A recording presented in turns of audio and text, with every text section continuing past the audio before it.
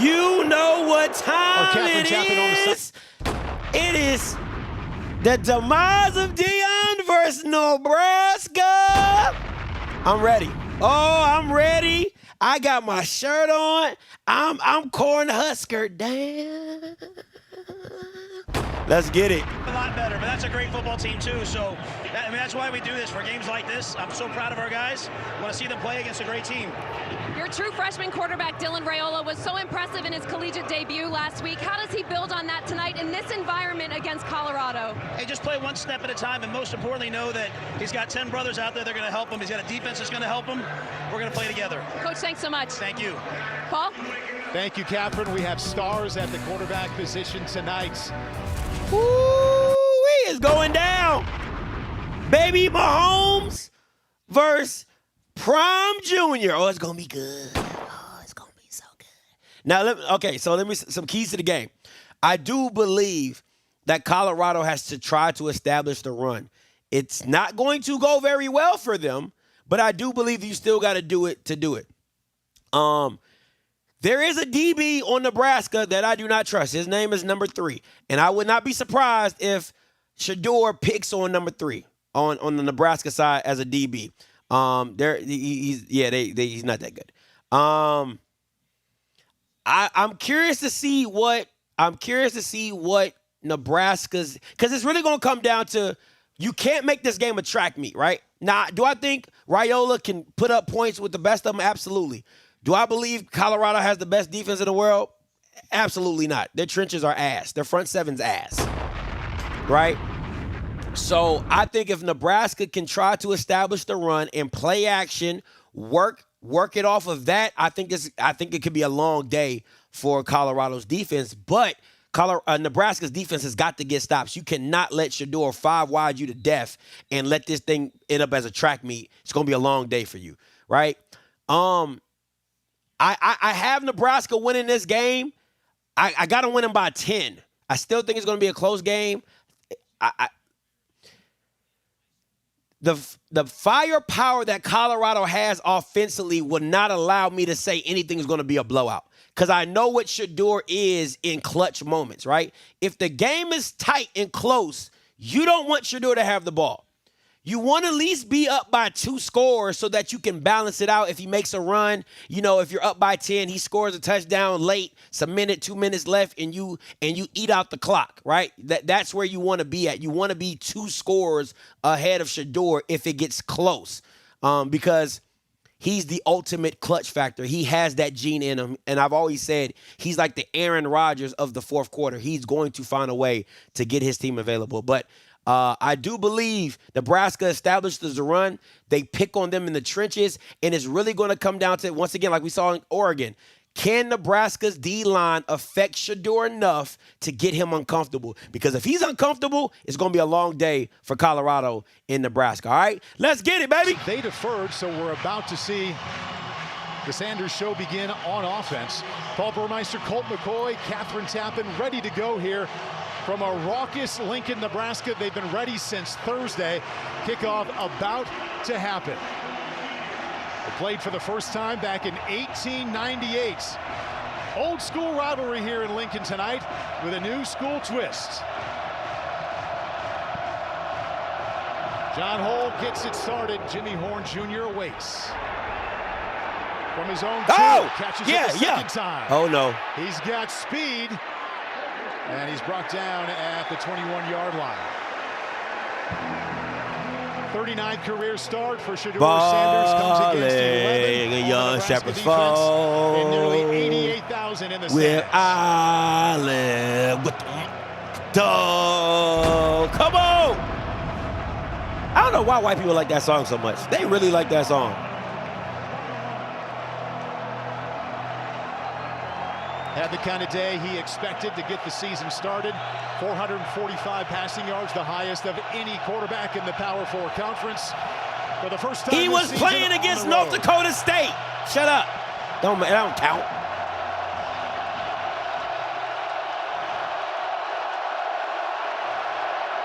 Play action.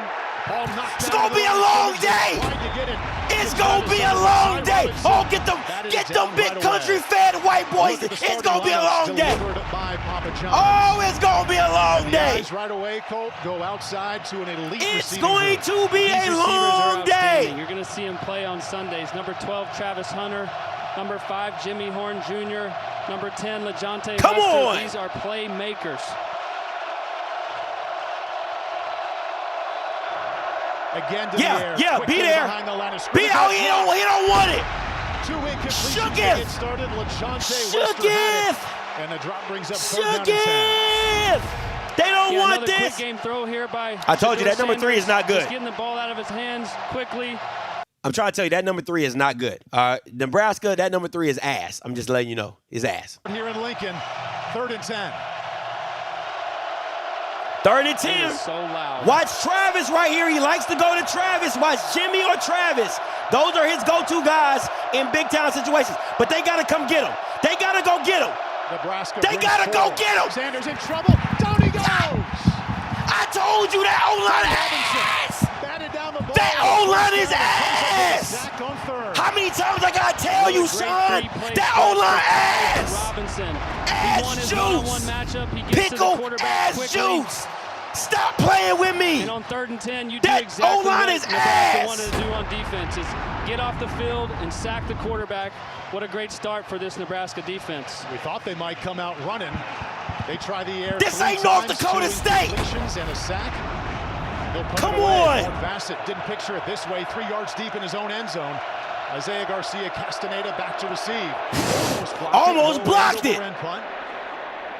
Garcia Castaneda Oh picks it yeah, up get on the moved. 40. Oh yeah, oh yeah, Sees a little bit of a gap and gets out just yeah. inside of Yeah. Colorado territory. yeah. This ain't North Dakota Highest State. ranked recruit ever at quarterback for the Nebraska Cornhuskers, named the Come on, starting baby quarterback Mahomes. August 21st. Made Wake quite up, the baby debut last Mahomes. weekend. Let's go, baby Mahomes. Baby Mahomes in here tonight.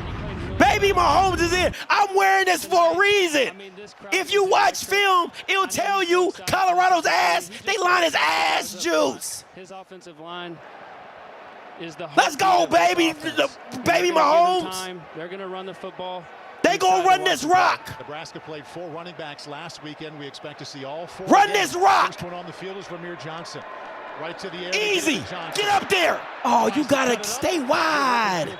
Good tackle. Stay wide. Starting cornerbacks. A look at the starting lineups delivered by Papa John's. So they have youth at quarterback, but a lot of experience, as you pointed out, Colt, up front. Yeah, we talked about this offensive line, but this group has over 150 starts combined throughout their career. They're physical up front. They're all veteran guys, and it all starts up front with them. Ramir Johnson remains the tailback. His first carry right up the middle, hit low, and goes down right away. Good tackle. Picks up 2 to bring up 3rd down. Oh, and what a 10. catch. We'll take a look now at the starters for the Colorado defense.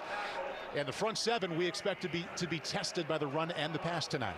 Yeah, we do. We talked to Coach Rob Livingston, and he just said we have to stop the run up front. And I think that starts with number 97, Chidozie Nwankwo. Really physical, really disruptive, takes on double teams. Kind of starts with him up front. Nebraska converted over half of the 3rd downs last week. Their first one here, 3rd and 10. Raiola got a lot of room. Get loose, run. baby Mahomes. First by himself. Get loose, baby Mahomes. Behind, he goes down to the 37. Come on, baby Mahomes. Craig finally got to him. First down after a gain of 13. Go be great. That's Go one way be to get your great. first 3rd down conversion. Dylan Raiola standing in the pocket, looks left, nobody's there.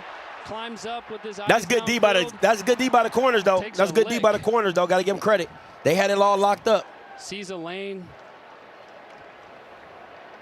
And that's a big body quarterback coming out to the defensive backfield as well. 6'3", 230.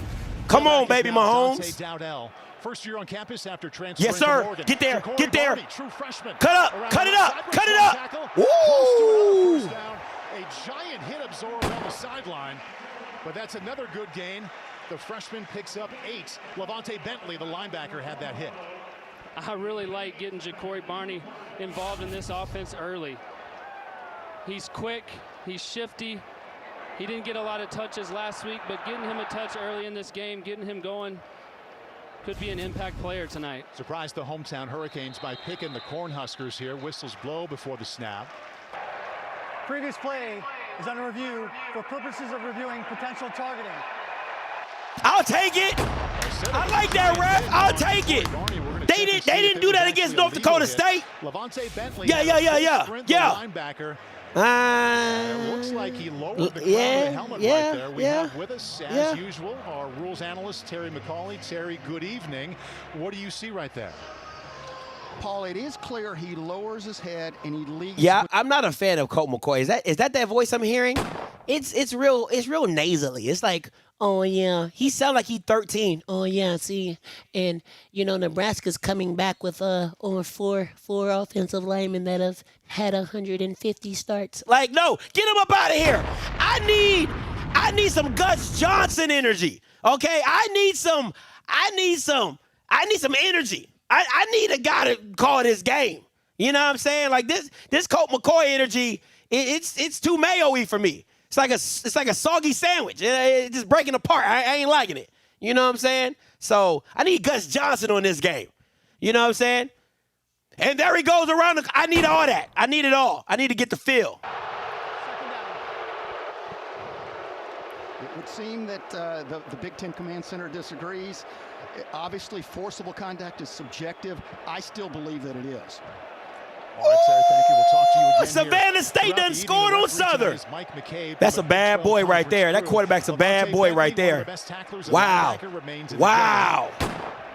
And Nebraska has second down 2. A couple of big plays there. Raiola running for 13. And then Ja'Cory Barney. Yes, sir. Yes, sir. Yes, sir. Yes, sir. Go make a miss. Won't make a miss. Yes, sir. Yeah, he's not that guy. He's not that guy. The only reason he's on the field is because his daddy's name is Sanders. He's not that guy. Number 4 coming across the line. Trying to tell you, he ain't that guy. Plays a lot of man coverage. That's a great man beater early in the game. So Dylan Raiola has 1 first down picked up via the run and 1 via the pass. First down and 10. First drive for Nebraska tonight. Hit it! Hit it! Ah! Let's go! He want that! We want that! We here for the smoke! Come on! I like the tempo that Nebraska is playing with. They don't want this. It's nothing, huh? These supposed to be national champs.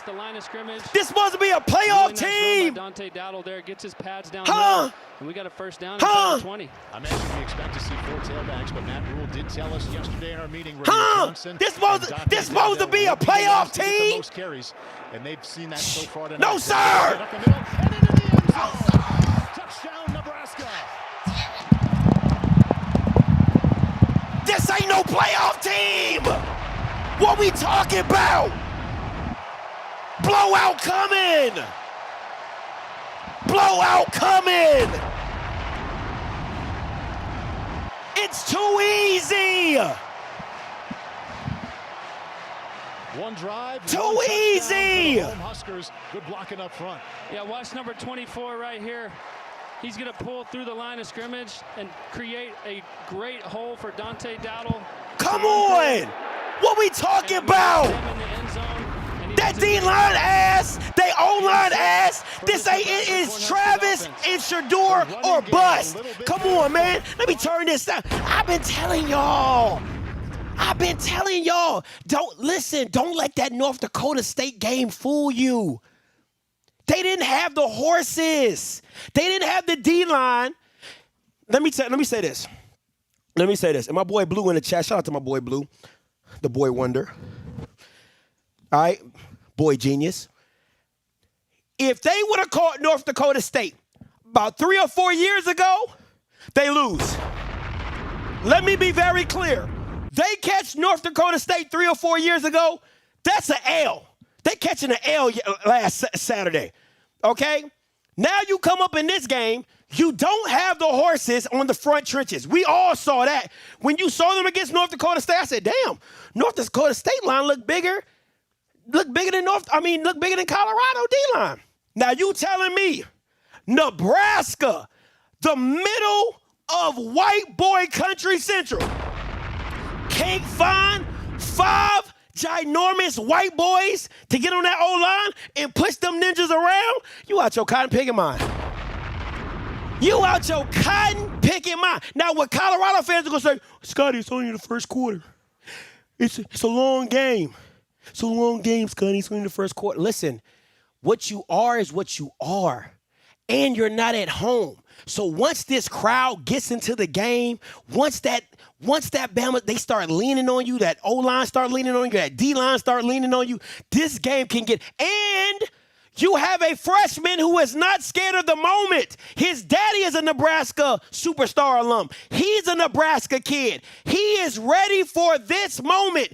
He is ready for the crowning of him to be the new Nebraska kid. Like, he's that new superstar on the planet. He's ready for the moment. So you're not going to have the freshman hiccups and mistakes that you're expecting from a freshman in this moment. You're not going to get that. And plus, he has an established running game because he don't got to throw the ball 40 times like Shedeur does because he got a Nebraska O-line in the running back game. It's going to get ugly. I'm telling you this right now. If it continues to go the way it's going to get ugly. Now, what you're going to see is this, and I'm gonna be very. You're going to see Shedeur get the ball out of his hands really quick. Quick game, all hitches. You're going to see like the little running back swing out motions, right?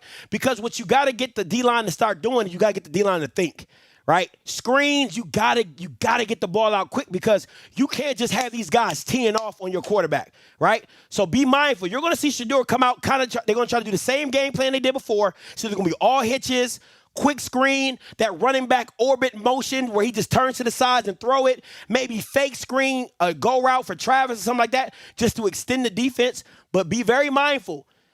You can't let this game lean on you because it'll get away from you in a heartbeat. Kick return tonight. Cross the 20, cut back at the 30 and still going. He's got speed to burn. Inside. That's what you can't allow to happen. That's what you can't allow to happen because this is the only thing they got. You can't allow that to happen. From the wide receiver / kick returner, Jimmy Good call. Horn. I mean, Jimmy Horn, what a return. When the ball is in this guy's hands, You got to squib it. You got to start squibbing it. It don't even make no sense. Plays in the slot, plays kick returner, great blocker in the run game. He's Mr. Do-It-All. That's a return that's going to change the momentum of this game. Yeah, you can't have that. You got to start squibbing it or something. Kick it away from him. You can't allow that to happen. You can't allow them to get momentum like that. That's easy momentum that they didn't have to earn. Colorado offensively went Watch the quick play. Watch this bubble screen. Watch this bubble screen right here. First and 10 on the Nebraska 37. Watch this bubble screen.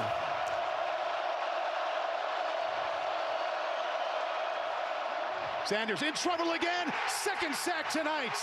Nash Hutmaker, Ty Robinson, both in. Loss of 11. When I tell you it's going to be, listen, if I tell you a mouse can pull a cart, hook it up. Hook it up. And this is what they talked about all week. Win your one-on-one matchups. He does, and he gets Shedeur on the ground for a big sack. Colorado allowed only one sack last week. That was their second already tonight. 2 incompletions, 2 sacks for Sanders. Now he gets started. A completion to the 40-yard line. Good job of breaking a tackle by Jimmy Horn Jr. and fighting out to the 37. The original line of scrimmage after a gain of 9. We take a look at the Nebraska starting defense. They were very good last year, Colt. The majority of the starters are back as well. And it starts up front. I know they've made plays already, but Jamari Butler, Nash Hutmaker, Ty Robinson, these guys are the leaders of this unit. And their number one job tonight is to get to the quarterback. Blitz situation likely. We just saw the defensive coordinator. Watch anything across the middle. Watch it across the middle. Watch anything across the middle. Sanders, 5-man rush, quick completion out to the 30 and down to the 28-yard Told line you. goes Will Shepard, the transfer Told you. from Vanderbilt. His first catch gets him 10. They're 1 yard short. Decision time for Deion Sanders. You can't. If you get stopped here, you cannot have this get stopped. And they better not run the ball. They better not run the ball here. Big decision time. You got to keep it in Shedur's hands. Do not run the ball here. Do not run the ball here. Early test for the Buffalo offensive line on 4th and 1. Offerdahl cuts it back, met at the line of scrimmage. What did I just say? What did I just say? I do this. You keep it in Shedur's hands. Do not run the ball there. You can't run the ball. You just gave it to Nebraska. You can't run the ball. twice. They have no points to show for it. The Huskers lead by 7. Listen, it's not right. Like, why do people act like they're not what they are? You know you can't run the ball. Why would you force a 4th and 1 with a run when you can't run the ball? Play action. Keep it in Shedor's hands. It's your best bet. How do you not know this? I know this. I don't get paid millions of dollars to know this.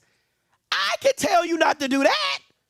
Pay me $1 million. I can tell you not to do that. 4th and 1 and you want to run the ball against Nebraska? Come on, man. What are we doing? This is what I'm talking. When I tell you, like, coaching for Prime is anemic, it's anemic. And the crazy thing is, you want a stat pad for Shedeur in the empty stats, right? When the game's out of hand, he throwing the ball against North Dakota State. 4th and 1, you throwing the ball there. Now you trying to. The logic is so backwards. 4th and 1, or it was 3rd and 1. Shedeur keeps the ball, pulls it, throws it, misses it. The clock stops. They get to save a timeout. You don't want to coach there. You don't want to do what you're supposed to do there and run the ball. But in a circumstance like this, you want to run the ball when you know you can't. Come on, man. Like, dog, what? This is what y'all paying Prime for? This is what y'all paying Prime for? Listen, man. Listen, man. I'm telling you right now, this ain't it. This ain't it. I'm just keeping it a buck with y'all. This ain't it. You got to know what your team is. You got to know what your team is, and you got to go into this game saying, hey, Shedeur, you want to be a number 1 pick? You think you're a top 5 pick? Go be that today. Today is where you got to see Shedeur as a top 5 pick. See, all the other games, I get what y'all saying, and y'all like, oh, Scotty, oh, this and that, and did you see what Shedeur did here? And you see all the. It's when you're not supposed to win. That's my thing. An elevator of talent wins games that you're not supposed to win. You're not supposed to win this game. You're not. At Nebraska, bad D-line, bad O-line, you're not supposed to win this game. Go win it. If he keeps this ball and throws it, it's a first down. Come on, man. Make a big stop on 4th down. Great recognition by him playing linebacker. Tony White, defensive coordinator in his 2nd year with the Huskers, told us yesterday, asked him, what'd you like best about your first effort of the season? Said, we tackled really well in space. Wonderful example right there. And now Nebraska's offense back on the field. They scored a touchdown on their first drive. Quickly out to the right. Big hit as soon as the catch was made. That's a damn good tackle by Travis. He came to play. He came to play. That's a damn good tackle. And I'm not going to be lying to you. Throwing a bubble screen to Travis Hunter's side. We have to get the. I'm going to be real with you. I've never seen Travis be that physical in a tackle. That's some high level. That's a high level corner play right there. I ain't even going to hold you on that one. Can't hate on that. That's a high level play right there. Comes up to hit from that corner spot. 2nd down 12, Ramir Johnson the back. Got him on the drag. Got him on the drag. On the run across the 30 and a big hit on that's targeting. Yard line. His first catch, he had a big week 1 against UTEP. That time he gets 4. I like what Nebraska's doing with their offense and with Dylan Raiola. That's not targeting. Right there. Man. But they're just calling plays to get the ball out of his hand. He's throwing little bubble screens. He got a free completion to Ja'Cory Barner early in the game on a little toss sweep. Finds the shallow. I still think Nebraska needs to run the ball more. They gotta run the ball more. I'm not putting this in Dylan's hand. I'm not saying he can't do it. It's just lean on him. You already got the advantage in the O-line. Lean on him. Like, this is bad to me. That's bad. Like, that's a bad, like. Comes in. He got 7. Preston Hodge made the tackle. And we'll sort through the flag here. Referee Mike. It's bad. It's bad play calling. Like, see, this is the thing with me. Why am I forcing my quarterback to be a quarterback when I don't need him to? I don't need him to be great right now. Just hand the ball off, pound the rock, and let's roll. Let's roll.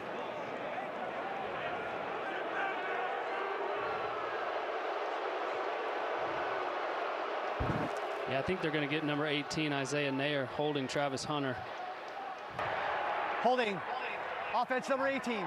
10-yard penalty. Replay 3rd down. What do you think, Colt? Yeah, so that's a big decision by Coach Sanders, right? Do you want to give him 4th and 1 at the 40 or take the penalty and let him play 3rd and long, one more snap? I would have guessed they would have said, go ahead. 4th down on your own part of the field there. It was a full 1 yard. It wasn't like it was a couple of inches. Yeah, I dare you. I dare you to go for this. But they elect to take the penalty. Now it's 3rd and long for Dylan Raiola in this offense. Remember, last 3rd and long, he ran for a 1st down. That's right. Raiola starts out a perfect 5 out of 5, but a conservative 12 yards. They bring 4. Raiola, plenty of time and more. Steps up, little fling out to the far sideline, and a completion and a gang tackle there by the Buffaloes. Ramir Johnson, the tailback, brings that in after a gain of 8. Great job by Nebraska's offensive line up front right here. I just want you to watch them.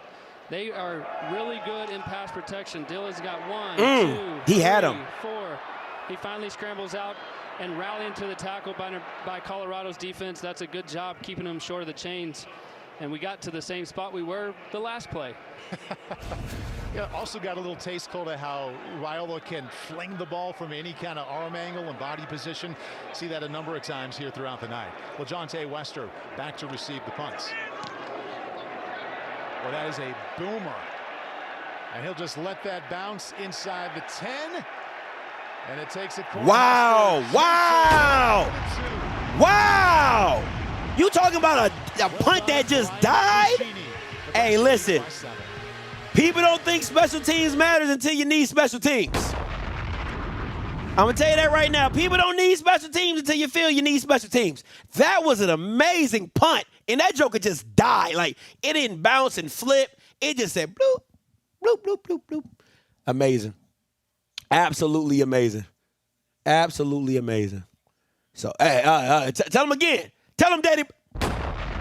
What kind of name is Daddy Bars? I'm going to need a no Diddy on that one. Daddy Bars?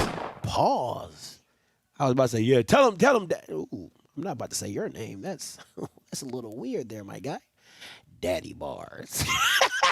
That is weird. Oh, man. Yikes. Yeah, I'm not going for that one. Oh, man. What kind of stuff is that? Daddy Bars. Yikes.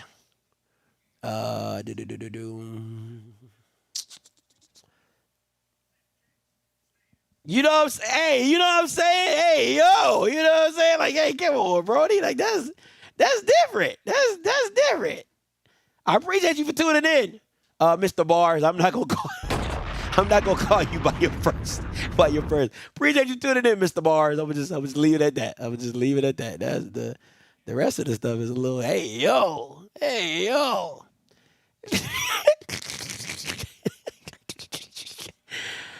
Ooh, man. Yeah.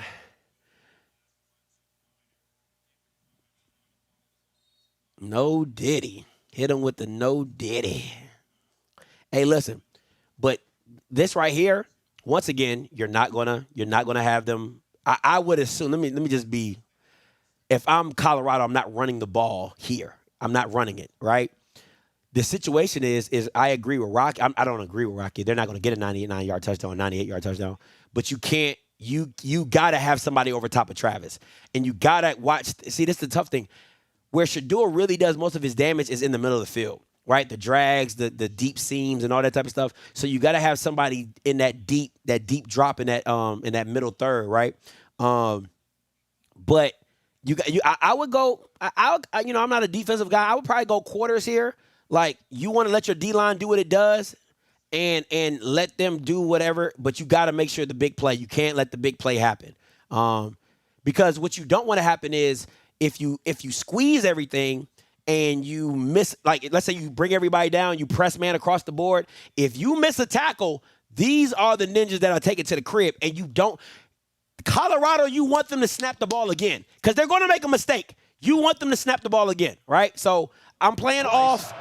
I'm gonna let my D-line do work, and we're gonna get it. Shedeur Sanders is standing in his own end zone. I like this. I like how they're playing this. I like how they're playing it. If they run this ball, I'm gonna be surprised. That's what I thought. Yards deep. Pick. Let's go! Let's go! You not that guy. I've been telling you not that guy. You not that guy. You not that guy. It's but hey, it's an ass whooping coming. It's an ass whooping coming. This ain't North Dakota State. This ain't North Dakota State. It's an ass whooping coming. Early last year, Tommy Hill was a wide receiver, switched to corner. Deion Sanders talking to his son Shedeur, and that's not a pretty extra point, but it counts for the 1 point. Nebraska on top. Okay. I'm just telling you this right now. I'm telling you. These are the reasons. That's a far throw. And once again, like I said, you don't press man on that. You play off. That's what they're doing. They're playing off. I got to keep everything in front of me. We're not going to make this a track meet. You know what I'm saying? We're not going to make this a track meet and make them snap the ball again. That's everything what Colorado is. Make no big plays.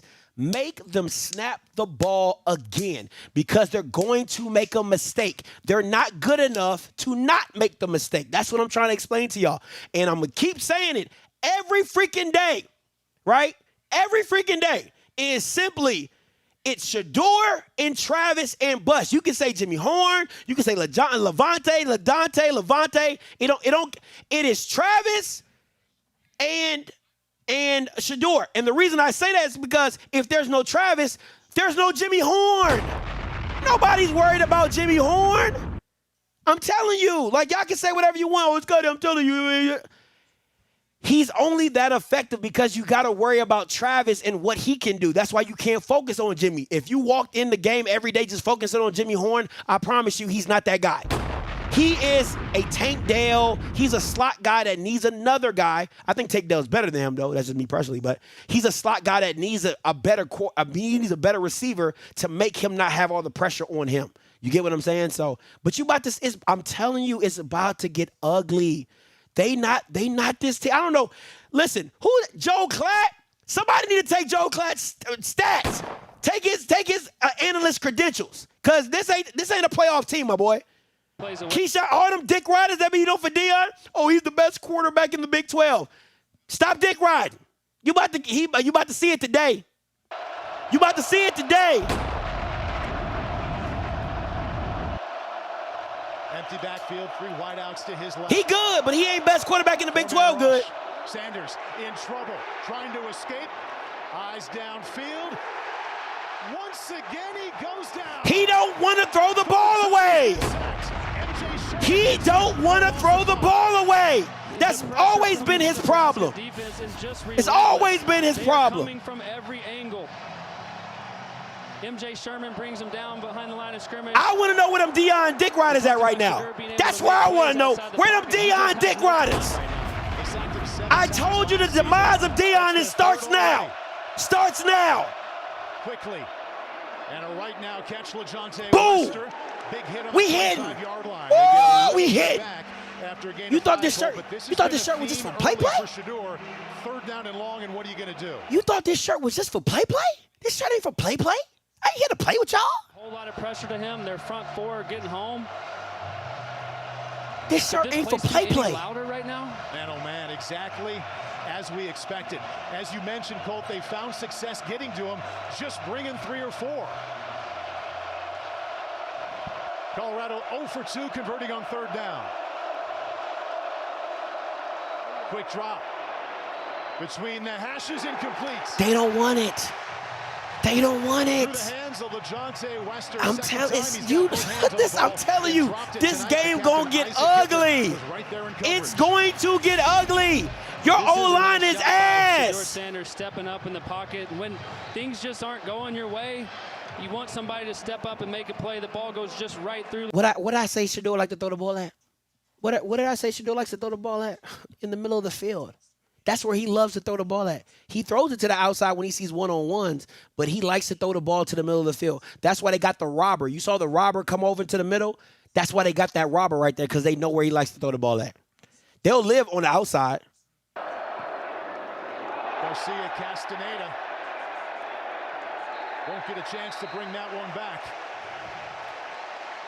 Cornhusker defense has been excellent in the run game, in the pass game, and they have also put points on the board. If that's the case, then what do you say about, you know what, let me open these call lines up. I want to hear from the people. Call lines are open. 518-263-8124, 518-263-8124. Call lines is open. If Nebraska's not good, then what does that say about Colorado, sir? You are the only participant in the conference. All participants are If muted. Nebraska is not good, what does that say about Colorado? I mean, we know you're a Deion fan. We know you're riding for Colorado. So what is that? And they're manhandling Colorado right now. They're manhandling. If they score again, oh, Jesus. Oh, good Lord. Oh, good Lord. Oh, good Lord. 5683 coming to you. Hey, calling you live. Yo, what's going on, Scotty? What's up? Hey, man, look, if I'm Colorado, this is what you got to do. If Prime is who he says he is as a coordinator, if I'm Colorado's defense, I'm coming out here, I'm saying, look here, man. At the end of the day, that's still a freshman quarterback.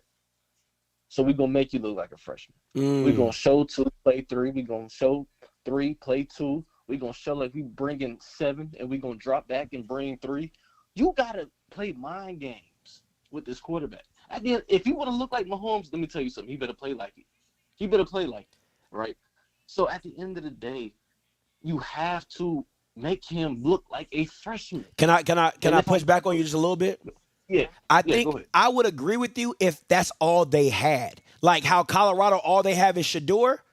I would agree with you, but Dylan can always just turn around and hand the ball off at any point in this time. If he's not seeing the field well, if it's not like Colorado doesn't have that same luxury. Shedeur has to play out of his slump. You get what I'm saying? Dylan never has to do that. He can literally just turn the ball and hand it off 20, 25 times, and they come out with the dub. You get what I'm saying? So go ahead. Yeah, and that's why if I'm Colorado, as my mind, if I'm a coordinator, I'm saying, look here. We're stacking the box.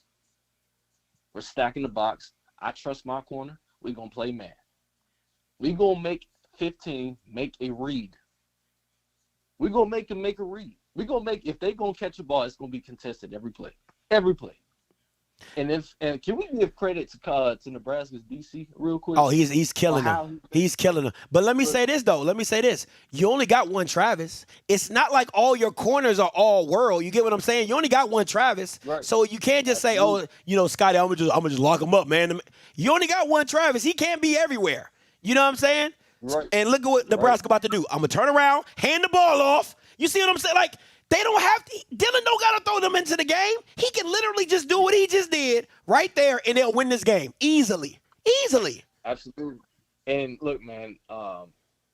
Last thing, and I'm out of here, man. If there's one person I can't stand as an analyst, can we just say it's RG3 is? Hey, man, leave that man alone, man. He already got fired. That's all I have to say. Hey, man, appreciate the call though, Brody. Rocky coming to you, then 85-72 coming to you. Hey, this is a simple game, bro. If it's not a shootout, then Colorado is gonna lose. If they can somehow make it a shootout, then they got a chance. The fact of the matter is, the Colorado doesn't have the guys up front. Oh, that's not what you said. Yes, no, that's not what you said last week. No. I said that last week that the D-line was ass. No, I know. I never said that they were great up front. They better than they were last year in the defensive line. They better than they were last year, but Nebraska's better. You know what I mean? So I mean, again, the only way they can do this is make this a shootout. put some pressure on the freshman, let the freshman make a mistake. That's what you do. You know, that's basically. Why you sound so somber, Rocky? Because that's not the energy you was bringing last week when they was playing North Dakota State. And I told you that D-line was ass. Is, if you overmatched on the inside, you have to be so elite outside and in the skill positions.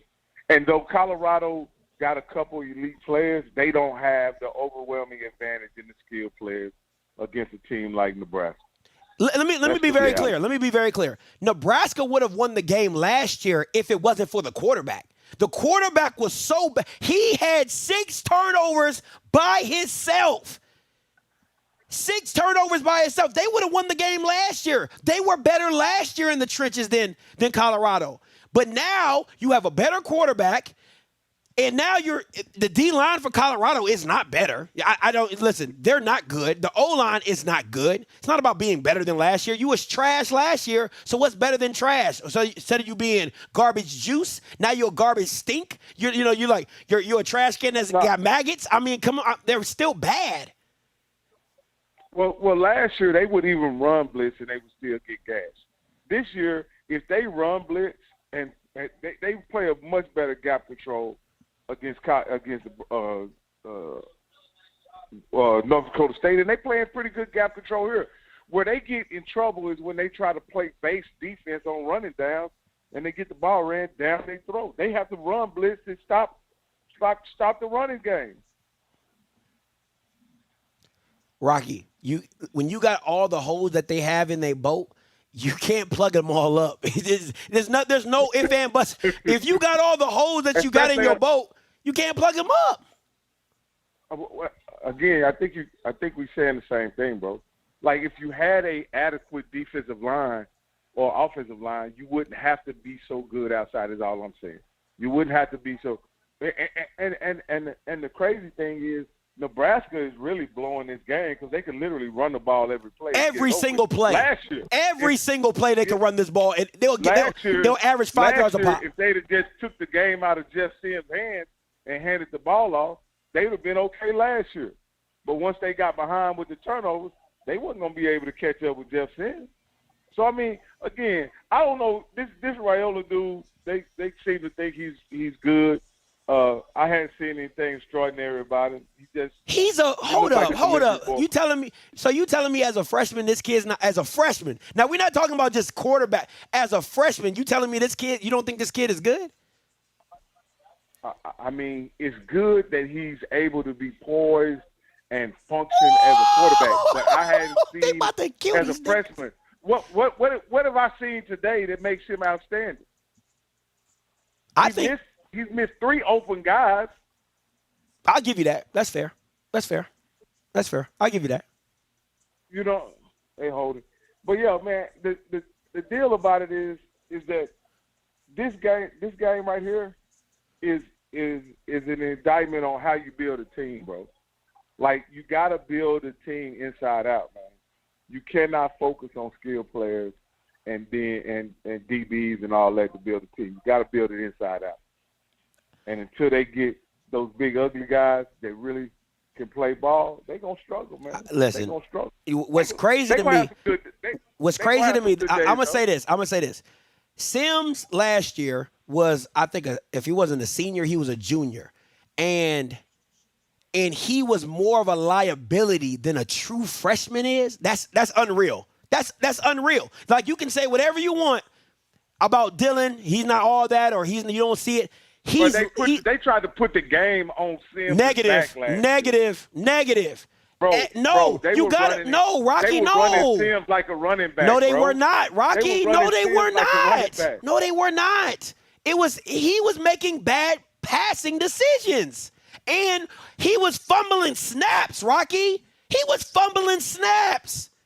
So you're telling me a junior or a senior, I think he might have even been a grad senior, is more of a liability than a true freshman was? No. Listen, you might not think he's all world. Agreed. Okay, he might not be all world. He's a true freshman. No, he may be a great quarterback. But for what he is right now, you got to take him.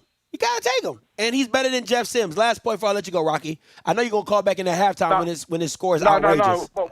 No. Only thing I want to say is Colorado got to have something good happen real soon, man, or this is going to be ugly. And I need them at this point. The only thing I'm rooting for is to go over my 55. I need them to go over 55. Let me ask you a question.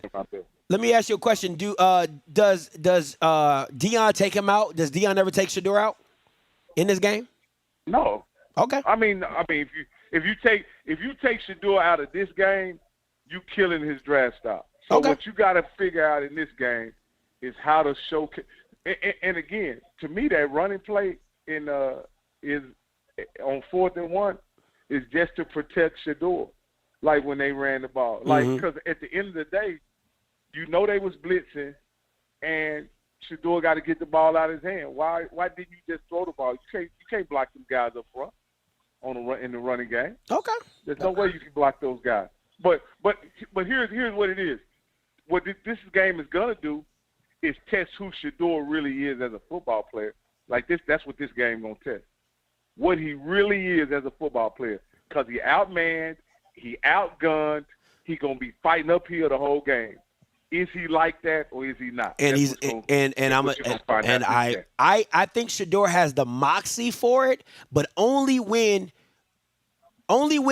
my guns and your guns are equal. When my guns and your guns are equal, I think Shedeur has the moxie to pull you over the edge in those type of games, right? But this ain't that game. But this ain't that game. You're right. This ain't that game. That's my personal opinion. I think that when he's outgunned, he's not the elevator of talent to bring the team over the hump. You get what I'm saying? So that's just my little 2 cents on that. We'll see. Yeah. Yeah. I'm with you, Scotty. I think at the end of the day, he's a glorified trailer. He's not actually a truck. I'll give you that. I will give you that, Rock. Appreciate the call, my boy. Call at halftime. 8572 coming to you. Hey, caller, what's going on? What's up, man? Talk to me. You doing? Hey, listen, man. You know, I think Rocky made a good point, man. I mean, you made a good point. You can't build a team on the outside. It's got to be in the trenches. You know, I'm up here in big old Michigan world.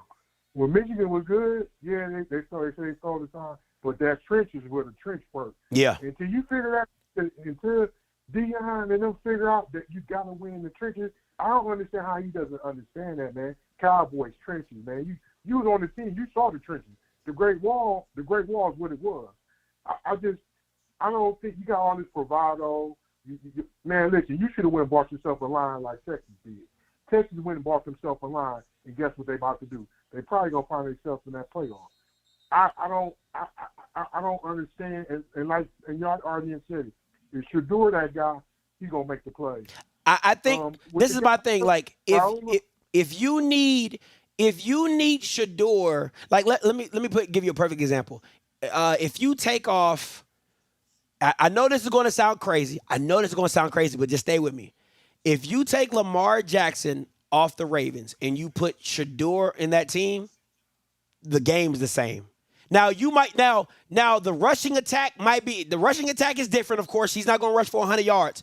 But if you give Shedeur the horses, he gonna keep you on track. I'm telling you that right now. He ain't gonna miss some of them passes Lamar gonna miss. I'm just telling you that right now. That's how I feel about Shedeur.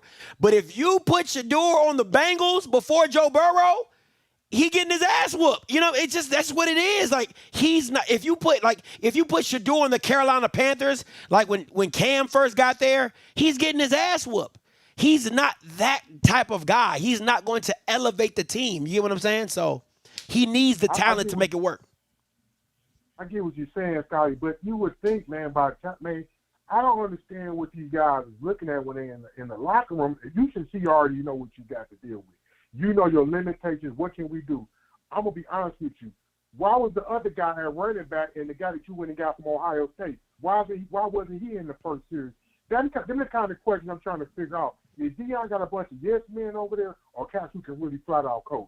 Because if all you got is yes men over there, it's going to be a long season in Boulder. Plain and simple. All you're going to get is bravado in these videos they put on YouTube. You need some people who can really coach kids up and get kids. And I'm going to tell you something. This secondary, it looks worse than last year. Listen, at the end of the day, it's Travis Hunter or bust, and people get like, what's so annoying about the Colorado fans and Colorado people is that you'll let Travis Hunter make, and don't get me wrong, Travis is an amazing athlete, he's an amazing talent, but you'll let that you'll see his spectacular play as, oh, this is Colorado. No, that's just Travis. That's just Travis being Travis. The rest of these jokers are not that. They are not that.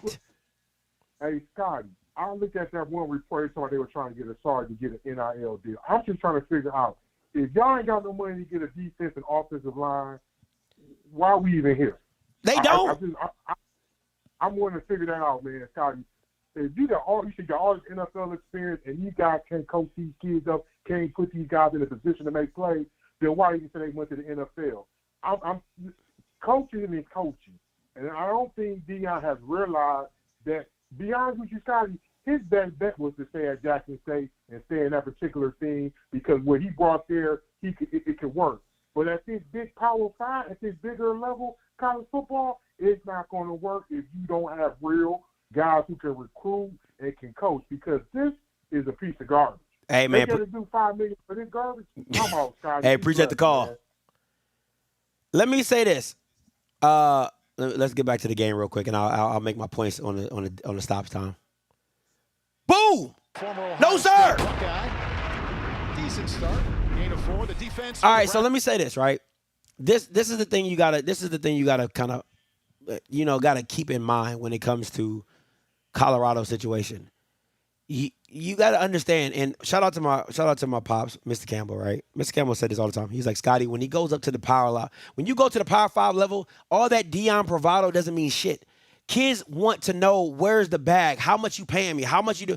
And Deion's money ain't as long as these other schools' money. So all that Deion bravado, especially when you're only promoting 2 players, it ain't going to work. It just is not going to work. And this running game is not going to work, right? So it goes into all that. So when you have that Deion bravado, it works at Jackson State because people want to be involved. They want to, we changing for the culture. It's because of black, baby. We doing this for the blacks, baby. But when you go to Colorado, it's all about that green, the money, NIL deals. What can you pay me? Because why am I going to Colorado when I can go to LSU? Why am I going to Colorado when I can go to Ohio State? Why am I going to Colorado when I can go to Michigan? You get what I'm saying? So that Deion bravado don't mean nothing at the Power 5 level. It don't. 3rd down 7. Linebacker blitz on the way, quickly out of his hands. 1st down, Travis Hunter. Classic down and out. They move the chains with a gain of 9. Now Shedeur Sanders can just take a deep sigh of relief. He's going to get Travis Hunter here running an out route. Simple throw and catch. I like what they did there. They put Travis in the slot so you can't just isolate him on the sideline, right? So he didn't take himself out the game. So if they want to keep that going, they need to keep him in the slot because that's actually a benefit for Shedeur so he can see him. Had over 500 yards last week from the 32. Play action. Lets this one go down the far sideline. Flag. A lot of contact with the ball way out of bounds.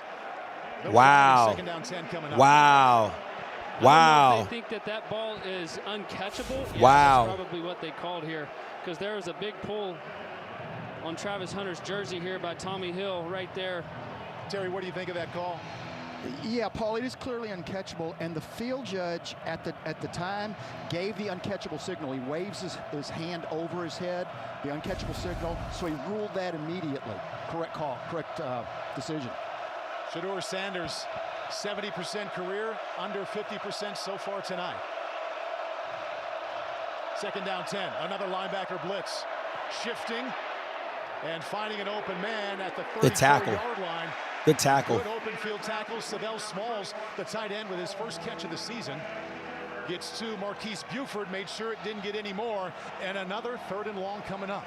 We've talked about Nebraska's defensive line getting pressure. They are constantly changing up the coverages in the back end. They are not showing a veteran quarterback like Shedeur Sanders the same coverage over and over, and they got him in a big 3rd and long situation here. Shedeur was confident when we talked to him yesterday. No matter what they show me, I'll have the answer. Needs one here on 3rd and 8. Another 5-man rush. Sanders got him again. Got him. Got him. Got him.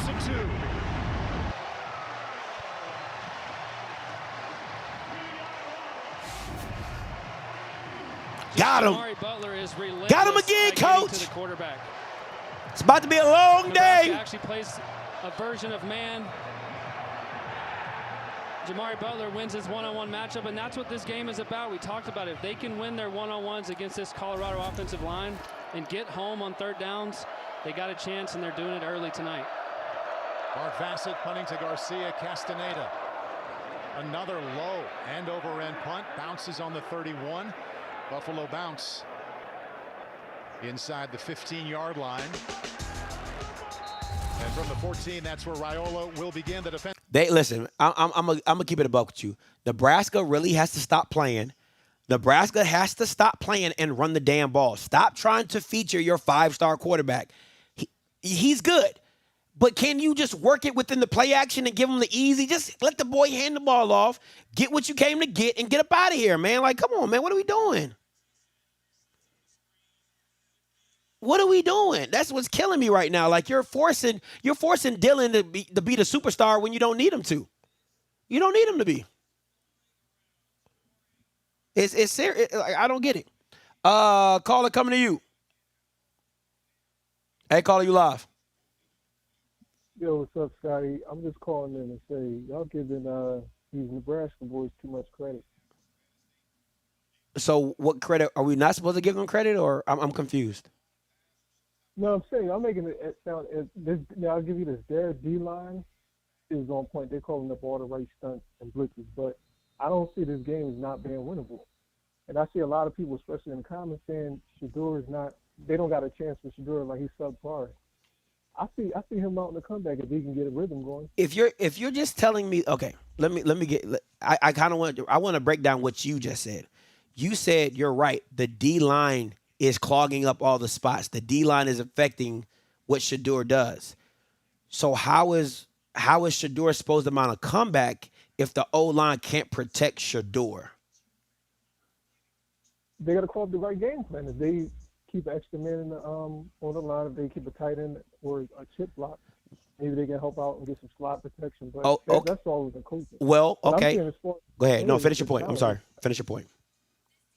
Yeah, my fault. It's not. I just don't see it as if it's not a chance to come back. Because if you think about last year, they was outmatched totally against USC, and they only lost 5 touchdowns. So I see this as being a winnable game. Okay, this is the part where the scheme is going to come into effect, right? Let's say they keep an extra man in. Well, that then limits how Shedeur, because if you really watch, Shedeur really does his best work. The wider the more I space you out, the easier it is for Shedeur to read the coverage. That's why you see a lot of 5 wide, 4. Like, that's why you see trips. You see it always spread out. You don't ever really see it congested, him underneath center. You do not see that in his game because they don't do that. They do what's comfortable for him. Him in shotgun, allowing him to see the field is what it is. If you add that tight end, you take away a playmaker off the side of the off the edge, in the trenches. Oh my God, right there, boom, too easy. You take that away from them, so it kind of messes up what they like to do, and they don't really use the tight end. I don't even know who their tight end is. You get what I'm saying? So I don't know. I get what you're saying, but the scheme would mess up how Shedeur processes. That's just my personal opinion. I agree. They also keep. I see a lot of plays where they have I don't know. It's probably in the full, but they'll have like a power back end. A guy that doesn't really run the ball, like the guy number 31 that caught it on the flat. Yeah. I just see if they keep. I don't know if they really utilize their tight end. I ain't watching that much this year, but I'm just saying with him in the game, I just like they still got a shot. They just got to change their strategy because you're right. They can't spread it 5 wide, 4 wide. Just use the horizontal game because that's not gonna work. Only if they do short. If they do the short screen game, I can say I'm winning because their defense in total isn't the fastest. It's just their D linemen are stronger, so they're able to get a jump on the offensive line. But if they can get that underway, I don't have no doubt. And to somebody in the comments, somebody said Shedeur is not the best quarterback in the Big 12. He's most definitely the best quarterback, and this is going to be his game to prove it. I'm gonna call it back at the end, but this is going to be his money game right here. Nah, he's not the best quarterback in the Big 12. He's not. Me personally, if I was going with the best, I would think the Bama from Utah. I like him. Cam, I think it's Cam Rising. I like Cam over Shador. Listen, listen, I'm not telling you that Shador is not good. I think Shador is a first-round draft pick. I don't think he's a top 10 pick, but that's just me personally. I've always felt that, and anybody who's ever watched me can tell you I felt that. But because I think if you're a top 10 pick, you're an elevator of talent, right? So I'm not even saying that Cam Rising's a top 10 pick, right? When I think of top 5, top 10 guys, I think of guys that when the game, like, you gotta stop them, not the other way around. Like it's like, hey, it's like playing LeBron, right? It's like, hey, I'm gonna get my 30. You know what I'm saying? Like, I'm gonna get mine. And that's what I don't feel that about Shador. I don't feel he's that guy, like, where he's like, hey, listen, I'm gonna get mine. You just gotta figure out how to stop me. And that's not Shador. That's just really never been Shador, if I'm being honest. And that's the thing when I think about top 5 guys. So hold up. You said LeBron. So you don't feel like he carries this Colorado team? Only because the team is built around him, not because he has the skill set to do it. The team, like, there's no other choice but to. You have no other choice but to rock with Shador, because you've built the team the way it's Shador or bust. It's Shador or Travis or bust. That doesn't make him a top 5 talent because you built the team like that. It's just because that's how you set it up for your son. And if you were that good, you wouldn't have been 4. You wouldn't have been 4-7. You get what I'm saying? Like, those close games, you win if you that guy. I'm sorry. Like, I just can't give it to you. You had a losing record in the Pac-12. Like, no. So him as an individual. All right, how you feel about? All right, so I guess you think Cam Ward is the best quarterback in the country. I have to see a little bit more, but I have to see a little bit more. I gotta see a little bit more from Cam, right? Because what he did at Florida's it's an SEC team, but it's a bad team. You know what I'm saying? It's still a bad team. But I did like that he did it in the swamp. You get what I'm saying? It mattered that he did it in the swamp. I gotta see a little bit more from Cam, but if I was making the choice, if it's Cam or Shador, I'm taking Cam over Shador. I am, because, and this is why, you're not accounting. You don't know about Cam back at UIW, right? Like, Cam was doing this.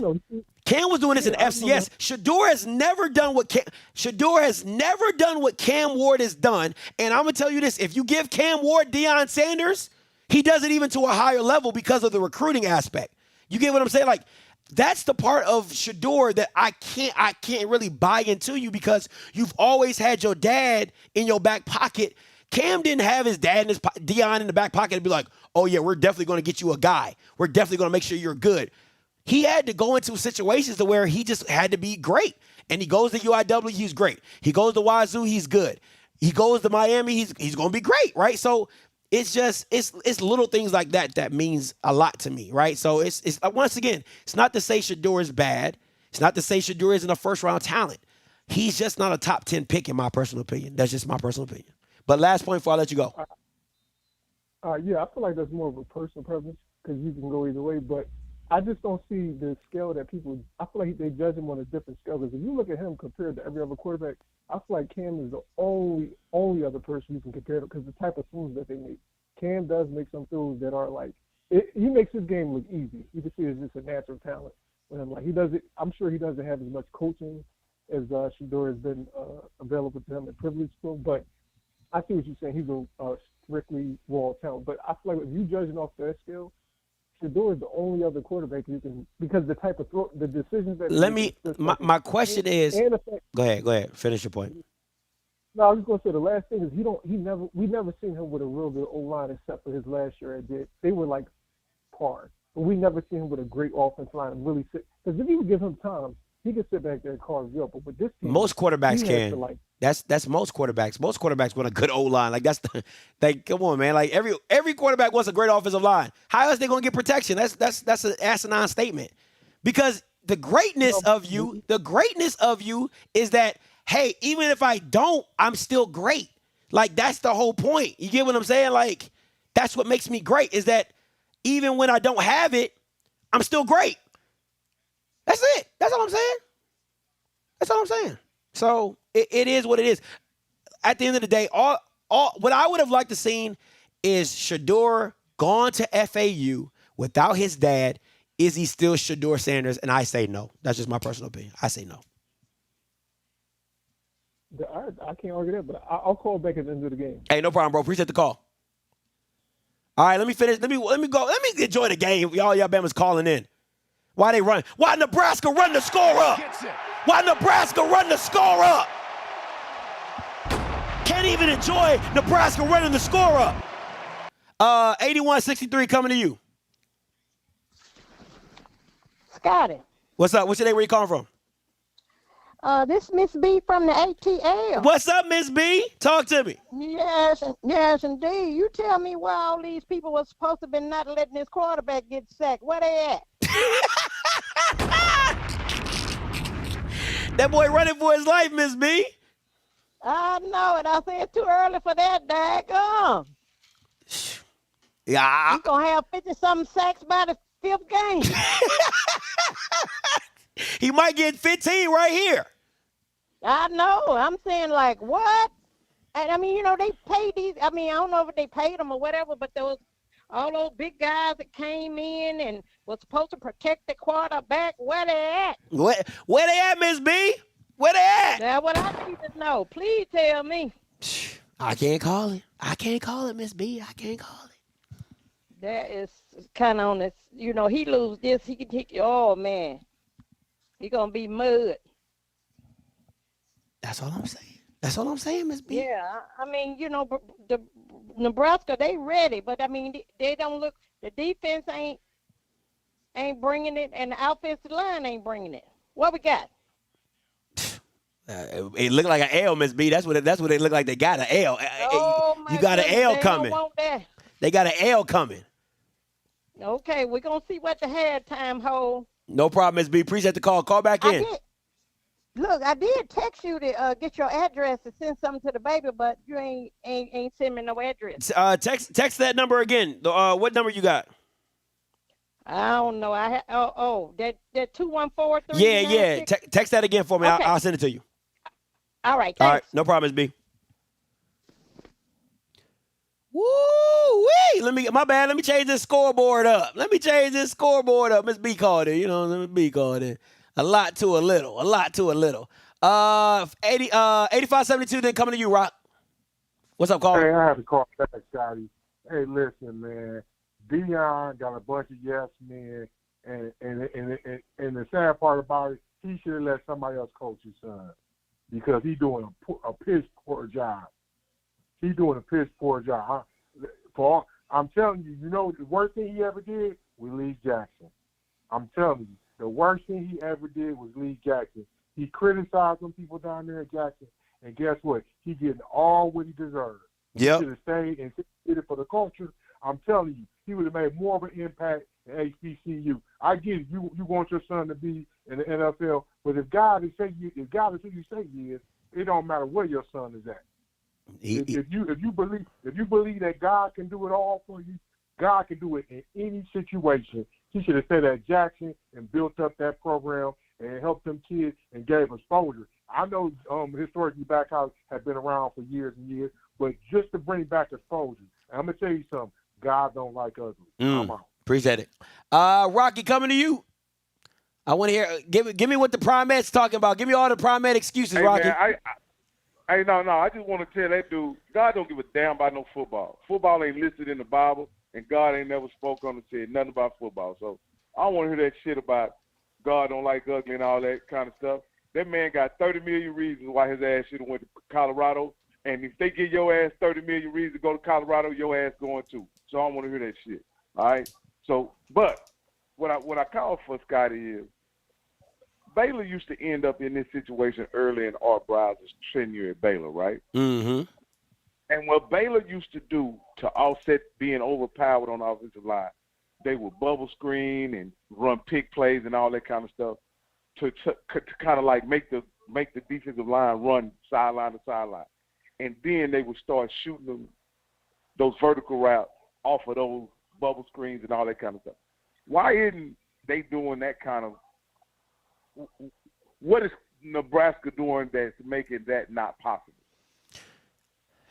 Well, I don't think that's not the style of play that Colorado wants to play, right? So, you know, they say this thing about people where you can you dink and dunk me like what am I trying to say? Can you dink and dunk me enough and be comfortable with it? Right? Because you always want the splashy play. That's where people get caught up. That's where young quarterbacks get caught up.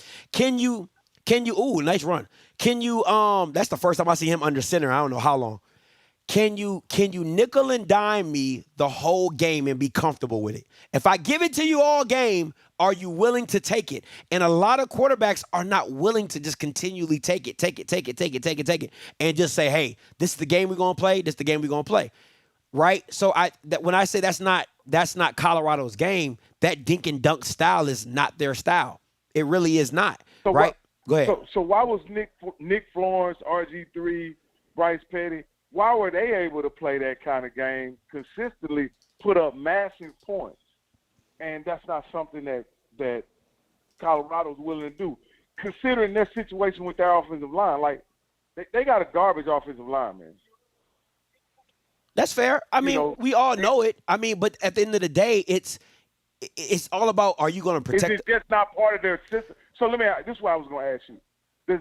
For you to do that kind of offense very well and efficiently and situationally, does that have to be part of your system for you to do it well, or can you just switch, or is it just a scheme or tactic that you take, that you use in certain situations? I think it's a certain situation thing, because if you got to understand, if I'm an OC and I'm calling the plays and I got check downs, if I got underneath routes, but you're consistently looking for the big play, that's not on me. That's on what the quarterback is choosing to do, right? Like, is the quarterback willing to take the check down, the short side over and over and over again if the defense is given to you? Because what do we say about NFL guys? Just take what the defense is giving you, right? Well, is Colorado willing to do that? Is Shador willing to do that on a consistent basis over and over and over again? I say no. They're waiting for the big play. That's what Shador and them are.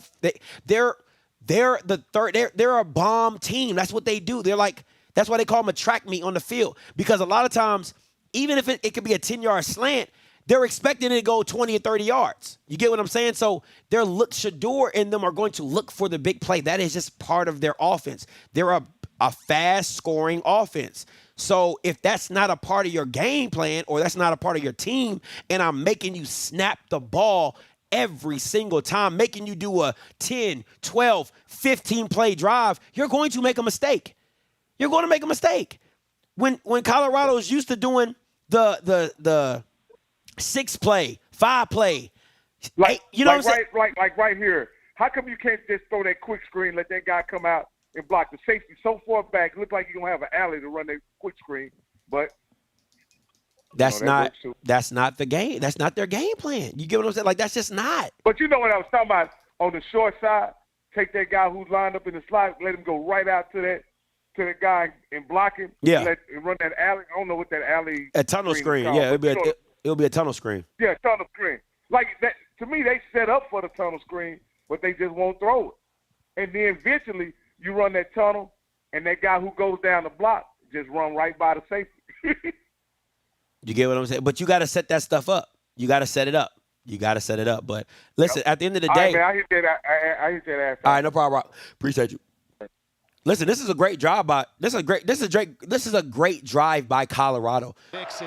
Great drive. You trying to sell yourself in? Absolutely great job by Colorado right here. But again, they're keeping Travis Hunter in the slot, so he can't get. So the out of bounds is not another defender. So when you're moving Travis into the slot, now you give him those two-way goes. When you're on the island and the boundary, you don't really have a two-way go. I can't do an out route. The out of bounds is right there, right? So bringing Travis inside now gives him a two-way go. Now Shador can focus on him a little bit more. Sanders' success through the air coincides with better protection. Travis Hunter is not out there. You saw him on the sideline. Run out to his right, still wants to throw. And threw that one away in the general direction of Jimmy Horn Jr. to bring up third down. And now Hunter back on the field, and they're excited about the new receivers they have. We've seen Will Shepard, we've seen LeJohntay Wester, but it was Horn Jr. and that man, Travis Hunter, that accounted for over 300 yards last week. They could use him right now. 3rd and 7. A little slower out of the huddle, still time, 10 seconds on the play clock. Watch the out route right here. Watch the out route or watch the corner route. Okay, so I kind of see. Okay, so what you're seeing. I wish I had my thing to draw on. What you're seeing is. Let me see.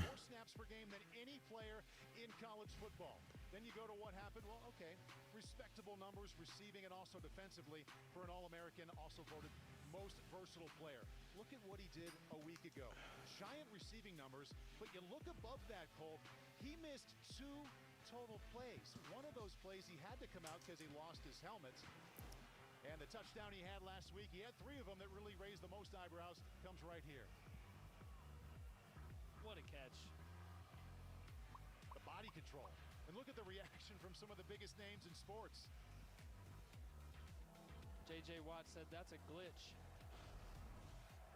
And if all right, watch. Okay, so if they tighten this down and they make this Travis on the outside receiver, they're either going to do a quick out, or what you could do is you would stem them and then bring it back inside so Shedeur have this easy throw. But definitely be cognizant of Travis on that tight formation on the right hand side. Oh, they got somebody over top of him, so they're probably not going to go that way. So they're probably going to go to where the bottom. Sanders, linebacker blitz coming, steps up, fires to the end zone, too much. The pressure was about to get him. He wanted Hunter, but that brings up 4th down. Yeah. I mean, they couldn't go to him. They had somebody over top. Watch the push of this whole unit right here. They just slowly creep back into Shedeur Sanders' lap. He just got nowhere to throw. It collapses so fast. And Colorado has to settle for a field goal here right before the half. See Travis Hunter frustrated. I think he wanted a different kind of delivery there to have a different type of a chance. Alejandro Mata out to try and erase that 0 on the left side of the scoreboard from 30 yards out. Low, blocked, no good. Let's go!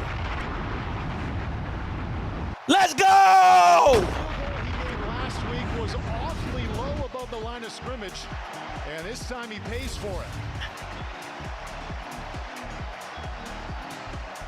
Colorado had their best drive yet, but the scoreboard looks the same. 21-0 Cornhuskers.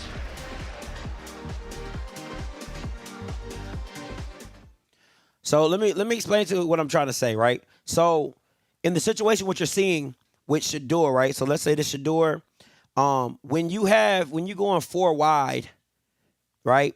And when Travis is here, right? If Travis is here, let me move this down a little bit so I can see myself. When Travis is right here, he doesn't have this 2-way go out here, right? He can't go anywhere out here.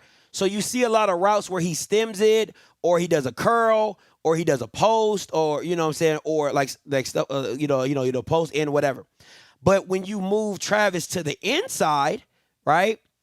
Now he can come here, he can go here, he comes here, he can go here, he can do a corner, he can do a post, right? Like that's what makes him more effective, and you give him more of the route tree to play with, right?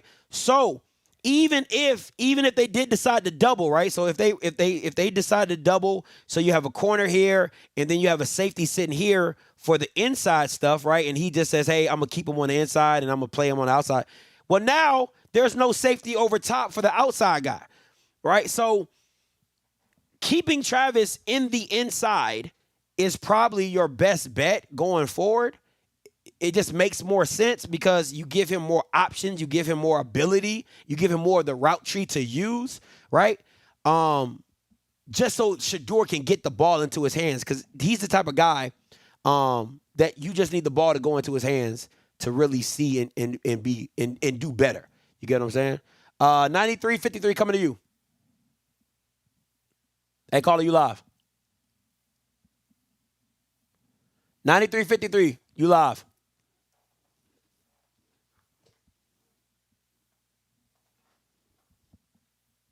Last call, 9353, you live.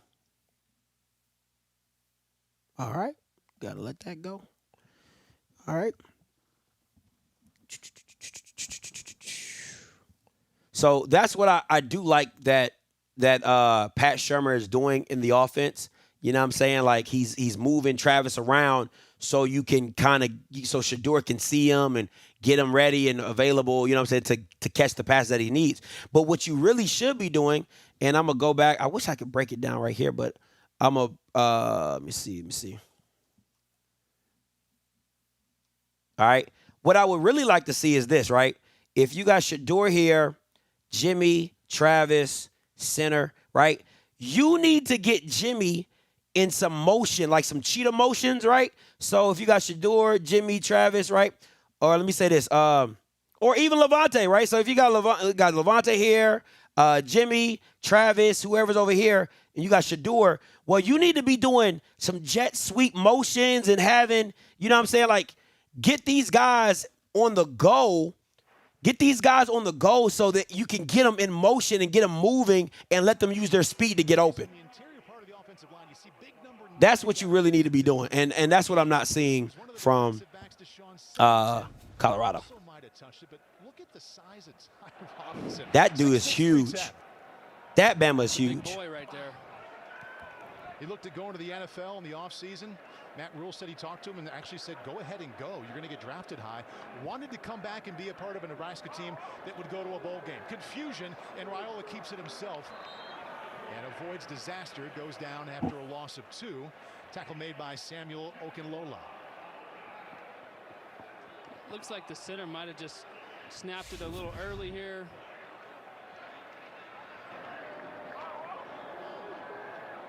Well, sometimes you just live to see another play. Live to see another play. The clock continues to run. Good job just eating it by Dylan Raiola, but you got yourself in a third and manageable situation, but they've converted 3 out of 5. I'm running this. You got this light box right here. You got numbers in the box. You got to run this. Got to run this. To his right. 6-man rush. They hit him, and they force the inaccuracy. He should have ran the ball. Safety blitz from Cameron Silman Craig. Got there to force the inaccurate throw and bring up 4th down. I'm not – my frustration with Nebraska is you're not using – you're not – first of all, you're not running creatively, but you're not using your O-line to its benefit of – oh, that's a nice throw if you would have kept it low. If you would have kept it low, it would have hit him. You're not using your O-line to the benefit of leaning on this D-line, and it's bothersome because you can literally average 4 to 5 yards a pop.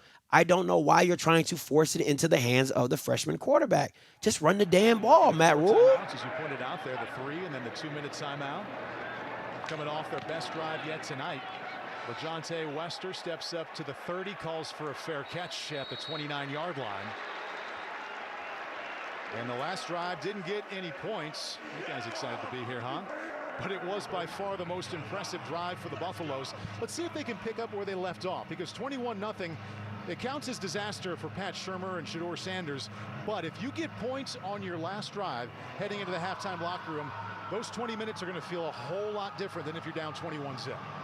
A whole lot different. And look, these guys are veterans. Shedeur Sanders played a lot of football. He's been down before, right? We watched him last week, backed up on his -3, go down and get points before the half. So he knows what he's doing. This is where these are the moments where Shedeur is great. I got to give him credit. These are the moments where you see Shedeur be Shedeur. Came before that drive. Empty backfield, quickly out of his hands. Another completion. See, that's why you keep Travis on the inside so he can see him easier. He's just going to force feed Travis because that's really the only guy he trusts in these tight moments. So when you see Travis in the inside and he's focusing on Travis, it's because that's the guy he trusts. It's just very simple. It's very, very simple in that aspect. 2, please. Thank you.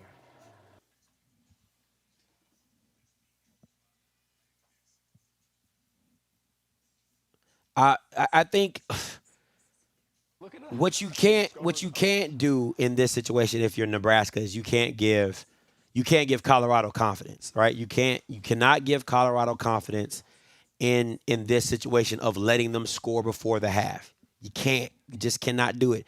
You got the field goal wouldn't have been bad, right?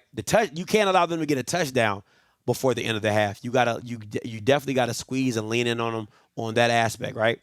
The part for me is this. What's frustrating with Nebraska is you're not letting your O-line dictate this game. Your O-line is better than Colorado's D-line, but you're not letting your O-line dictate this game. You're not letting your O-line like mercifully just lean on this D-line of Colorado.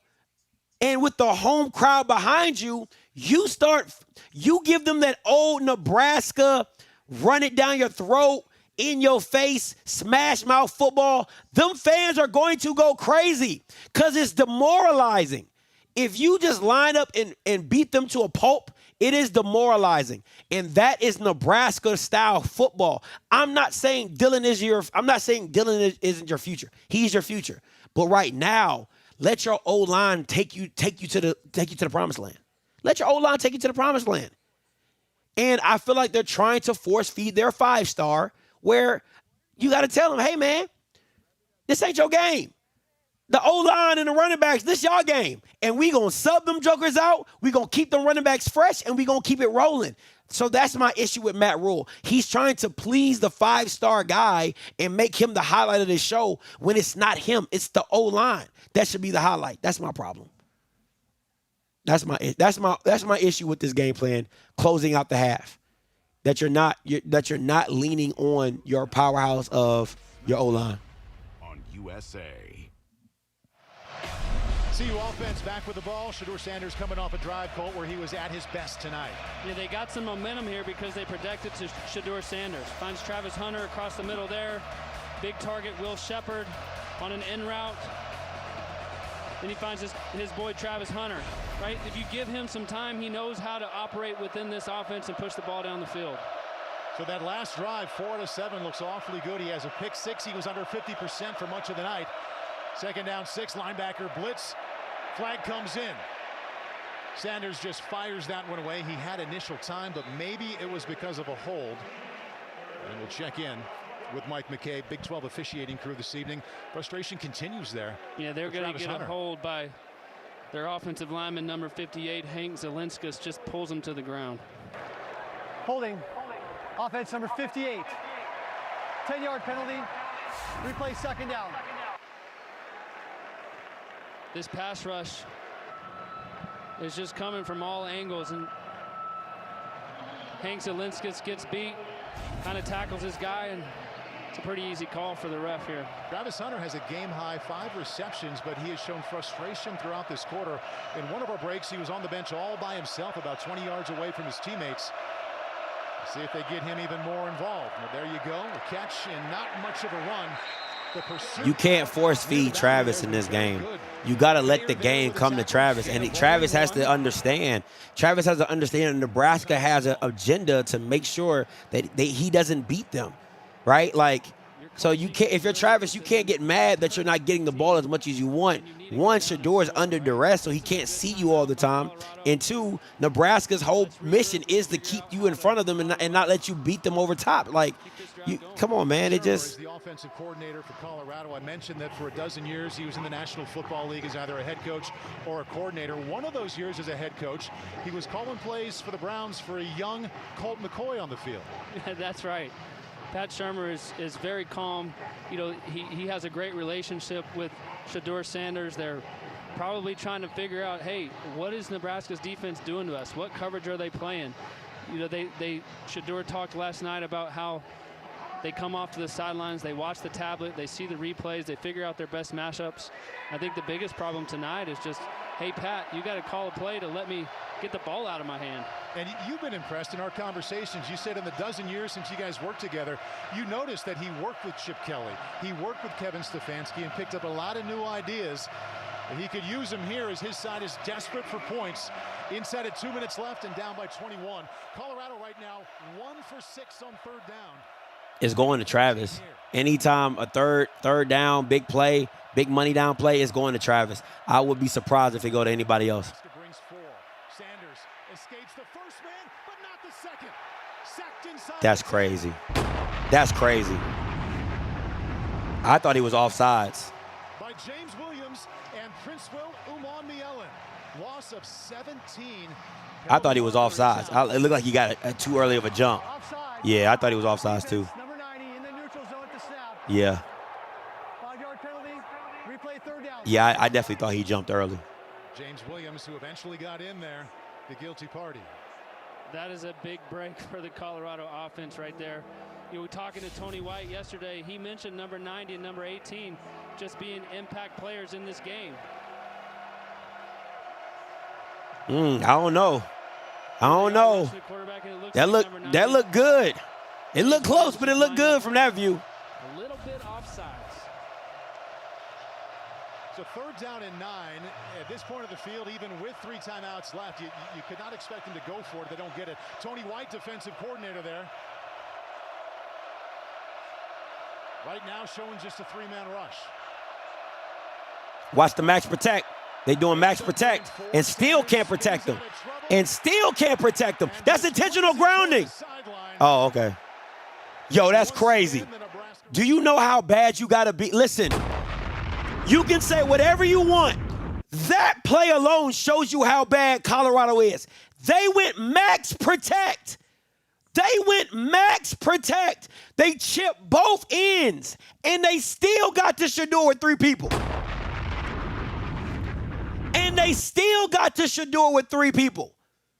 I'm going to say that again.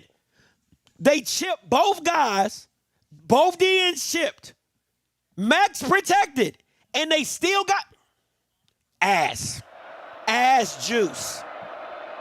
That's set from his 20. Isaiah Garcia Castaneda has to go down to get that one to the 30-yard line. 4th drive of 3 plays or less for Colorado so far. Coming up on the Xfinity halftime report, Northern Illinois with a stunner in South Bend. Ranked teams all around the country will update you on how they've done.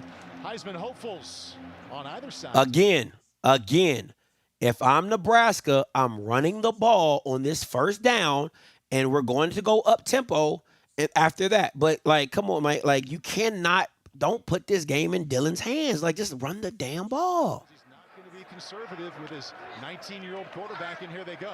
Sets up the screen. The back, Ramir Johnson. A little bit of space out to the 35. Cole pointed out no timeouts.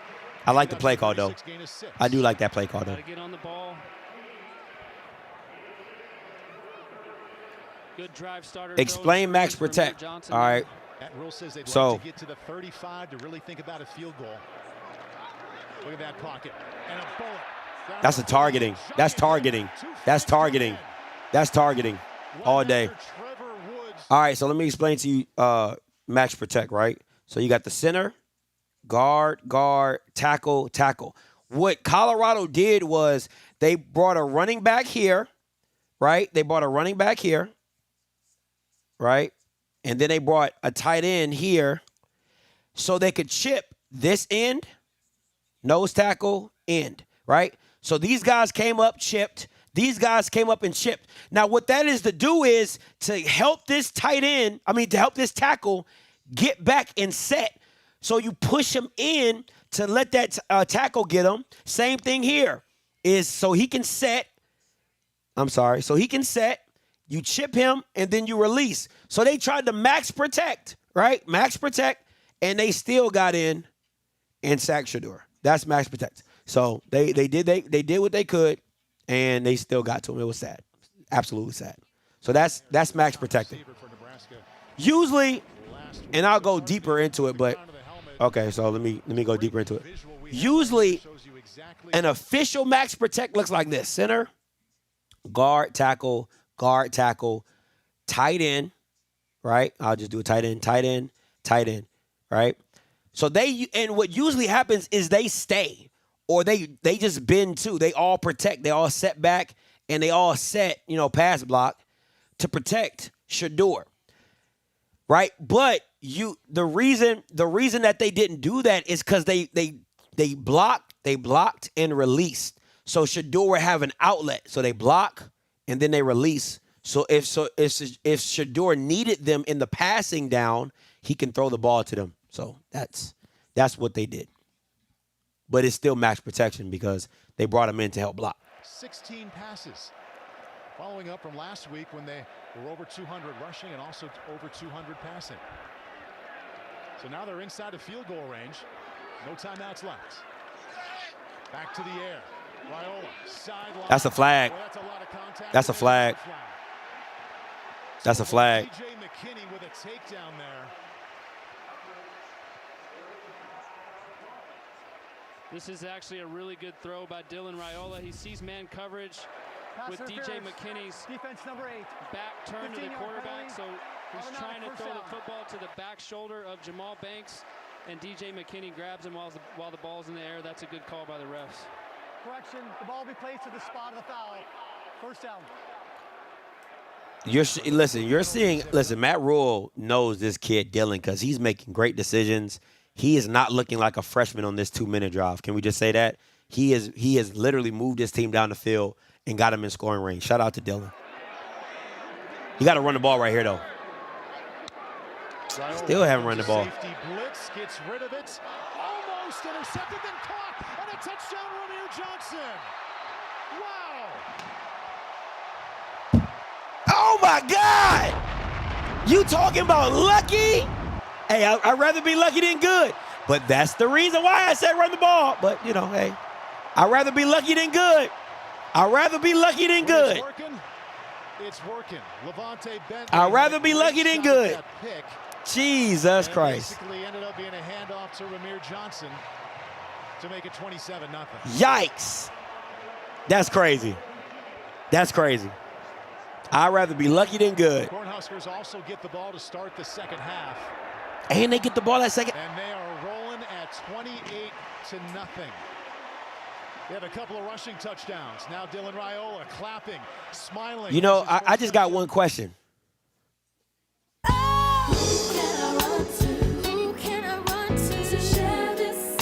Hey, them niggas getting blown out. These niggas prayed on my downfall. I did. These niggas prayed on my downfall. I did.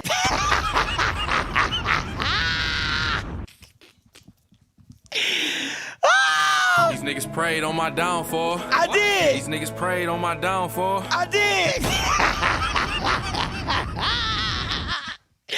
Oh! I bought this t-shirt for a reason. I knew it was coming. I knew it was coming. That's why I bought this shirt. Amazon got here on, back when they get here? Wednesday? Got here on Wednesday. I already knew it was coming. I already knew it was coming. I already knew it was coming. I already knew. These niggas prayed on my downfall. I did. These niggas prayed on my downfall. I did. I've been waiting for this moment. I told you I'm here for the Deion demise. I am here for the Deion demise. I'm here. I'm here. I'm here for the Deion demise. I'm here. And a look now at the United cam. And Shedeur Sanders, we're going to come back out. Hey, how Travis do it? How Travis do it against North Dakota State? How you do it? How you do it against North Dakota State? That's how you did it, right? That's how you did it, Travis. It was something like, That's how you did it, Travis. I'm trying to be like you, Travis. I'm trying to get like you, Travis. That's all I'm saying. How you do it with it like that? As you know, you got a black parent. Do that little dance you was doing. No, do that little dance you was doing.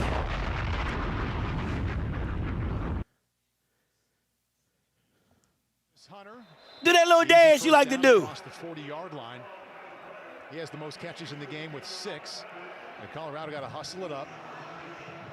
Do that little dance you like to do, Travis. Big game there for Travis Hunter. I really like what Pat Shurmur did.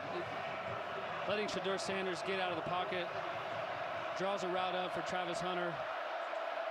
It's a good completion to start this drive. 4-man rush. Nice job of stepping up. He's got a lot of room to keep it. Almost brought him down by his jersey. He did not get out of bounds. Tommy Hill, nice tackle. Picks up only 2. Clock ticking. You only can take so many hits. They got 3 left. You only can take so many hits. You're not that far from field goal range. You only can take so many hits. And 10 seconds later, they get one. I mean, we are so late calling a timeout right now. First charge timeout. Colorado. 30-second timeout. Might need a little change of uniform attire there at halftime. Ty Robinson almost brought him down by his shirt. Game clock operator, please reset the game clock to 15 seconds. Well, that one's just hard to get by. I mean, you're down 28. You've got 3 timeouts left. If you're going to just let it run out, let it run out. You call the timeout 10 seconds later. Yeah, I think they could have called timeout around the 25, 26 second range, and they just let 9 or 10 seconds run off the clock here. I'm not sure what the thought process was there, but with 15 seconds and 2 timeouts. Welcome to the jungle. We got fun and games. Come on. That's that white people stuff. Welcome to the jungle. We got fun and games. Come on. Come on, Colorado. 47 yards. He waits to see if he gets a chance. Moving to his left. Sets up, fires. A diving effort, but incomplete. LaJohntay Wester had his hands on the football a couple of times tonight. Now 9 seconds left on 3rd and 7. Let me tell you something about being a wide receiver. The hardest thing about being a wide receiver is kind of like being a shooter, right? Asking your guy to make the game-winning shot when he hadn't shot the ball all day is tough. It's the same thing with wide receivers. Asking a receiver to make big-time catches when they haven't even touched the ball all game, you're asking a lot. You're asking a lot. And I know you're like, you receiver catch the ball. You're asking a lot for a guy who hadn't touched the ball all game. Sanders. That's all I'm saying. To the sideline. Jimmy Horn Jr. inside of Nebraska territory. And he eventually got out of bounds down to the 42-yard line. 2 seconds left, gain of 12. Field goal from here would be from 59 yards out.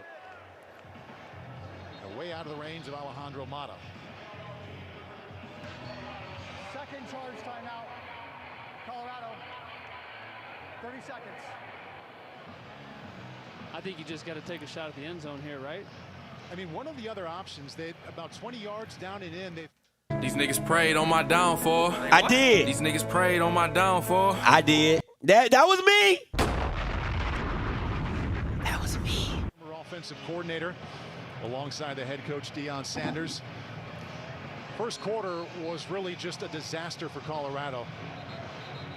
Shedeur Sanders sacked 4 times in this first half, threw the pick 6. They have negative yardage on the ground. And just trying to finish with some semblance of momentum here. Jace Feely coming out now to attempt a field goal. Son of 14-year NFL vet Jay Feely has a long of 49 yards. That came last year against TCU. But this is going to be 61 yards. They need to get a returner. I hope they got a returner back there. Why they ain't got a returner? It was 4 out of 7. Get a returner back there. On the board with a bomb.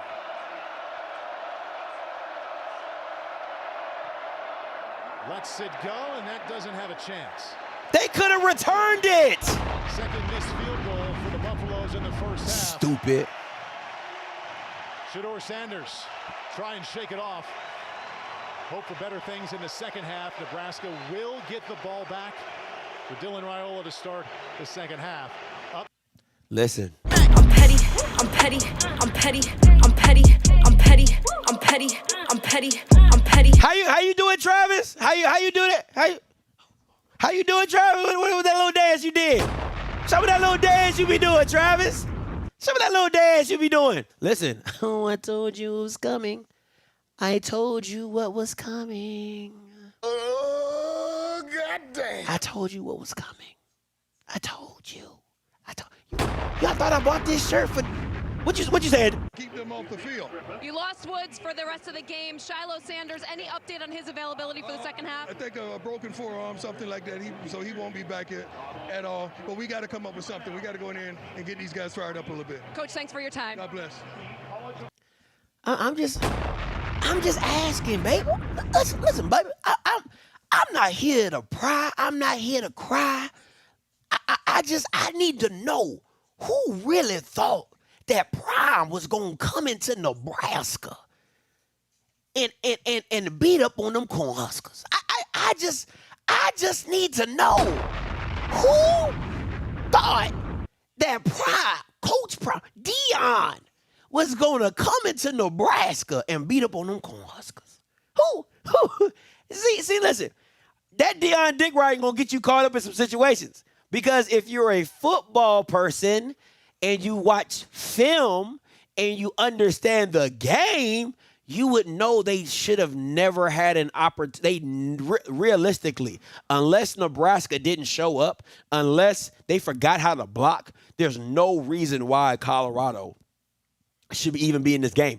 And if I'm being even more honest, they lucky they only down 28-0. Because if Matt Rule really wanted to get ugly and ignorant with it, he could literally turn around and hand the ball off 20 to 30 times, and they would still punish you in the trenches and dominate you that way. You get what I'm saying? So at the end of the day, man, it's just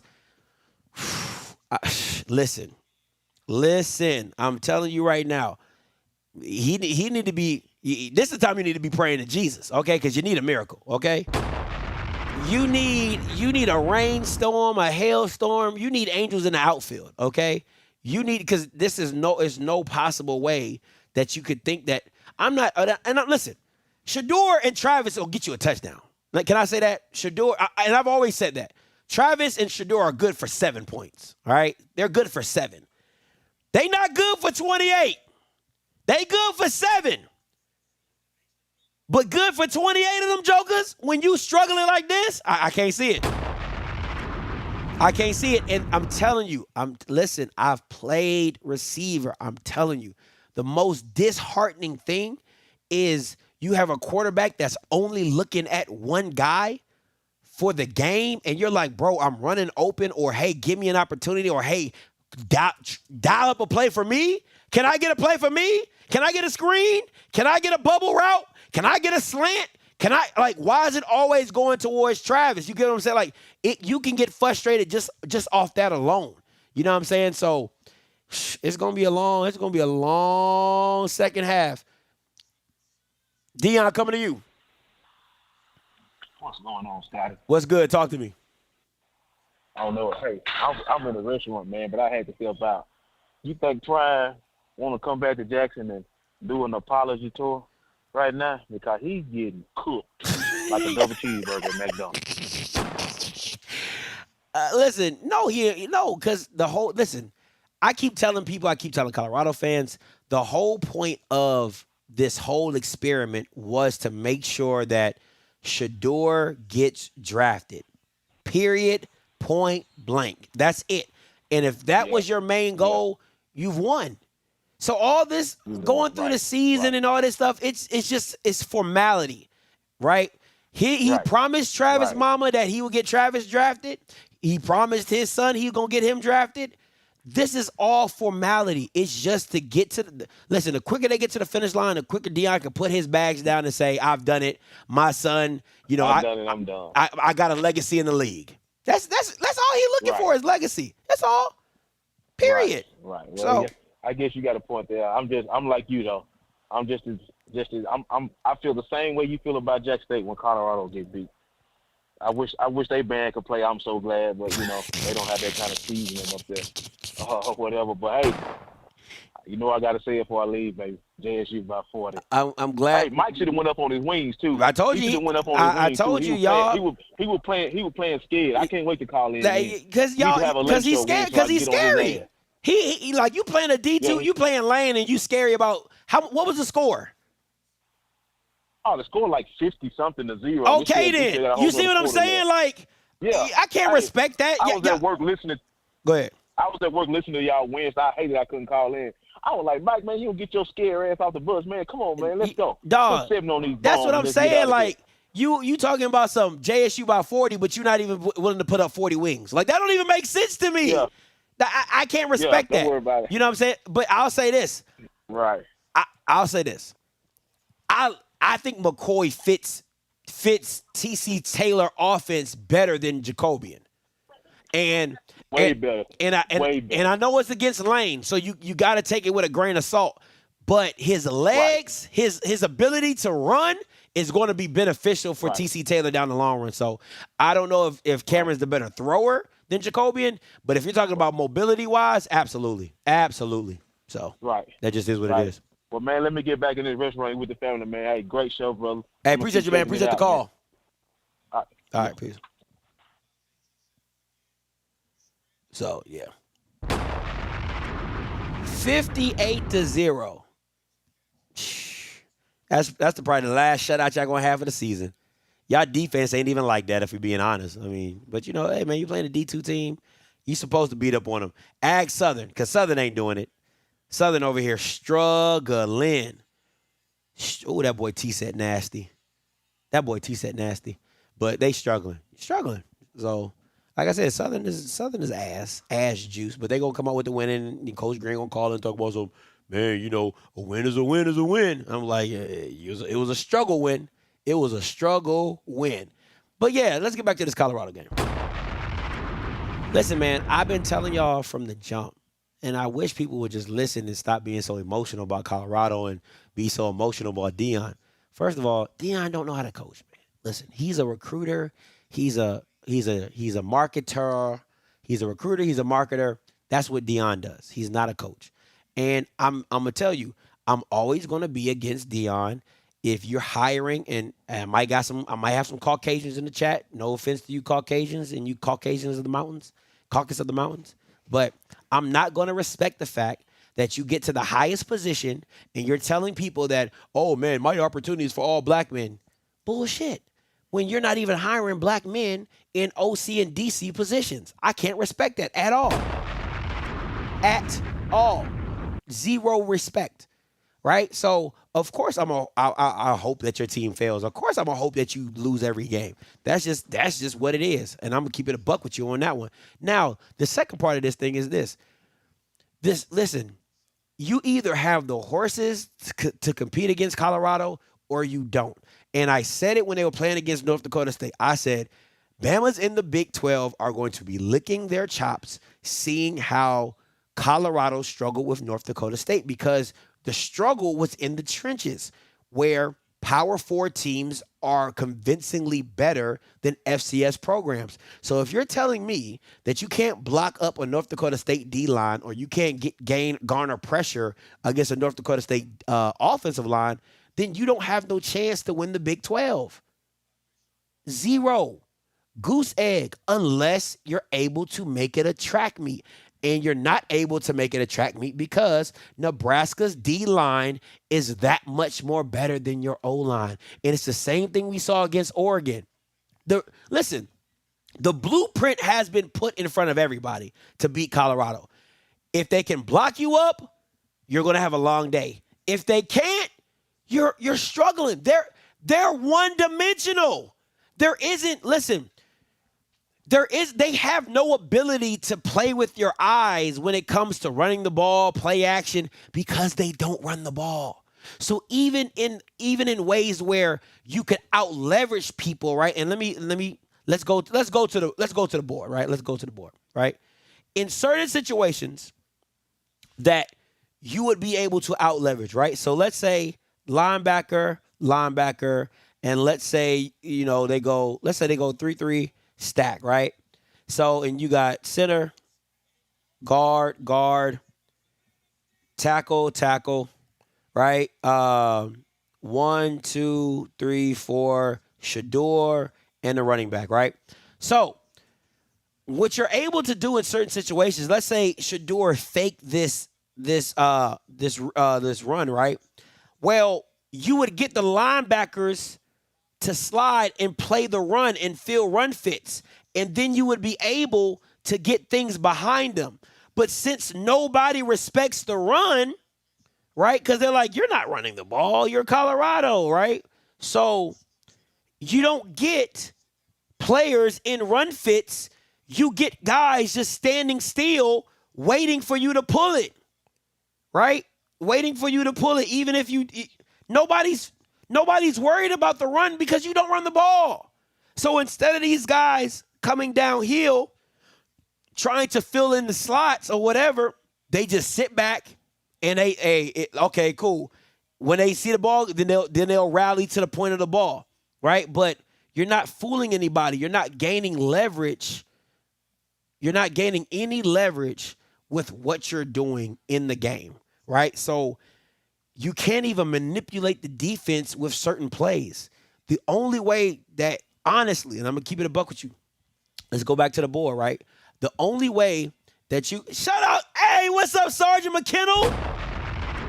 Right? The only way that you can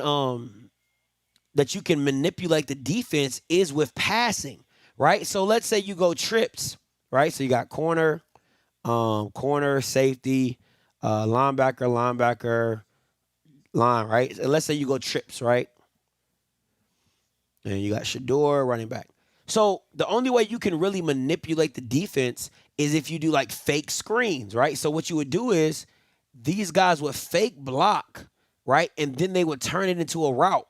And you'll have Travis, you got to use Travis as a dummy, and he come back, he pumps this, and he throws that, right? Like, those are the ways that you manipulate the defense with passing attacks.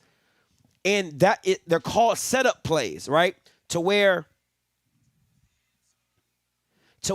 you set up, I run the screen to set up the future play, right? Because I'm gonna run this screen now. You're gonna think you know it's coming. I'm gonna fake it, and then I'm gonna throw the deep ball on you, or I'm gonna throw the seam, or whatever. And you're not seeing a lot of setup plays from Colorado. You're just seeing a lot of situations where it's, hey, Shador, go save us. Hey, Shador, go make a play. Hey, Travis, go make a play. You're not seeing the creativity in the offense to be like, hey, you haven't seen a reverse, right? Like, you haven't seen a reverse. You haven't seen, like, just little things to make the defense have to think, right? You haven't seen a flea flicker or anything creative to try to catch the defense lacking, right? Or catch them in overplay, they're overplaying this or overplaying that. We're going to catch you in it. You're not seeing any of that. So it's just it's going to be a tough out. If you're going into the game and saying, hey, we're going to line up against Nebraska mano a mano and we're going to win this game, that's not in your best bet. You're going to have to be more creative in how you manipulate the defense with passing, with a mixture of different things. If it's jet sweeps, all those type of things. Like, you can run the ball in different ways. Like, short game passes is running the ball, right? Short game passing is running the ball in a sense anyway, right? That's the new era of running. So I'm just seeing a lack of creativity on the behalf of Colorado and the offensive coordinator. And just trying to manipulate the defense in other ways that would help your offense. And Nebraska, listen, if I'm Nebraska, if I'm Matt Rule, I'm telling Dylan, hey, don't get greedy, okay? Don't give Colorado anything. And I'm telling him, I'm like, hey, guys, listen, let's not give Colorado anything. Let's give them no momentum. Let's be safe with the ball. Dylan, we don't need no heroics. Just make the play. If it's not there, throw the ball away, right? We got lucky that it wasn't picked off and taking points off the board, but it worked out in our benefit. Let's not do that, right? And defensively, hey, keep doing what you're doing. Keep everything in front of you. Come rally, make the tackle, and make them snap the ball again. Because sooner or later, we're going to get Shador on the ground. That's not even debatable. If they keep snapping the ball, sooner or later, we're going to get to Shador. And the more times we get to Shador, the more shooketh he's going to be, right? So those are just little keys to the game coming into it, of what it is, of what is going on in this game. At the end of the day, Colorado is just not good, man. Colorado is just not that good. So it just is what it is. Is that the final for PV and Northwestern, Ty? Or is it still some game left to be played? Let me know.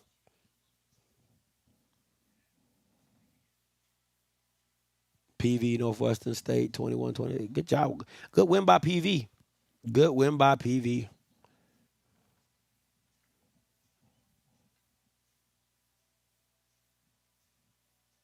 Let me see what we got here. Yeah, Elon to murder them boys. It is what it is. Let me see. I'm a bandwagon fan, but I just accepted that Deion has no idea what he's doing. Yeah, and it'll be stupid. Shador don't know how to react to our defense. He can't even call timeouts right. Yeah, I think hell no, he shouldn't be no. It's not overall. Okay, it's the third quarter. Okay, appreciate it. There's no way he can coach anywhere elsewhere, and he leaves Colorado. Yeah, I mean, listen. I'm gonna say this: as long as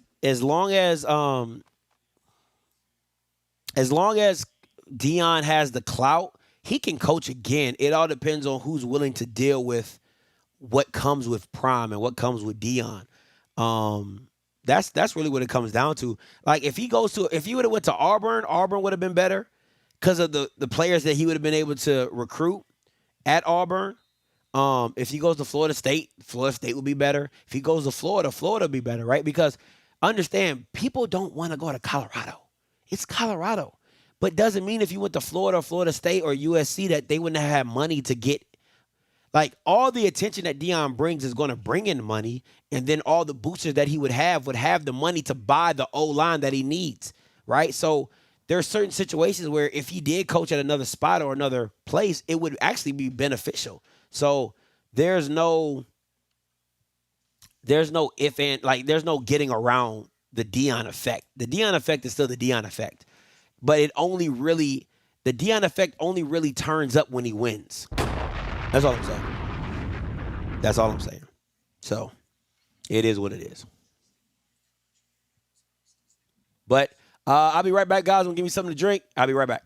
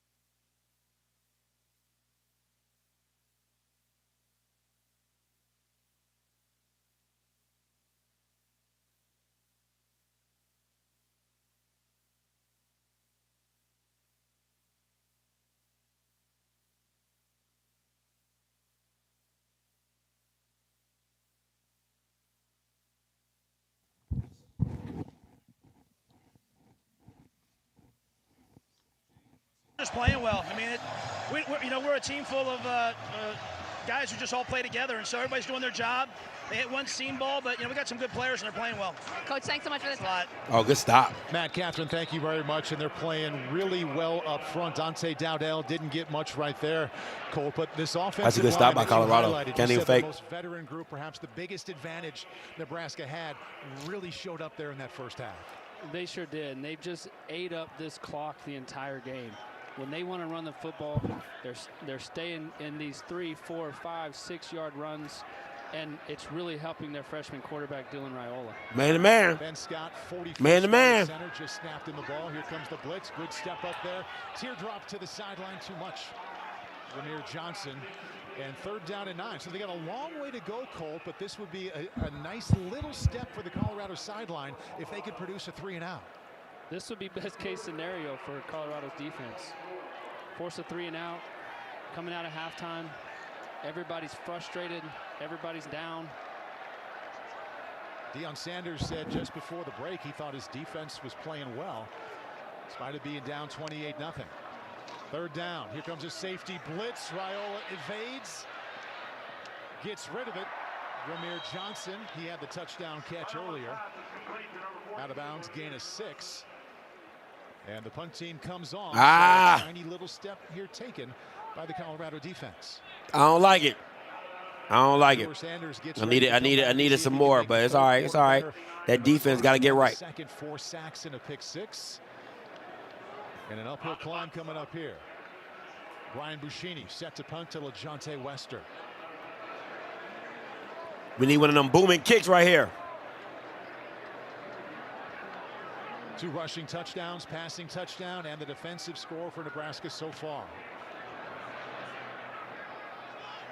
Wester from the 26. Great move to get it started. And man, he is making people miss out across the 40-yard line. Good little return all by himself in good field position here. So the sacks, huge part of what happened in the first half. We talked about this defensive line from the very beginning. You got guys like Ty Robinson, Nash Hutmaker, former wrestler, just using all his pass rush moves. Shadur has no room to breathe.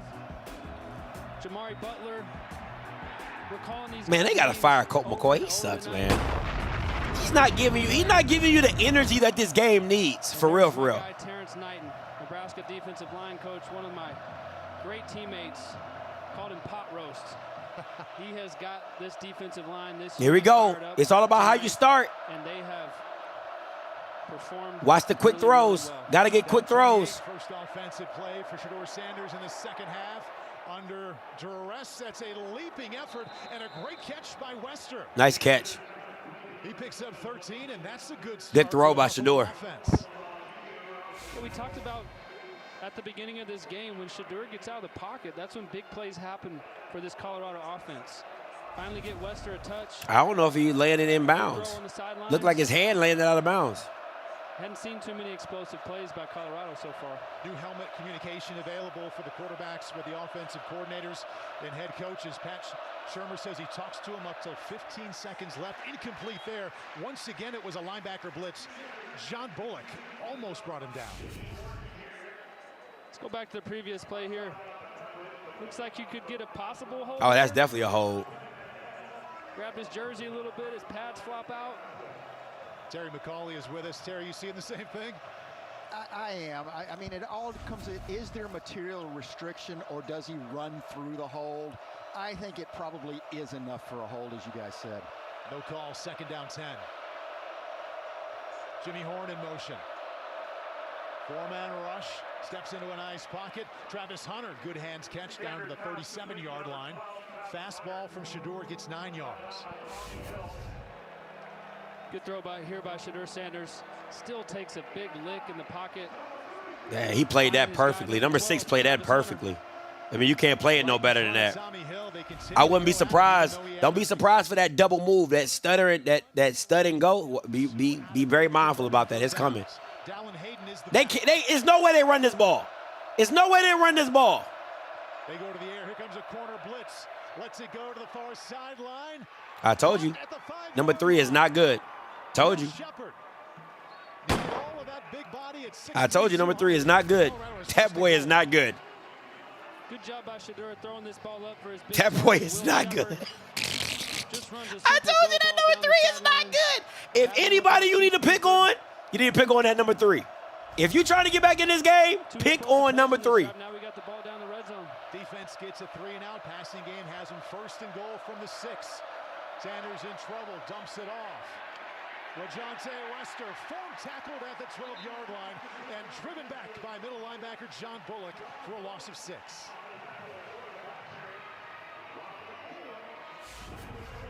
Hadn't called John Bullock's name too much tonight, but he is one heck of a football player. Former walk-on, flies around, makes a big play. You saw who was in Shedeur's face again. Big number 9. Watch the fade. Watch the fade to Travis right here. Watch that one-on-one to Travis right here. If the safety's got to get over. This safety has got to slide over. He's going to Travis to me. There's no way you don't go to Travis right here. Looks the other way. Ball batted down. Oh, wow. Bullock once again got in Wow. and made the play. I'm surprised he went away from him. Here comes Bullock again off the edge. He's just going to get his hand up. Shedeur actually had Jimmy Horn in the flat there. Great D. Great D. John Bullock came back for his senior year, leader of this defense. I just think you gotta go to Travis right here. Or at least attack number 3. Number 3 is not good. I would attack number 3, or you go to Travis in the slot. Yeah. Sanders in trouble, spins out of it. Gets new life across the 15. Throws across his body, knocked down. Boy, that defense is crazy. Pass in a row, knocked down, and it's 4th and goal. Again, you got a free runner in Shedeur's face. He does a nice job escaping the pocket, keeping his eyes downfield, and he's just trying to find somebody, anybody. Almost throws a pick. You agree with going for the 3 points here instead of trying to get 7? Yeah, you got to take the points. You got to take the We points. still got time. You got to take the points. It don't even make sense to go for it. You got to take the points. There right now. They've been looking at that for a long time. Alejandro Mata. Deion Sanders looking for that 1st point tonight. And that is low, but it goes through. 27-yard field goal. The Colorado sideline exhales. See if they can build on it. Early 3rd quarter, Nebraska leads 28-3. It's a great response. Great response by Colorado. But again, I'm going to say this. I'm going to say this again. I'm going to keep saying it. Nebraska is doing itself a disservice by not running the ball. I do not care what anybody says. Run the dang ball. If they're going to run blitz, let them run blitz. Like run the dang ball. Period. I don't get it, man. I don't get it. But, hey, to each his own. To each his own. We shall see. But I'm a firm believer in we going to run this rock. We going to run this rock. You know what I'm saying? We gonna live and die with running this rock. And I'm just ask Dylan to make the throws that he can make. You know what I'm saying? Like, I feel like they're putting too much on the freshman to be great. Like, can you be great in moments, right? Can you be great in spot moments? That's all we asking. That's all we asking. Simple. Real simple. So that's the part for me. I'm just like, I can't get with it.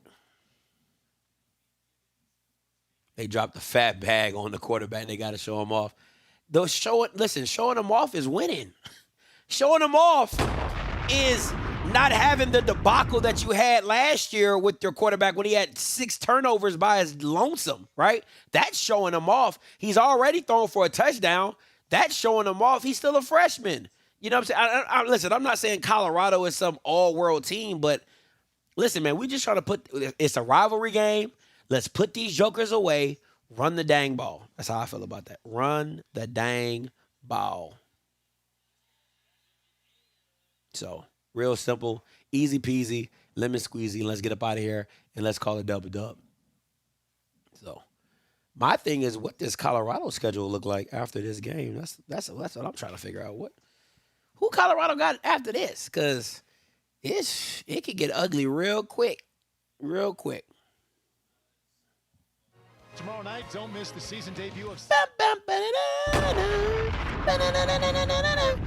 Make sure y'all tune in at 4:25 tomorrow to see my Dallas Cowboys take on the Cleveland Browns so we get this dub. Start the season off with a dub. Come on, boys. Make sure y'all tune in. 4:25. Game of the week. Cowboys. Tom Brady calling it.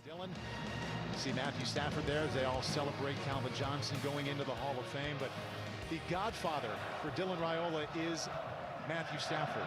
Not bad for a 19-year-old quarterback to have Patrick Mahomes and Matthew Stafford that close. Ball bounces, they got to get on it, and they pounce on it on the 16-yard line. Yeah, if you're Dylan Raiola, you don't want to play lineman. You get to hang out with Calvin Johnson and Matthew Stafford. It was fun talking to him on Thursday, though, when he told us, I learned the game through the lens of the offensive line. He said, when I was 7 years old, I'm listening to my dad talk about blitz pickup. See what he did there in the first half. He said, I didn't know what it meant. I didn't know what those words were, but eventually I did, and I knew all about protection. And then he started to discover he could throw the ball pretty well also. And there's Donovan, his uncle, who is the offensive line coach here at Nebraska. Dante Dowdell has been the lead back tonight, and he is behind Raiola to begin this drive. Boy, breaks a tackle around the edge across the 25, and a strong finish with a power at the beginning and the end for 14. You don't got to tell me I'm right. You don't got to tell me I'm right. You baptized in the Father, Son, and the Holy Spirit. I baptize you in the Father, the Son, and the Holy Spirit. Talk to him while you're down there. 225. You center once again. They come right back to him. Doesn't get much, but you see the strength. Picks up a couple of yards. Well, Deion Sanders really had to have some positivity to start this third quarter after the way that the first half ended, Colt. They had the poor clock management, 7 penalties, a lot of those happening in the second quarter. They get a 3-and-out to start this half. They get 3 points on the board. Long way to go, but at least a little bit of momentum now.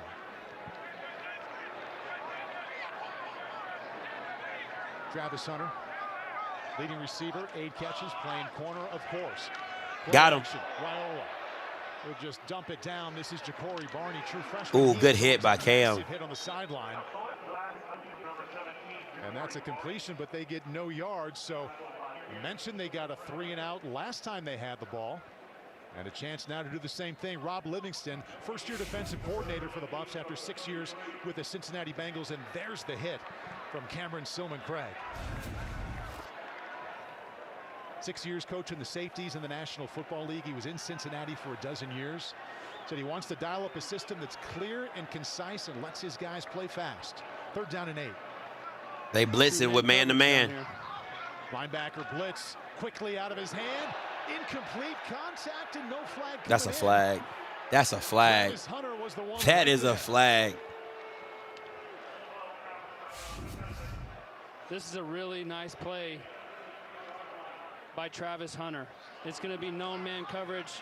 Takes away the inside. He pulls him. That's the only way he gets back. He pulls him. It's the only way he gets back in position. Wow. That's textbook right there by the best player. That's a flag. That's against a big receiver. Banks is 6'4", 220. Dejounte Wester standing on his own 27. Ryan Buschini gets it away. Boy, and it's a gorgeous punt. Turns it over. Perfect spiral from the 13.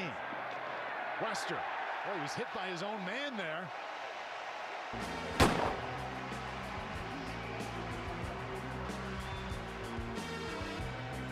Nebraska up 28-3.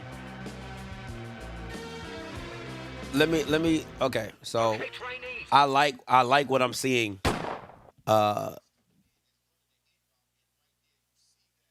I like what I see from what Colorado is doing with the defense. They're blitzing the freshmen, right? Like they're manning up. They say, hey, listen, it's really what Colorado, it's what Deion did at Jackson. Hey, we're gonna man up across the board and we're gonna make the quarterback beat us, right? They're treating him like a freshman, which I respect because at the end of the day, he's still a freshman.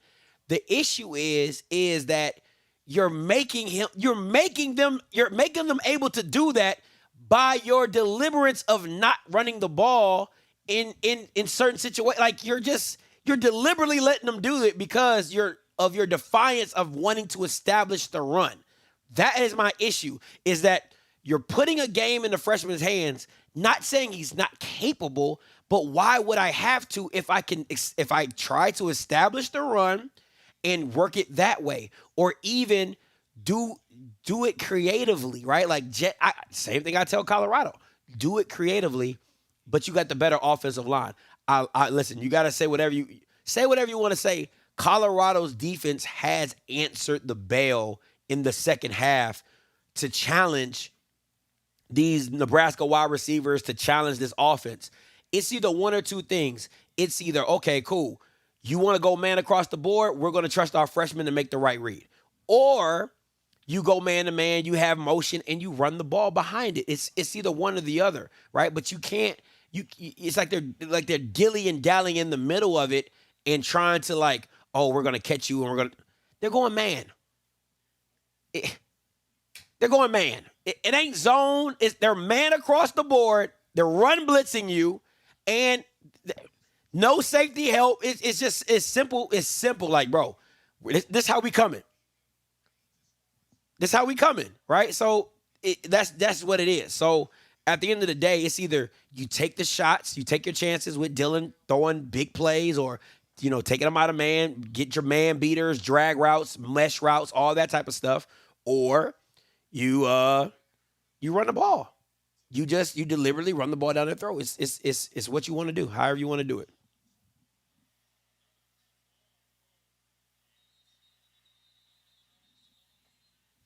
So we'll see. But this is a huge drive for Colorado right here. You can't come out with 3. You got to come in with you got to come out with 6. You got to come out with 7 right here. Buffalo start on the ground game. And that's a good idea. Out to the 20-yard line goes Dallin Hayden. Negative rushing yards up to this point. That gets 6. How much can you try the run game now, considering you're 8:30 and counting left in the third quarter? You're down 28-3. The mix between the run and the pass should look like what? You still got a good bit of time here. That's actually a really nice push by this offensive line. It's nice to see. They get some movement, get Dallin Hayden running with his pads downhill. Sanders been much better since the first quarter. A quick hitter out to the left across the See ya. 25 and 30. Another first down, Colorado, and dragging tacklers. That looked like targeting to me. Is Dallin Hayden, former Ohio State running back, with a big gain and a nice block from Jimmy Horn. Yeah, really nice block here by Jimmy Horn and Wester out here on the edge. That's what opens up this play for Dallas. That looked like targeting to me. These guys are great receivers, but they're also willing blockers. Injured Cornhusker at the 40-yard line, directly between the hashes. But this is the game. But this is the game that 30-28 PV. Oh wow. This is the game that to me. This is what I was expecting to see, was the short passing game, because you didn't have the time to get the ball out deep. Right, so this is what I was expecting to see, those motion, those orbit throws, those fake. Now be mindful, you might see the fake and then you see the deep. Like that's how you set it up. Against Dylan Raiola, Nebraska offense, they get a field goal drive, their first points, and now they're rolling once again. But the clock working against them about halfway through this third quarter. Still looking for that first touchdown. Deion Sanders had supreme confidence in his quarterback and wideouts when we talked to him yesterday. This D-line of Nebraska got to wake up though.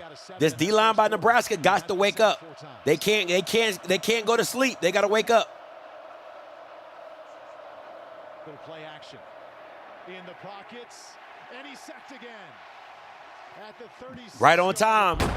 Right on time. I needed y'all to wake up. I needed y'all to wake up. I mean, Cameron Linhart right here is going to get credited for the sack, but just watch the push. I can't believe he didn't throw it. I don't know why he didn't throw it to Jimmy right there in the out. I don't get it. Over and over and over.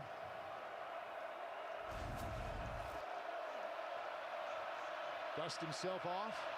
Second down, 16.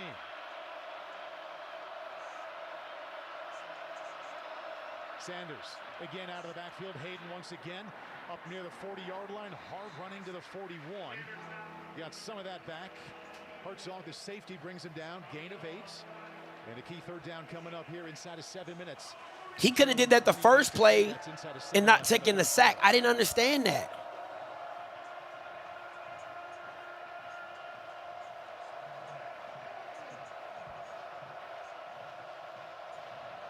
Sanders 19 out of 32, no touchdowns, 1 pick. They've converted 3 out of 10 on third down.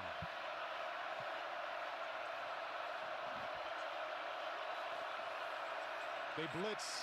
Got him. Holding. That's got to be holding. That has got to be holding. That has got to be holding. Jesus Christ, ref. 198 receiving yards to start the season. He has been quiet tonight. And here comes the punt team for Colorado.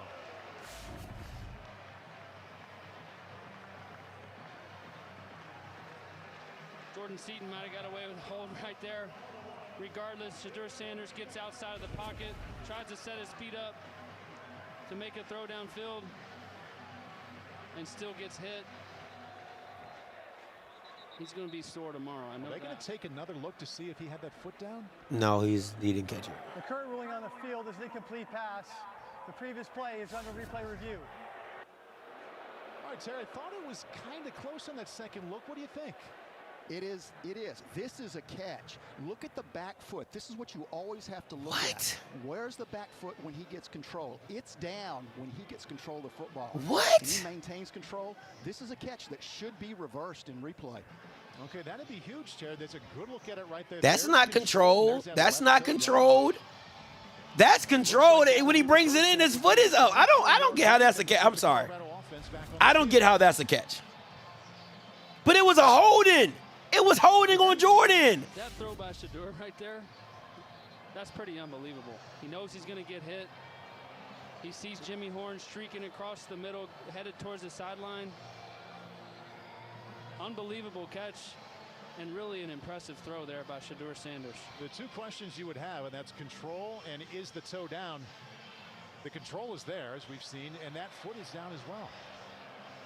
That's the way I see it, Paul. And it does appear indisputable in this case. Nice to be in alignment with you, Terry, early in the season here. I love it. I love it. We saw Shedeur Sanders, you remember, Colt, rolling to his left and throwing a touchdown pass like that last year against Nebraska to win, and here's the call. After review, the ruling on the field of an incomplete pass stands is called. 4th down. Okay. Whoa. All right, Paul, this is just stunning. I will say it's the Big 12 command center in this case. Control is not in your hands. Control is bringing it to your body. That is not. I'm a receiver. This is not. That is not control. Bringing it into your body is control. If he would have kept it in his hands and just had it like this, that's control. But when you bring it to your body, that's when you controlled it. So no, I agree. It's not a catch. It's not a catch. Thank you very much. Thank you. It would have been a huge call to go Colorado's way if they would have gotten a 24-yard gain. Now 6 minutes left. Dylan Raiola and the Cornhusker offense will be back on the field, but we check in on the penalty. I mean, Dylan Raiola should throw a pick, and it bobbles into Ramir Johnson's hand for a touchdown, and Colorado makes a good play and just can't catch a break. Good point to bring up because Levante Bentley had that interception in his hands. And here's the call. During the return, illegal block in the back. Receiving team, number 14. Half the distance to the goal. 1st down. Media. Against Ramir Johnson. Just a little push there in the back. Yeah, listen, I'm gonna keep it a buck with y'all. You know what I'm saying? I'm gonna keep fair is fair. You know, right is listen. I'm all for right is right and wrong is wrong. Right? Part of bad dude wants to be Pat so bad it's hilarious to me. Pat who? Who wants to be Pat? Who wants to be Pat? Dude wants to be Pat so bad it's hilarious. What is Pat? Who's Pat? Anyway, my thing is that at the end of the day, man, when you're like it's like I call it like the Calvin Johnson rule, right? Like it all depends on what you deem control when you're talking about a receiver and catching the ball. If Jimmy catches it and holds it like this the whole time, that is his control, right? I'm just trying to break this down for people who think it's a catch. But once you go like this, right? This is not control. Because you don't have it. You're trying to get it. So when you go here and you bring it to yourself, right? Like that's the part where you have control. That's how I'm taking it. And that's how I would have looked at it if I was a referee or not. But if Jimmy would have caught it like this and just kept it like this the whole time, then that's control. Let me see. Super chat. Appreciate the man. Appreciate Sports SPB. Super chat. Thoughts on Notre Dame loss? It's a horrible loss. Listen, and we as black people, and I know this is gonna sound bad, we don't have the luxuries to lose games like that. First of all, you a black head coach at Notre Dame. They're looking for reasons to get rid of you. Okay? You can't lose to NIU. What is NIU? You can't lose to NIU. It's like NIU, who are you? Right? So, listen, I feel for him. I really do feel for him. Listen, it's going to be a long way up. It's going to be a long way to climb that mountain back up. But that Notre Dame is like Gonzaga, right? Like, no matter how good Notre Dame or Gonzaga always are, they always lose, right? Like, you would never be like, oh, yeah, Notre Dame is that team. Like, ever since, like 2005 and 2010, and especially from 2010, anything from like 2008, 2010, Notre Dame has always just been like good, but never great, right? Like even when they went against Alabama, nobody thought they were going to beat Alabama, right? Like that's just what Notre Dame is. And as a black man, you can't lose that game. So my feelings is that Bama might not have a job. That's all I'm saying. He might not have a job, and I hate it for him.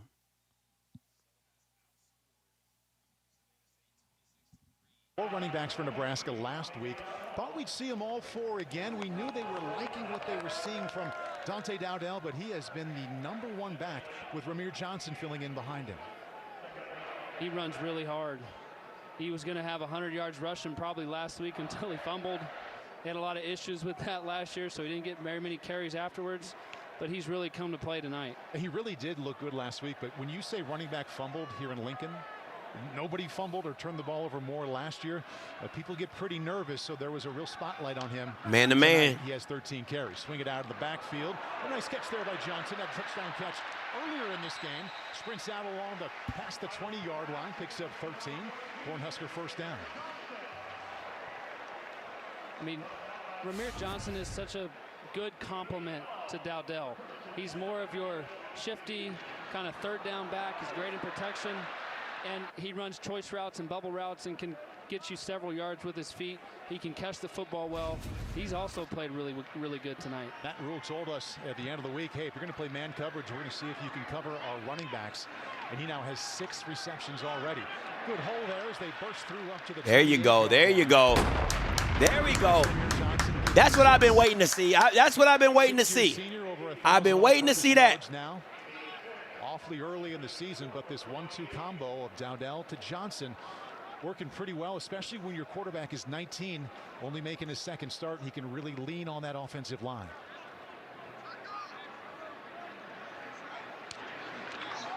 Second down 4, right back up the middle.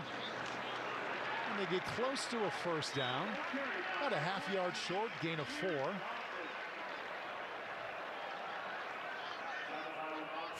Some emotion there at the end of the play. Yeah, going back to this last run, I mean, watch the push here by the offensive line. Fedoni's going to pull through here and say, well, who do I block? Oh, wrong play. He didn't even, I'm about to say, he didn't even pull. What are you talking about? Getting that first down with the extra effort. Chains move in the offensive line that you pointed out. Look at Travis Hunter at the top of the broadcast. Continues to go to work. That time it's the Buffalo defense with a stop at the 30-yard line. Loss of one. Cameron Silman-Craig with the tackle. Boy, they are run. Hey, listen, if you play NCAA, they are right trigger down. They are run committing, okay? And let them. Let them. They are run committing. Boy, Jesus Christ. Normal for him. Dion played corner and receiver for the Cowboys regularly back in 1996. Here comes a linebacker blitz. They pick it up. Jacory Barney, one-handed snag, and turns the corner. 2 penalty markers come in as he races for the edge. Pretty play, likely to come back. Would be a gain of 19. Yeah, I think we're going to get a hold on Isaiah Nayer here, unfortunately. Holding. Offense number 16. 10-yard penalty. Replay second down. Janiron Bonner, one of the veteran wide receivers, called there.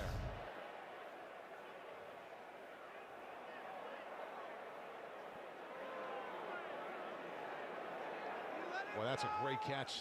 Called back. That is sweet. 5th penalty against Nebraska. Every coach we talked to on the offensive side made the point, and there is the hold right there by Bonner. He clearly had a fistful of jersey right there. Bonner played fullback last year, now playing wide receiver, but all the coaches for Nebraska excited to get 17 involved. They dump it out of the backfield. A little bit of patience. Johnson, and a nice cut, another good cut. His impressive night continues out to the 28-yard line. Late penalty marker comes in after a gain of 6.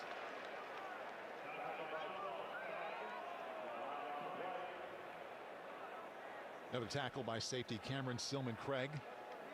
Cam is having a game of his life. I ain't gonna hold you. Legal block in the back. Offense number 51. 10-yard penalty. Replay second down. Matt Rule sees his left guard Justin Evans get called there. Well, the penalties really started going against Colorado late in the second quarter, but a turn here against Nebraska. That's a pretty tough break there by Nebraska. I mean, I don't think that block in the back was going to affect this play, but Jesus Christ, really, guys? He wasn't even close to the ball. But they won't call the holding that Jordan be doing. They haven't called the holding on. He started the second half of last year. Raiola again over the middle, and that is a perfect touch pass out to the 43-yard line. And he hits his tight end, Nate Borkircher, former walk-on. First down. He's just going to run to the open space across the middle. We talk about Dylan Raiola. It just looks like he's throwing it like 20 or 30%, not hard, but that ball jumps out of his hand. Big time play there. Drive about an hour west on I-80. You'll find the hometown of Nate Borkircher in Aurora, Nebraska. First catch of his season. Moves the chains. Emmett Johnson now the tailback, and they go with the reverse. Down here to the near sideline, Jacory Barney with an alley. How much do they love to get him the ball? Let's go. Run it up. I need more. Play design here. Little reverse to Jacory Barner. And yesterday when we went to practice and we talked to Marcus Satterfield, he just talked about Jacory Barney. He's fun. He brings a lot of energy. He loves the game. He studies it well, and he's a pretty explosive guy. And they really wanted to put an emphasis on getting him some touches tonight. The ones they really want to get the touches in the passing game are all new. Barney, true freshman, Shedeur Sanders waiting, and then Banks and Nayer, that's the veteran transfer portal kids. Rolling out to his right, in trouble, and just flings that one away. Run the ball. Run the ball. Run the ball. Stops 1:03 left in Nebraska. Jesus. I know this is a little thing right here. They've been running this run a lot. Looks like they're going to run it, and they kind of run the little slip with Fedoni in the flat. But for a freshman quarterback, getting out of the pocket like this, just throwing it away and living for the next down, those are things that your coaches who are calling plays just feel more and more comfortable with you because they know you're trusting, you're going to take care of the football. Deion Sanders and his coaching staff told us yesterday they want to make life difficult on the true freshman quarterback. Hasn't happened yet. Good play there coming off the edge. Tackled at the 36-yard line. No gain. Dayon Hayes We've been waiting to call his name. I know they expect him to be a force off the edge. Hasn't happened a lot yet. Yeah, that's right. Dayon Hayes doesn't get blocked right here. Makes a pretty easy play. 26.5 tackles for loss and also 12 sacks the last 4 seasons at Pittsburgh. The brand new defensive line they brought in via the transfer portal. Inside of 30 seconds now left in this third quarter. Hard count. Give him a hard count, Dylan. Give him a hard count. And a timeout called by the Buffaloes. First charge timeout, Colorado. Travis Hunter having his right leg worked on. With Discover, every fan earns cash back on their game day purchases. Discover, the official card of the Big Ten. Last night, Lincoln High School taking down Omaha Northwest by a giant number, 50-0. Points were coming easy. Scoop and score. Lincoln all over Omaha. Had to be a big rivalry. The two towns separated by about 45 minutes. That's it. There's no traffic, Cole. Gotta love high school football. Chidozie Wanko goes into the tent. And that's the one they believe to be their most dominant defensive lineman. The best player on defense, perhaps in the entire team, Travis Hunter, having his right leg worked on. Hunter already has 8 catches. That's a game high 8 receptions. So now back to this 3rd down and 9 for Nebraska. Man to man. Got a fresh corner. Watch the stack. Watch that drag. Unless they're stacking them, so they're probably going to go to the guy on the top. Change the protection and the routes. 3rd down 9. Dumps it out of the backfield. 7th catch for Johnson, going nowhere. Wrapped up, push backwards, loss of 5. Cameron Silman Craig stays active. Cam is having the game of his freaking life. He is balling out of control right now. Clock ticking. And that's how the 3rd quarter will come to a close. Matt Rule looks a little frustrated right now, but his team is up 28-3. Dominated right away. I'll tell you this. This defense is really stepped up ever since the halftime. You gotta give they went man. They went man. And like, hey, listen, we're not gonna get cute. We're gonna go man. We're gonna make them make decisions. We're gonna run blitz, and they're gonna we'll play defense on the back end. In this situation,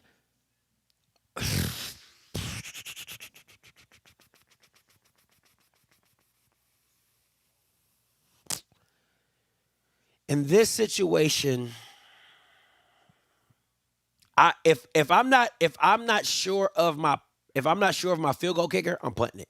Because if I can make Colorado go 90 yards on my defense, I'm cool with that. Rocky, coming to you. What's up, Rock? Hold on. My bad. Hold on real quick, Rock. Go ahead. I'm sorry. Well, go ahead. No, I was saying this one, Colorado is a wrap. But I will say this, though. Evaluating all the scores, ULM was much better than we gave him credit for. That JUCO done beat UAB 32-6. ULM beat UAB 32-6? Yeah. That JUCO is pretty good. So we may not have the right evaluation on Jackson State as of yet. So I just wanted to throw that out there in the mix. Because if they beat ULM worse than they beat Jackson State, if they beat UAB worse than they beat Jackson State, what does that say about Jackson State? Maybe Jackson State is a formidable SWAC contender right now. My question is, would you think UAB would beat Jackson State? Oh, of course I think they would. Then what are we talking about right now? No, but my point is that's not the point. My point is the evaluation we had on Jackson State after losing to ULM was that Jackson State should have won the game. They were the better team. You understand what I'm saying? Like we had we also had the notion that they may have underperformed in the game. A lot of people had that notion that they may have underperformed, even to the point where they questioned the competence of T.C. Taylor. And that may be unfair after evaluating this week's games. That's all I'm saying.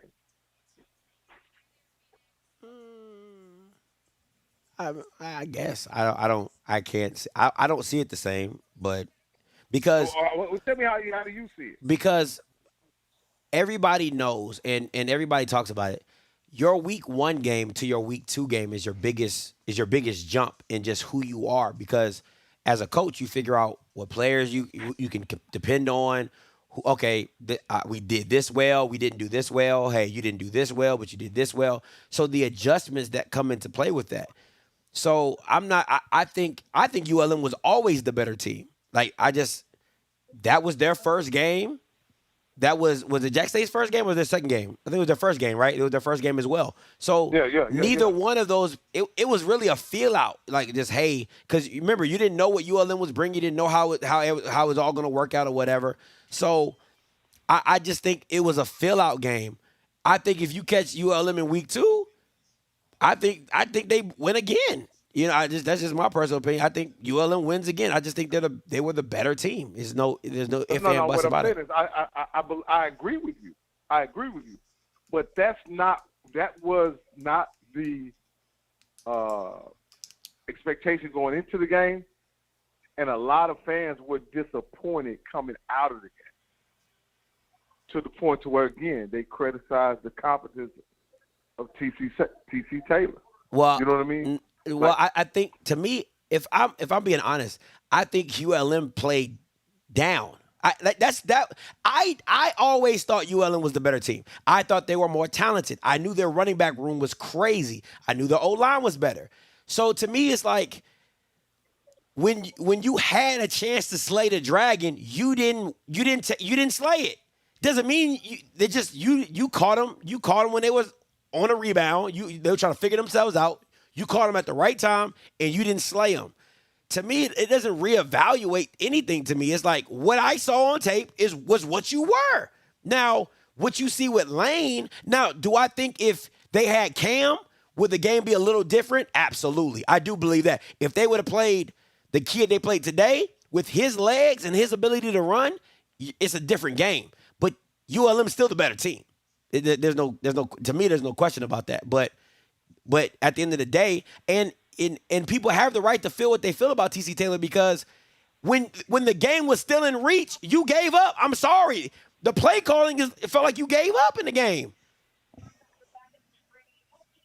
And that's fair to say, even when watching the game, that's fair to say. Well, I just thought he wasn't aggressive. I thought the team was limited in their ability to pass the ball. I don't know if that was related to the quarterback or related to the game plan. I just thought they were limited as to what they could do against ULM, But like I said, I just wanted to I just was going over the scores of the game. I saw that, I looked at the spread before the game.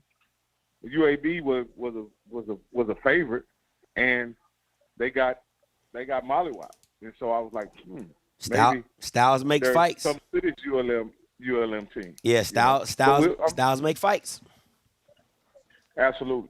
All right, I just thought I'd bring that up. I know this game ain't really worth talking about, right? Oh, no. What you mean? No, these your boys. These your guys. What you mean? Hey, I'm a Cowboys fan. I know when the game is out of reach. My goodness. You don't be a Cowboy fan in the chat. When we texting you, we in the group with Sean. You ain't a Cowboy fan, then you all see you this and see you that. But I see it. I see how you are. No. What I'm saying, I'm still with CU, and I still hope they do well. But this matchup is not a good coaching matchup. It's not a good player matchup. It's just not a good matchup. Man. And 4th and inches, what you do right here? 4th and inches, what do you do? I know they better not run the ball. They better. Are you running? They ran the ball again. How do you run the ball again when you're not a run team? That is bad coaching. Why don't you put the ball in your best player's hand? It doesn't make any sense. Yeah. I mean, Nebraska, like in this game, man. Nebraska the better team, right? Nebraska's the better team. You probably ain't getting out of this game with a victory. You know, I don't know, man. Like all this here is frustrating because they can't outlift them. They can't you know what I mean? Like Nebraska is a much more physical team, so you shouldn't ever take them on physically. You said they can't outlift them. Oh man, you said powerlifting, power game don't matter. It's a wrap. They losing.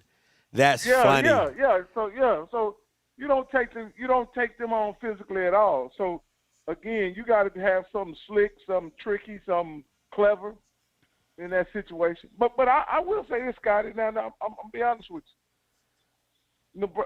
When Colorado is trying to stop the run, they can stop the run. That's something they couldn't do last year. Now, again, I'm with Dion. The issue with this game is that the offense is not giving them nothing. Nothing. They gonna have probably what at the end of this game? They have 8 or 9 possessions at the end of this game. 8, 9, maybe even 10 possessions because they getting the ball. They just not doing nothing with it. Yeah. Hey, the guy just All got right, off. Barry. Yeah, my bad. Go ahead, Rock. Yeah. Oh man, Howard gotta be feeling some type of way. Jesus Christ. My bad. Whoever called from the Miami number, you're more than welcome to call back. My bad. I was trying to get to you, but Rocky, Rocky's a long-winded guy. So if the person with the Miami number, if you want to call back, please call back in. That showed right there. You got to go 1 yard. You get 2 plays to do it, and you can't make it happen. Boy, makes a man miss in the backfield and finds a completion out to the 22-yard line. Isaiah Nair, gain of 6. A nifty shift in the backfield here. Yeah, I know this is a subtle move by Dylan, but this is not easy to do. You get a free runner coming off the edge.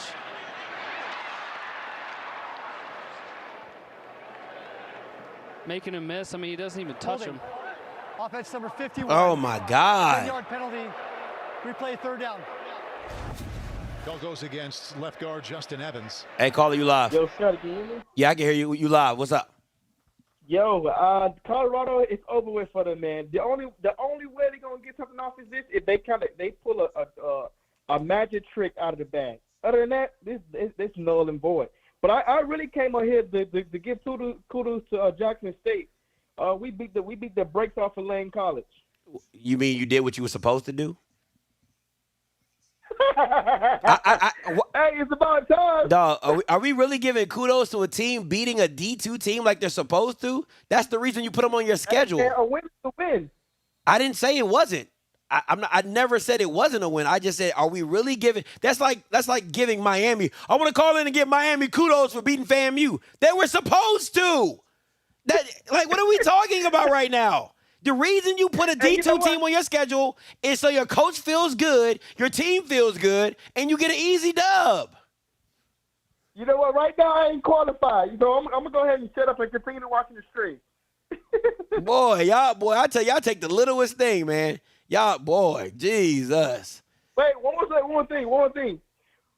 Without this defense, without Shiloh, it's over with. Shiloh's not even that good, if we're being honest, but okay. Y'all be killing me, boy, I tell you. Delay a game. Offense. 5-yard penalty. Still 4th down. Got a little sloppy for both sides with the penalties here ever since late second quarter. Shedeur Sanders, 20 out of 34, 213, but he did throw the pick 6. His offensive line hasn't helped him out much at all. He's been sacked 5 times. I guess the freshman quarterback's just not getting any calls. Right? Viola will take a rest. Ryan Buschini going to punt this one away. Oh, it's blocked. Had his punt blocked. Penalty marker comes in after the block as the ball fluttered out of bounds. B.J. Green came in and got a hand on it.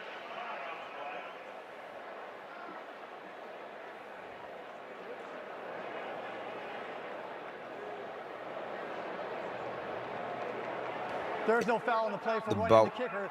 He hit the Ball ball. was tipped. Yeah. First down, Colorado. All right, Colorado with a chance to build on a play. A block punt. We're back to. Listen, you can say, listen, I can't stand Colorado. These niggas prayed on my downfall. I did, right? I can't stand Colorado. But you got to give them kudos for the fight that they're showing. They're showing a lot of fight, right? They're showing a lot of grit and a lot of fight, and that you have to get credit for. You know what I'm saying? Like, no matter how this game ends, you gotta give kudos to Colorado's defense and how gritty they're playing. Now, do I think Nebraska has gone very conservative? Absolutely. They're like, yo, we're up 3 scores. Like, we don't have to put we up 4 scores, really.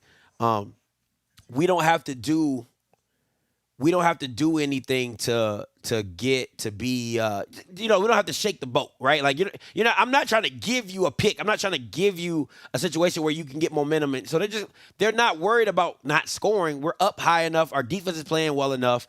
We're good. So as much grit as you're seeing from the Colorado defense, be very mindful. Nebraska is not trying to do anything crazy. So for all the people like, oh man, look at Colorado. I told you the defense is good. Nebraska is not trying anymore. Okay, they're like, listen, man, we're trying to get up out of here and get this dub and go home. We're not trying to give you the game. And if we break a long run, cool. If we get a pass, cool. We just try not to turn the ball over. So anybody try to hit me up talk about something, man, you see Colorado in that second half? They were really playing defense. Where was that in the first half when Nebraska was trying? Okay. That's all I'm saying. That's all I'm saying. That is all I'm saying. Let's see.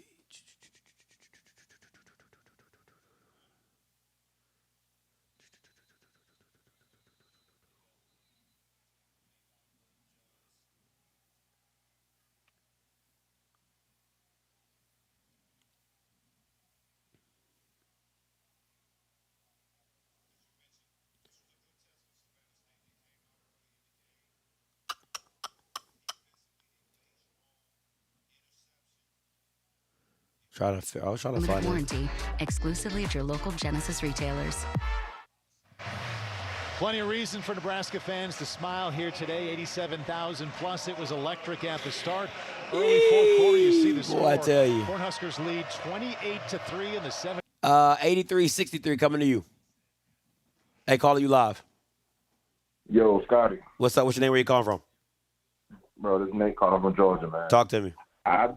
I better not hear another thing about the prime effect in Boulder, Colorado. How much money they bring into that goddamn city. And they don't want to pay no goddamn players to come there. I don't want to hear Deion get on that damn press conference talking about when players call me and talk about money. I don't even want them. You better stop paying some damn body. That's what I do. You better stop paying some linemen, some linebackers, everything. Oh man, he need everybody, huh? He needs like open a payroll. You better open up that damn big account so you can have what you want. This is crazy. That is funny. This is crazy. The only good thing about this is that the second half, the defense hasn't given up any goddamn points. That's the only thing I can say. The defense is actually doing good, but you better pay some goddamn officers. You better pay some offensive linemen. That's all I can tell you. That's it, man. That's all I had to say, bro. Hey, man, appreciate the call, man. Oh, that's funny. Yeah. Oh, man, he said you better praise some goddamn lineman. That's funny. Listen, there is no moral victory in college football, bro. I don't care. There's no moral victory. You got manhandled all game, okay? All game, you got manhandled. There is no moral victory. Like, point blank, period. Nebraska controlled this game from start to finish. And the only reason you're in this game, honestly, is because Nebraska's they've taken their foot off the pedal because they don't want to put their freshman quarterback in situations where he could give Colorado momentum by making a mistake. So they're coaching to not lose, right? They're not coaching to put 50 on you. They're coaching to not lose. If Dylan Raiola was a junior, shit, this would have been 60. It'd have put 60 up on y'all so easily. It would have blew your mind. But this is where you at, though. This is where you're at. Sanders looking, going to keep it himself. Doesn't do that much. It's inside the 20. Late penalty comes in from the sideline. After he slid, also an injured Cornhusker on the 30.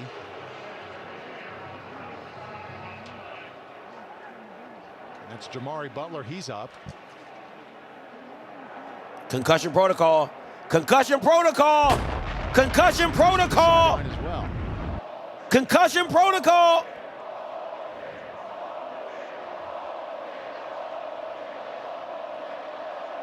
A big meeting of officials on the sideline. Let's take a peek here while the officials meet.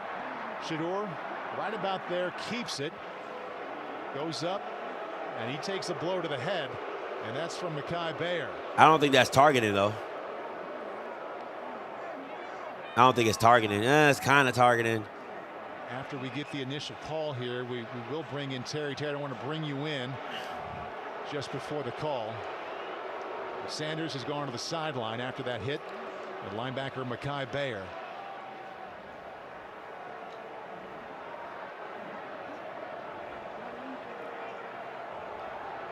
They also came in with the right forearm to the head. Maybe like defenseless, unsportsmanlike conduct for defenseless, maybe. Like the rest of us waits the call. After the play, personal foul. Late hit with targeting. Defense number the play 42. Was still going on. Rule the previous plays under replay review. How is it? How is it a dead ball? The play was still going on. So as soon as the runner breaks down and starts to slide, he is defenseless. It appears that the defender leads with a forearm and makes forcible contact to the head of a defenseless player. That's targeting. Again, this forcibleness is subjective. I believe this is target. I'm not going to predict what the Big 12 Command Center is going to do, but this is a foul for targeting. I think the important thing to point out, just as you did there, Terry, is that it doesn't have to be led by the helmet or the crown. It can be forcible to the head or neck from the forearm like we saw right there. Absolutely. He's leading with the forearm. It could be the shoulder, it could be the head, it could be the forearm. And in this case, it's the forearm, and it makes... To a D2 school? Are you kidding me? You can take a look there on the left, written down right there, what exactly targeting is and the number of ways something can be targeting. The ruling on the field of targeting is confirmed. Number 42 is disqualified for the remainder of the game. So each team has a linebacker dismissed for targeting. Trevor Woods for Colorado and Mekhi Bayer for Matt Rule's Cornhuskers. And there we see on the sideline number 43 with the hood up. That is Trevor Woods. So he'll sit it out. Bayer will also sit it. 71-47 coming to you. Hey, this is Jay from Austin. I had a quick question. Talk to me, man. So, LeJontay Wester, Chidozie, Jalen Wester, and Will Shepherd all came in with some type of draft stock. You think this is going to hurt Deion if kids are going up there and straight up killing their draft stock, also including B.J. Green probably? Listen, I don't think Deion makes it past this year after Shedeur goes to the league. I think he's done. If I'm being that's always been my play. I think he's going to pull the Urban Meyer health card. So he's going to be like, I can't do this anymore. But what's tough about this situation is that it's kids go there, but the production you thought you were going to have, you don't have, right? Like what he was doing at FAU, would he be the leading guy at FAU? Probably. You know what I'm saying? Maybe. If he goes to, let's say if he would have went to Utah, I think there's certain. I think going there, people go there because of the mystique of Dion, but they don't really think about the production of their position and how that benefits. Like, yeah, you're like, you'll say stuff like, yeah, man, we got all these weapons, but is Shador really using all those weapons? That's the key. Right? Like, if he's not using them, then it's like, is it really a benefit to be there, right? So I don't know, man. At the end of the day, I think this is his last year coaching at Colorado anyway. So I don't, unless he gets another offer like, another big, like let's say USC come call in or a SEC team come call in, maybe he'll take that job. But I think after this year, I think he's going to pull the Urban Meyer health card and just sit back and watch Shador in the league. All right, man. That's all I need to know, man. Appreciate the call. Anytime, man. Appreciate you.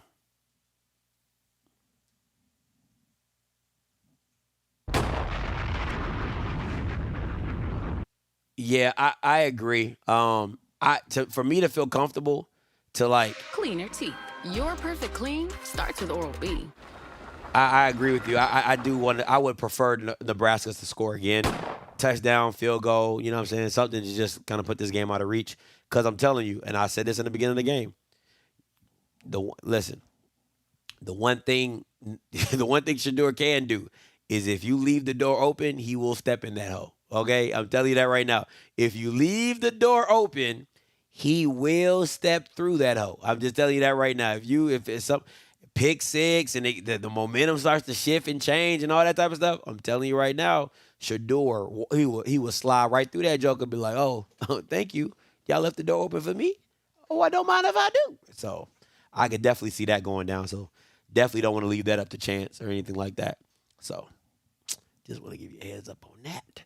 I was just told he was to pull the Urban. His chest always hurt when he loses.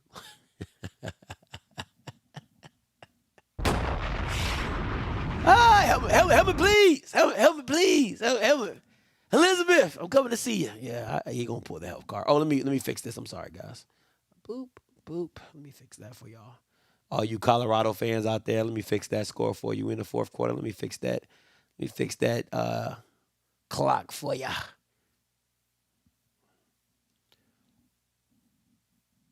Black make money. So is Nebraska? Yeah, Nebraska's a good team. I mean, listen. I'm not expecting Nebraska to go to the college football playoff, but I do think they're going to be. Are they in the Big Ten? Oh shoot! I think they could be like a top. And if they're in the Big Ten, I think they can be like a top 16. Right? You got Oregon, you got USC, you got Michigan's on the decline. I think Illinois was just willing. The Illini, whatever how you pronounce that drink. Ohio State, maybe not top 6. I think they could be a top 10 team in the Big Ten. With a freshman quarterback, that's not bad. You know what I'm saying? That's just me. So.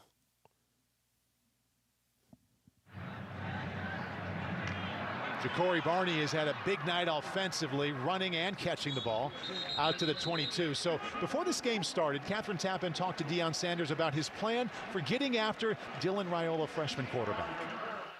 We're going to get him. Oh, we're going to get him. You best believe that. That is right, son? Definitely we'll get him. Okay, and this is what we've seen so far tonight. Yeah, we've seen 7-on-7 pockets for this Nebraska offensive line. Dylan's got all day to throw. He takes off, gets out of the pocket, is not getting touched. Big play down the field. Dylan went the wrong way right there, but your point well taken there. It's been the Nebraska offensive line winning against the Colorado front the entire night. And this is what we just saw. Raiola, somebody went the wrong way and just going to eat it and live for second down. I'm going to say Dowdell went the wrong way. Always blame it on the running back since I'm a quarterback. But regardless, I just think this Nebraska offense has kind of been stagnant this second half. They haven't really they've worked the clock. They've ran the football. They just haven't converted on third downs, and you'd like to see them get a little bit something going here. The second half, Marcus Satterfield, that's the offensive coordinator behind the glass. And they try to pick up something on the ground game. Not a lot down to the 21-yard line. Let's go to the sideline and check in with Catherine. See, the tough thing this is my issue, is that you didn't establish the run early in the game, and now you're trying. This is the shit that we tell you, like they did it backwards. You didn't establish the run early in the game to really lean on this D line. You did it on the back half of the game, right? And it's like now you're trying to force the run when you're really needing to convert. You get what I'm saying? So it's like, so now they kind of figured out their defense. They're going to go man up. They're going to run blitz you, and then they're going to make Dylan make choices on the back end, right? So now you got to be creative enough. Once again, look at that. Man across the board, one safety high, make the read. Oh, get loose. Oh! Oh, my God. I'm so sick and tired of these refs, bro. I am so sick and tired of these refs. So a Giants plausible gain of 51 yards on the catch and run. But while Barney was doing work, we saw the yellow flag come in. Holding. Offense number 14. 10-yard penalty. Replay, third down. It's against running back Ramir Johnson. This is ridiculous, man. I don't really like this play design by Marcus Satterfield and this Nebraska offense. They had exactly what they wanted. That's not holding. That's a pretty questionable call to me. That's not holding. I don't understand that. That seems like a pretty fair block to me. Ja'Cory Bonnie, explosive player, dynamic player. Terry That's McCauley. a huge play that gets called back and on a questionable holding call there. I know Terry was watching. What'd you think? Paul Colt, that's just not a foul. He's got an inside grab. He drives him to the ground, even stumbles a little bit. Absolutely not a foul for offensive holding. Isn't that what you call like a pancake? We call it, I use the word overpower, but same concept. It's been a little bit of a pattern tonight, like guys getting driven into the ground, and they eventually call it holding. 51 yards goes away. And now Raiola, third down, lets it go down the near sideline. Jamal Banks, incomplete. Good coverage there from DJ McKinney. Crowd wanted a flag. This is crazy. And it's 4th and 12. This is crazy, bro. If you're Colorado, you gotta like what you're seeing from your cornerback DJ McKinney. He's playing these big physical. Roughing the passer. Defense number 35. High contact to the quarterback. 15-yard penalty. Automatic. That's a bad call. That's not even roughing the passer. That's a bad call. It's going to give a new set of downs to Raiola. That's a bad call. Even that's a bad call. That's not roughing the passer. What is he supposed to do? He just. Jesus. I know this is getting to be a pattern here. This is not roughing the passer. It's not late. He announced high contact. Well, there's nothing to the head and neck area. This is not roughing the passer. Well, he had half a step into him. It's hard to pull up there. Okay. He gets one step. Terry's the third member of our booth here in this second half. And another penalty comes out. False start. Offense number 24. 5-yard penalty. Remains first down. Thomas Fidone, third-year tight end. Matt Rule told us yesterday they're excited to get him the ball. They have done so a couple of times. Nebraska now has 11 penalties tonight. Colorado has 8.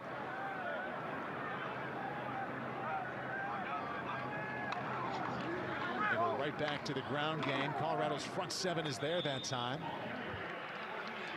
Give him a gain of 1. Clock continues to tick, and Colt, I know Nebraska has a comfortable lead at 28-10. They haven't had a whole lot go their way, and they haven't built up much in terms of first downs and drives here since halftime. Yeah, a little bit disappointing by Nebraska's offense this second half. You've seen a couple shots of Coach Rule kind of taking his headsets off, a little bit frustrated. But the one thing that they have done is they've chewed the clock, right? The clock's running down. But certainly I think they'd like to play a little bit less conservative. Play clock down to 4 seconds. Got to hustle it up. Don't know if Raiola sees it. think he got that off.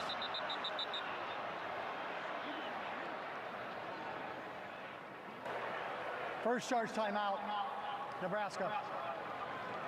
It's to avoid their 12th penalty. They call timeout. 5 minutes, 39 seconds left to play some crisp football here in Lincoln. Nebraska leads 28. Oh my God, you talking about some bad refereeing. Oh my Jesus Christ, man. I'm like, I would have never thought in a million years, like, what are we talking about right now? Just not going very well at all. Just Jesus Christ. Lord, please be with me. Colorado fans going to say they lost because of the refs. They lost because they couldn't do nothing in the first half. Let me see. All these flags, I'll get you. Who are these refs? That holding call was just egregious, bro. Holding call was just strictly egregious. I can't imagine. I just can't imagine. I don't know how you call that. I really don't know how you call that.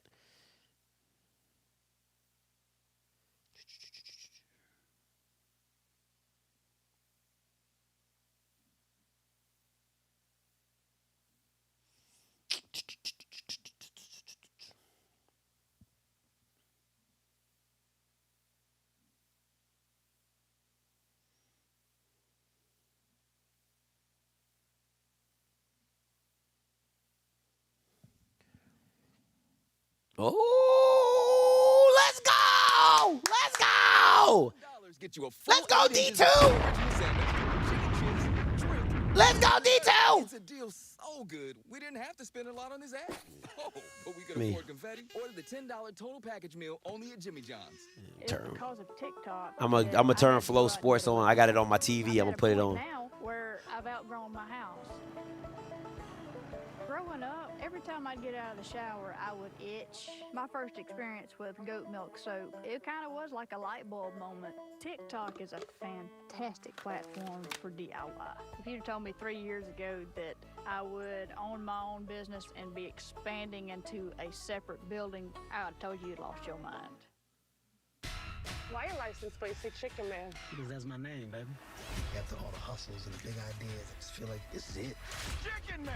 You believe in God? Then testify.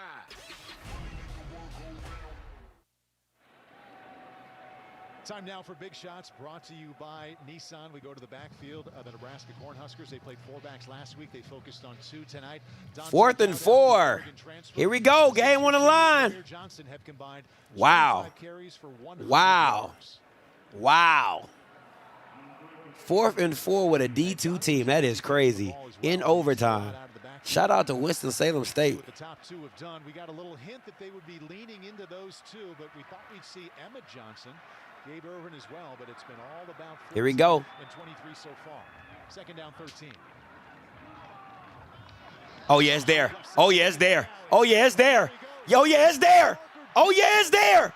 Racing down the sideline and into the end zone goes Ramir Johnson. There is a penalty marker on the 31-yard line. Would be a touchdown of 69 yards. Why didn't the quarterback just run? Why didn't the quarterback just run? Holding. Offense number 66. 10-yard penalty.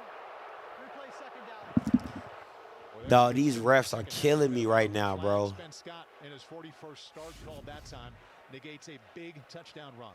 Yeah, this is a good call by the refs here. Ben Scott just gets tangled up. Oh yeah, that's a hold. And ends up just bringing his guy down. Bro, just run the damn ball. Terry McCauley, I know you're watching along with us there. What'd you think of that one? Absolute correct. Takedown is always a foul, especially at the point of attack. Good call. And that left arm, he had him hooked. Yeah. Brought him down, so the 69-yard touchdown. He said refs definitely got a parlay. Oh my God. They have 12 tonight. 20 total penalties this evening. Dylan Raiola, 19 out of 26, a conservative 163. What's the score for PV? Somebody put the score for PV. Dowdell is the tailback. They go with a toss sweep reverse, little inside give to Barney. Absorbs a big hit, and 2 more flags come in. Gain of 6, and this could be another targeting call. DJ McKinney.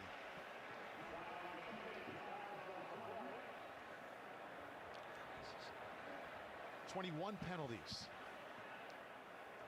They've lost their middle linebacker already for targeting. Personal foul. This is ridiculous. Defense number 8. 15-yard penalty. Automatic first down. The previous play is under review. Ja'Cory Barney with the carry. Number 8 coming in there. They called targeting on the field. Terry, I know you're still with us. What do you see this time? I am, Paul. This is not targeting. The runner is not defenseless, so it would have to be forcible contact with the crown. It's shoulder. It's not targeting, not a foul. This should be reversed. Yeah, that's to the shoulder. Is it close enough to the neck, Terry? Because it was called. Oh, here we go. After review, there is no foul for targeting on the play. Yeah, it wouldn't matter, Paul, because he's not defenseless. That shoulder could have gone to the head and neck area clearly, and it still would not be a targeting foul because he's not defenseless. All right, Terry, thank you. We saw number 43 in the sweatshirt on the sideline for Colorado. That's Trevor Woods, the middle linebacker. He was ejected for targeting earlier. He's just a fan on the sideline right now. 5:21 left. Nebraska has not scored in the second half. First half, they started out rolling, 2 rushing touchdowns. They had a pick 6 from Tommy Hill. Touchdown reception from the tailback, Ramir Johnson, and it's just been stalled drive and penalty and stalled drive ever since. Matt Rule told us yesterday one of the things he really liked about the effort against UTEP when they won 40-7. They came out in the second half with the big lead and still really competed and got after it and still executed. The operation was good. Hasn't quite been the case tonight. Dowdell, that was a good cutback, and he makes it out to the 33-yard line. 1-2 combo at back, continuing to work here. Gain of 7. No penalty. Clock ticks.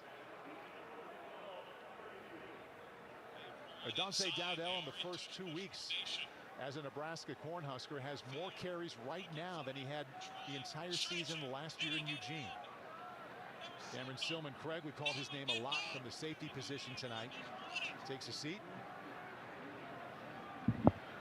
4th down and 10, letting the clock run down. The play clock now at 8.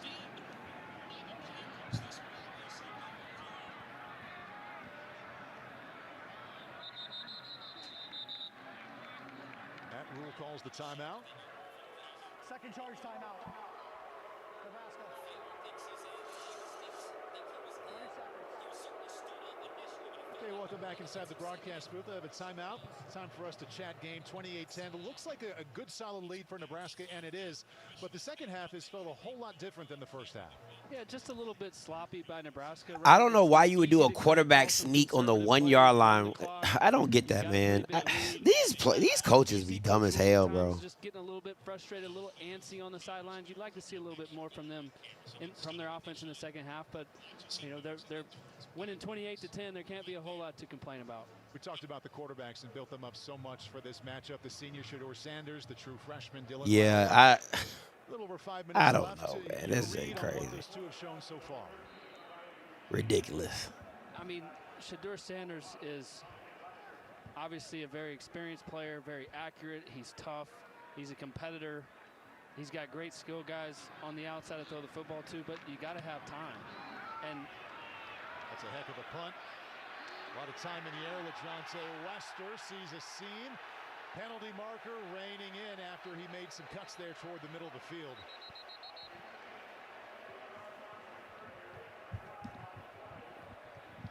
Part of a side story here is how many. This flags. The game can't even end because of the flags. Nebraska would have ended this game. During the return, illegal block in the back. Receiving team number 17. Half the distance to the goal. First down. 21 penalties on the night. Ryan Staub, redshirt freshman quarterback, will be in after the break.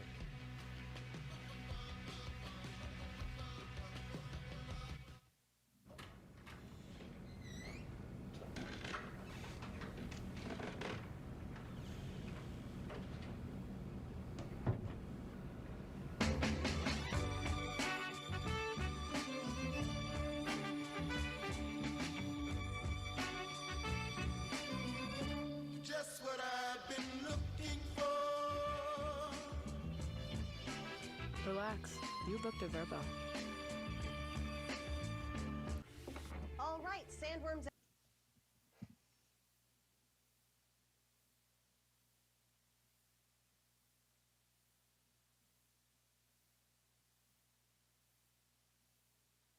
Sorry, I can't have the music in the background. It'll mess up it'll copyright the stream. That's why.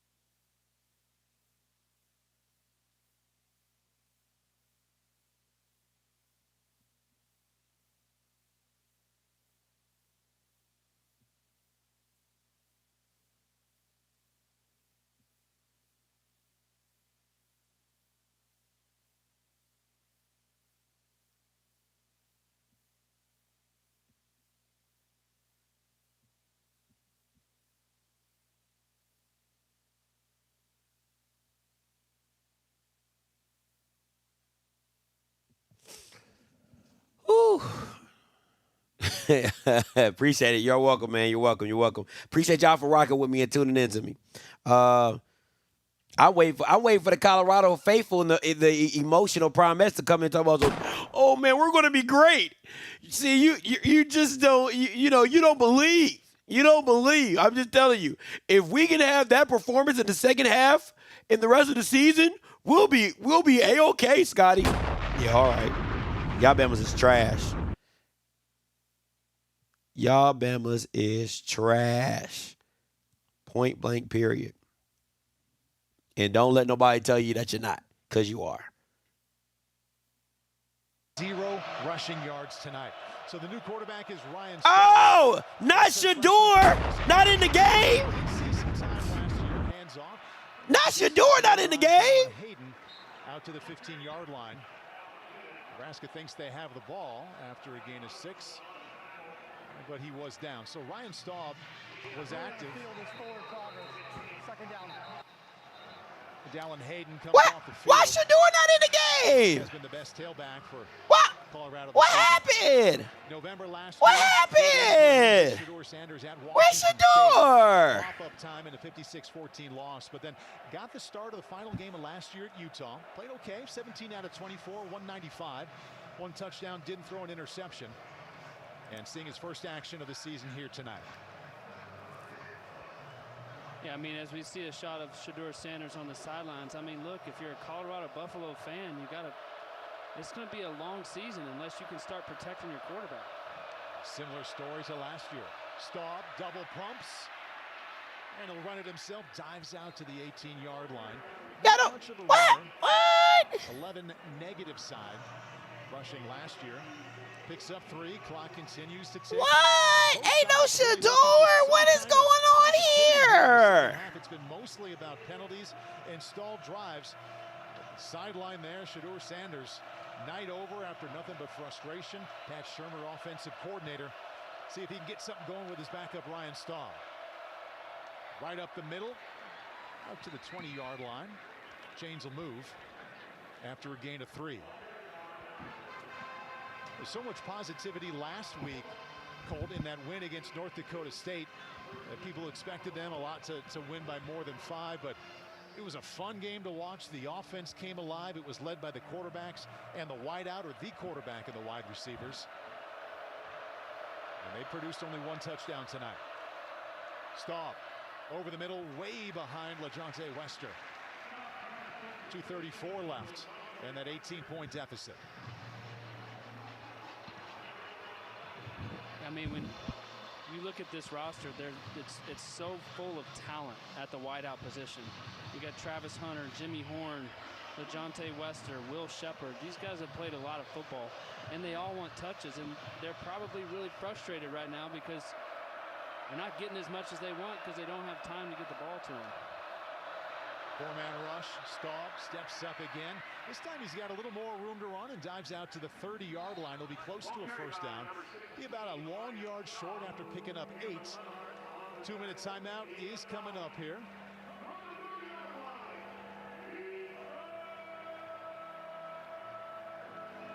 Saw Jimmy Horn Jr. a moment ago. He only has 3 catches tonight, called after he had 7 for 198 last week. Staub, incomplete. 4th down coming up. Right at the 2-minute timeout. That was Malcolm Harpsaw with good coverage against Jimmy Horn. John Bullock has had a lot of reason to celebrate tonight. The defense has been coming through from start to finish. 2 minutes left. Cornhuskers lead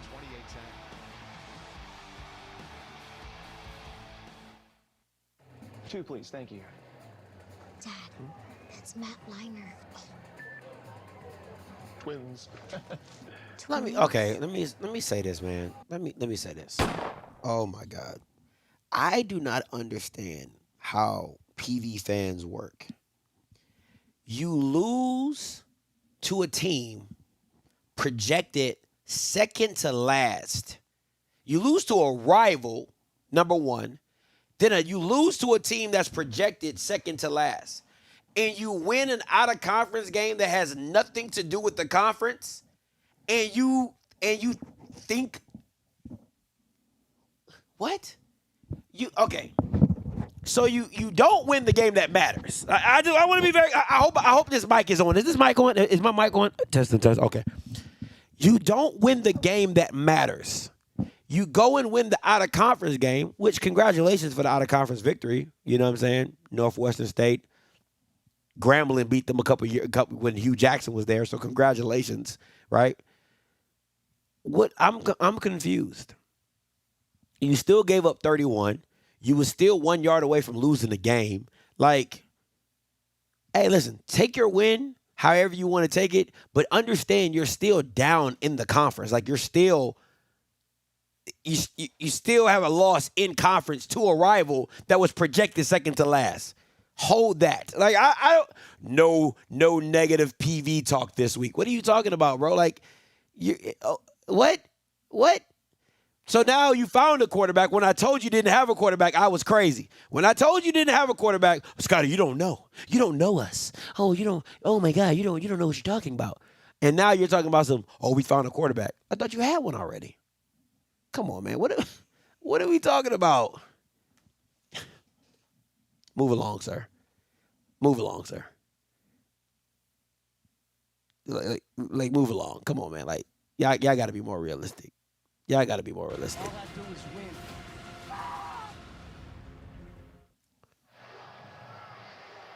Moments ago, Shedeur Sanders, his night is done. The backup quarterback, Ryan Staub, is in, but he's not going to wait to watch the rest of this. He went to the locker room, surrounded by concussion protocol. People from the Colorado side. Concussion protocol. Sanders, after going 23 out of 38, leading 1 touchdown drive, is into the locker room. And his father, Deion Sanders, watches the backup Ryan Staub here on 4th and 1. They run right up the middle, and they get it enough to move the chains. So Matt Rule has a bit of a reputation as a guy who can rebuild your program and take him from the bottom up close to the top. So at Temple, 2013, 2 wins, and then they go back-to-back double-digit win seasons. They won a conference championship as well. From there he goes to Waco, and at Baylor, kind of looked the same. 1 win to 7, then to 11 wins. And Ryan Staub stepping up as he was being dragged down. The ball wasn't picked off. It was batted into the air. Ty Robinson says it's Nebraska football. I think that's Jamari Butler at the bottom of the pile. And yes, it is. The ruling on the field is a fumble and recovery by the defense. First down, Nebraska. Jamari Butler led the team in sacks last year. Gives the ball back to the offense. Yeah, I think this call is going to stand. Willis McGahee looks like he gets there and knocks the ball out before Ryan Staub throws it. Jamari Butler falls on it. And I tell you what, this Nebraska defense has accomplished their goals tonight.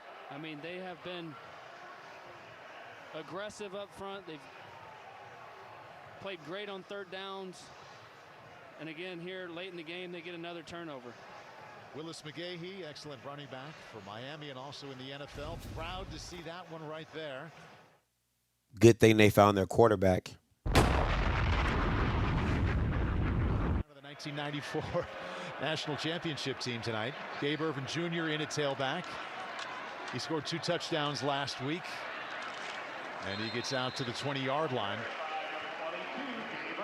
And that's a gain of 5. Didn't quite get to finish up there with the Matt Rule and the build-up, so he got it done at Temple from a team that wasn't winning to a team that was winning regularly. Same thing he did in Waco at Baylor. And now it's only going to be 2-0, but they're moving in a good direction for something that they haven't seen here in Lincoln since 2017, and that's a winning season. Their schedule is pretty favorable for them moving forward, and I think his message to the team after this game is going to be, defense, you played outstanding. You flew to the football. You made big plays all night long. Offense, good job in the first half. We just can't become stagnant in the second half. We haven't moved the ball at all. We got to build on this. Stagnant is what they've been here. Look at that, 7 seasons. They have not been to a bowl, longest of any power conference school. That's just an amazing thing to say about Nebraska. But tonight they celebrate. Dylan Raiola moves to 2-0. And they'll have to get in the huddle here and do it one more time. Raiola can take a knee, went 20 out of 27 tonight. Victory formation for the Cornhuskers. And this will be victory number 2 for Nebraska. Offense scored, defense scored. They were in control the entire way. 73rd meeting sees the Cornhuskers win 28-10. Listen, man, I do this, man. A lot of people say what they want to say about me. A lot of people hate on me. A lot of people say I don't know what I'm talking about. I do this. If I really like some of the games, I don't really be watching film, so I can't really I just guess. I guesstimate, right? But if I watch film and I tell you that, best believe your boy picking the pickers. Now this week has really been bad for me because I didn't watch a lot of film in a lot of schools, so I couldn't tell. I didn't watch film with a lot of people that they were going against, so I was just like, all right, I'm gonna go with the best team I think, right? But when this conference play start, and I get up in my bag. And I'm all on the train of the Deion demise. Okay? That is, I need to get a shirt. I keep telling my boy Merch Pack I need to make me a shirt. Deion demise with dollar signs. You know what I'm saying? Deion's dollar sign, demise, dollar sign. Right? So that's what I'm on. I'm on that time. That's the time that I'm on, right? So listen, Colorado fans, they're going to listen to me, okay?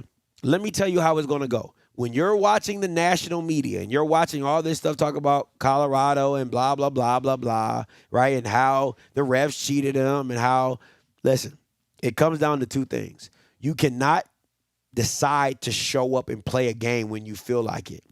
That's not how that works, right? You're on the road. You're in Nebraska, one of the top 10 most ruckus crowds, and they got their golden boy, baby Patrick Mahomes. So you knew the crowd was going. You had to take the crowd out of the game as soon as possible, and Colorado did not do that. So you can't decide to show up to play in the second half down 28-3 and think that, oh, everything is gravy now. That's not how football works. Nor, you made a great adjustment, but understand, Nebraska was not in any hurry to try to score. Nebraska was not in any functioning mind to keep the gas pedal pressed because why? They still have a freshman quarterback. So they're not going to put him in harm's way to make him make a mistake, to give you momentum, right? To give you a chance to come back into the game. So the play calling got conservative. It got real restrictive. It got real conservative. A lot of 20 and down, running the ball, things like that. And listen, Colorado was selling out. If you watch the game, the second half, they just sold out. They had nothing to lose. They ran blitzed every play. They ran blitz every play. So when you're telling me, oh, Scotty, that defense really stood up. Well, when you're blitzing 6 and 7 people and they're trying to run the ball, I would hope that you can stop them. I would hope that you could stop them.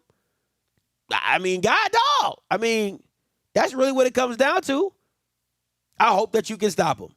And if you can't, then what are we doing here? What are we absolutely doing here, right? So, listen, don't let the national media tell you that when you start watching these shows and everything, they tell you, oh, Colorado is booty cheeks, okay? Their O-line and D-line are booty cheeks. The only thing that they got going for them is their wide receiver room. And the only thing they got going for them is their wide receiver room and Shador. That's it. And Travis. That is it. And I don't understand when in the blue hell did having only a few, like you don't have an all-world team. You literally have 5 guys. You literally have 5 guys, and none of them guys are in the trenches. None of the guys that you're like, hey, man, they got a guy, is in the trenches. So how are you ever supposed to win a game? I'm sorry, not even win a game. How are you ever supposed to be dominant and go to the college football playoffs? Listen to me very carefully.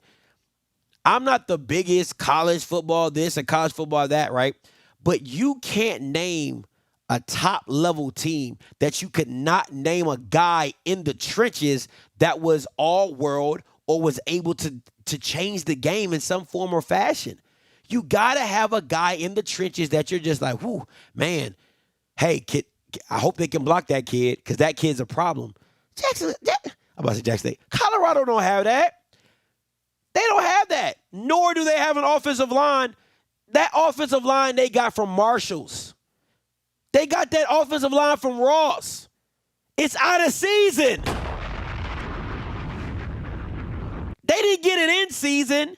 They waited until they got on clearance and then went and shopped at Ross to go get the rest of their old linemen. Oh, I'm going to kill them with this one. Hey, man, that's Michael Kors from 2 seasons ago, but they don't know. I'm going to kill him with this one. Oh, yeah, I'm going to kill him with this one. Oh, yeah, Is that a Nietzsche? Oh, I'm going to give me some of that. Like, bro, that's not how this game works. And once again, the call lines are open, 518-263-8124, 518-263-8124 if you want to call in, anything like that. But, it's very simple, right? Very simple. And Mr. Campbell talked about it all the time. When you step up a level, right? When you step up a level, when you go to that PWI level, it is who has the biggest bag. It is no longer in terms of, listen, if you're a quarterback, do you want to be with Lincoln Riley? Absolutely, but you want Lincoln Riley to pay you. Do you want to be with if you're a top DB, do you want to be around Deion? Absolutely, but you want Deion to pay you. Right? There's a reason why Shador has one of the top NILs. There's a reason why Travis has one of the top NILs. What about the rest of those guys? They not make. I'm not counting their pockets, but they ain't making all world money, right? So you're not getting all world players. It's the reason why people at Florida State are pissed off when they done spent $3 million on the D-line and they can't stop nobody. It's levels to this. When you spent $1 million to $2 million on a quarterback and he looked like he acted like Stevie Wonder, can't see nothing, right? That's what goes down in these situations. So it is no longer about, oh my God, who has the flash, who has this or who has that. It's, hey, who has the biggest bag and who gives me the chance to go pro? That's what it comes down to. And I've said it time and time again. Deion has not developed anybody. Deion has not developed anybody other than his son coming out of his nutsack. That is it. That's it. So at the end of the day, you get what you get and you see what you see. And then let's not act like the Deion hype is going to push this team over the edge. Everybody knows what this team is. They are a one-dimensional team for the past 2 years. It is Shador, Travis, or bust. That's it. And if you think that's enough to get you to the college football playoffs, you're smoking crack, Colorado fans. Jesus freaking Christ. Anonymous, coming to you. Hey, caller, you live. Hey, what's up, Scotty? I just was calling back in. The comeback is on the way.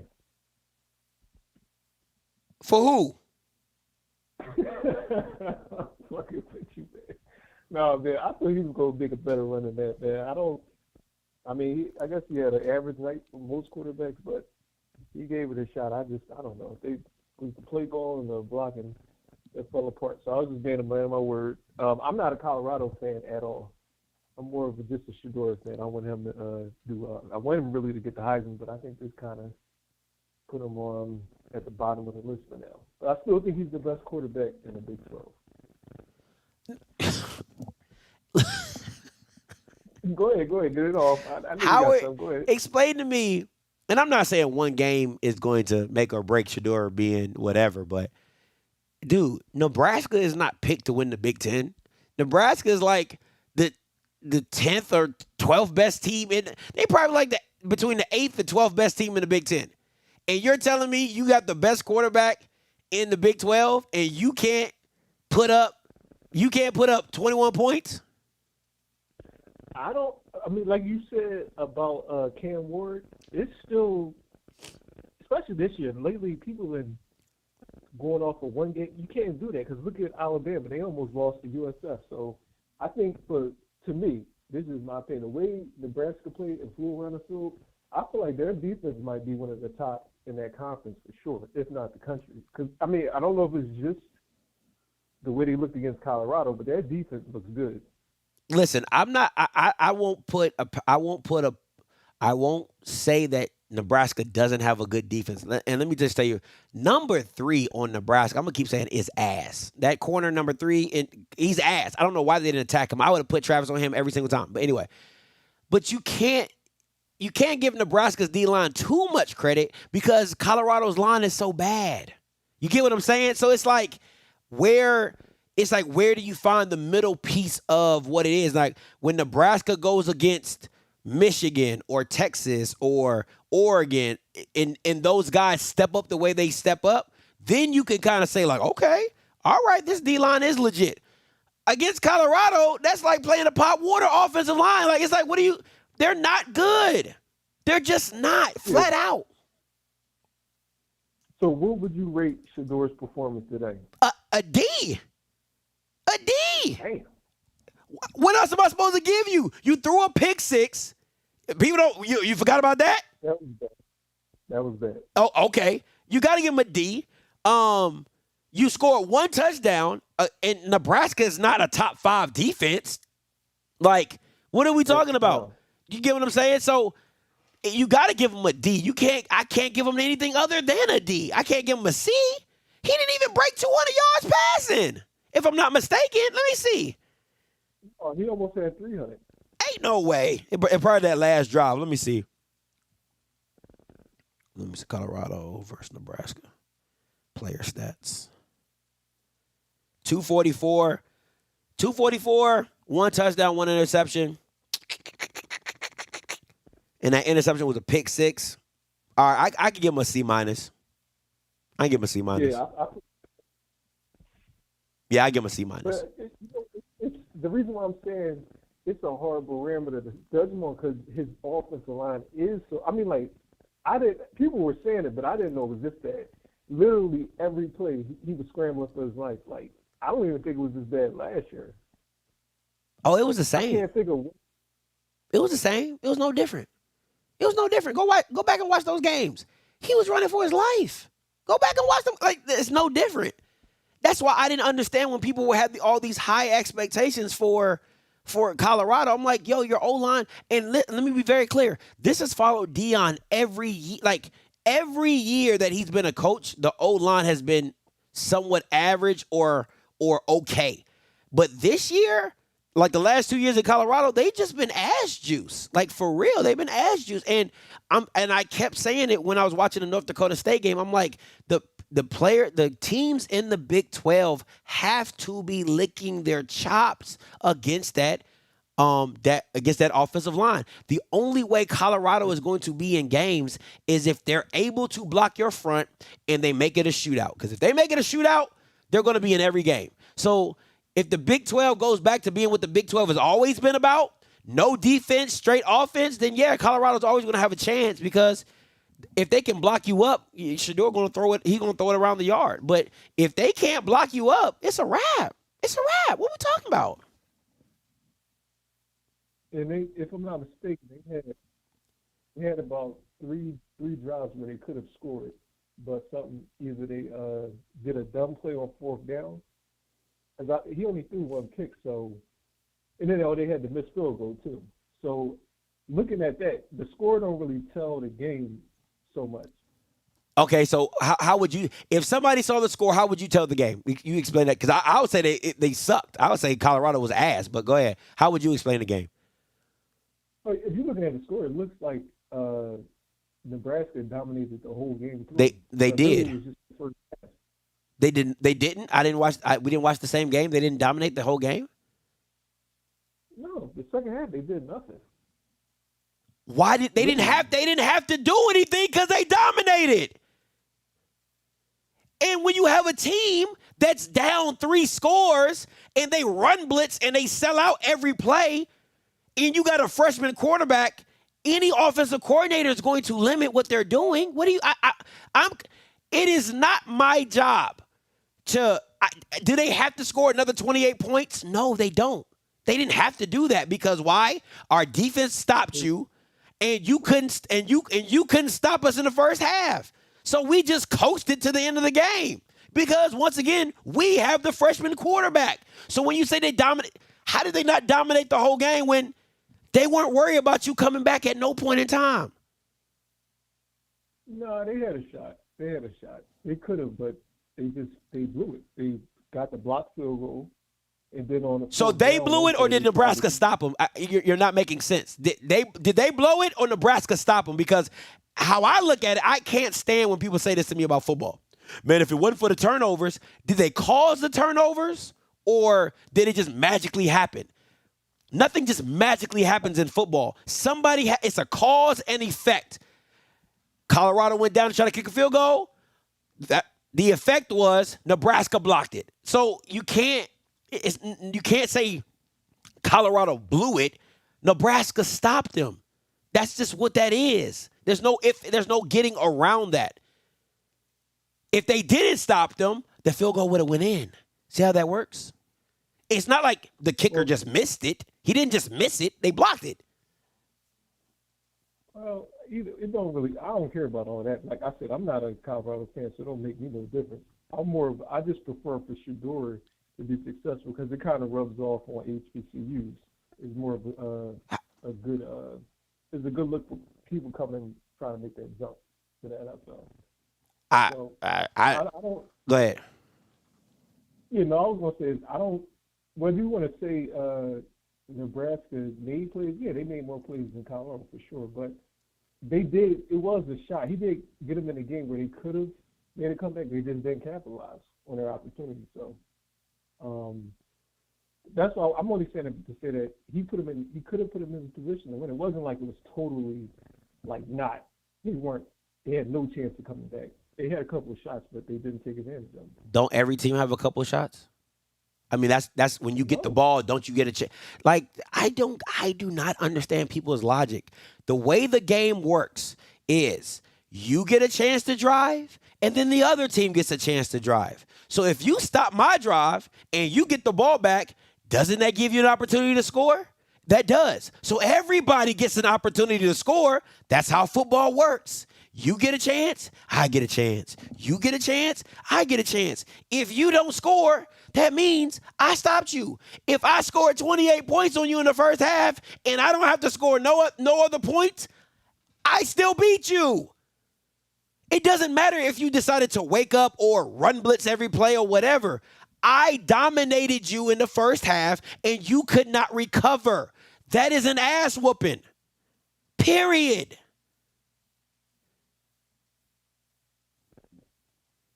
To me, that's even worse. I beat you so bad in the first half. You had two quarters to recover, and you couldn't even recover. It's not like they scored 28 points in the fourth quarter. They scored 28 points in the first half. You had a whole second half to score 28 points to get the lead. You couldn't even do that. What are we talking about? That's domination. I disagree. Okay. Appreciate the call, though. No. 6198. Call coming to you. What's going on, Scotty? It's Johnny Mir out in Atlanta. I gotta concede, man. It hurts my heart. Boy, I want to say this man can't coach, but it's hard to say it. It's just from a run game perspective. I mean, you just had Shador handed off and just run. It just didn't seem like there was a true logic to it, and you don't really know where to put the blame from me watching it, because it's like, all right, you see the coordinator when the backup got in, you see a whole different cadence. So I'm not sure if it's Deion putting pressures on his coordinator to make Shador look good, but at this point, it's just hard to deny it.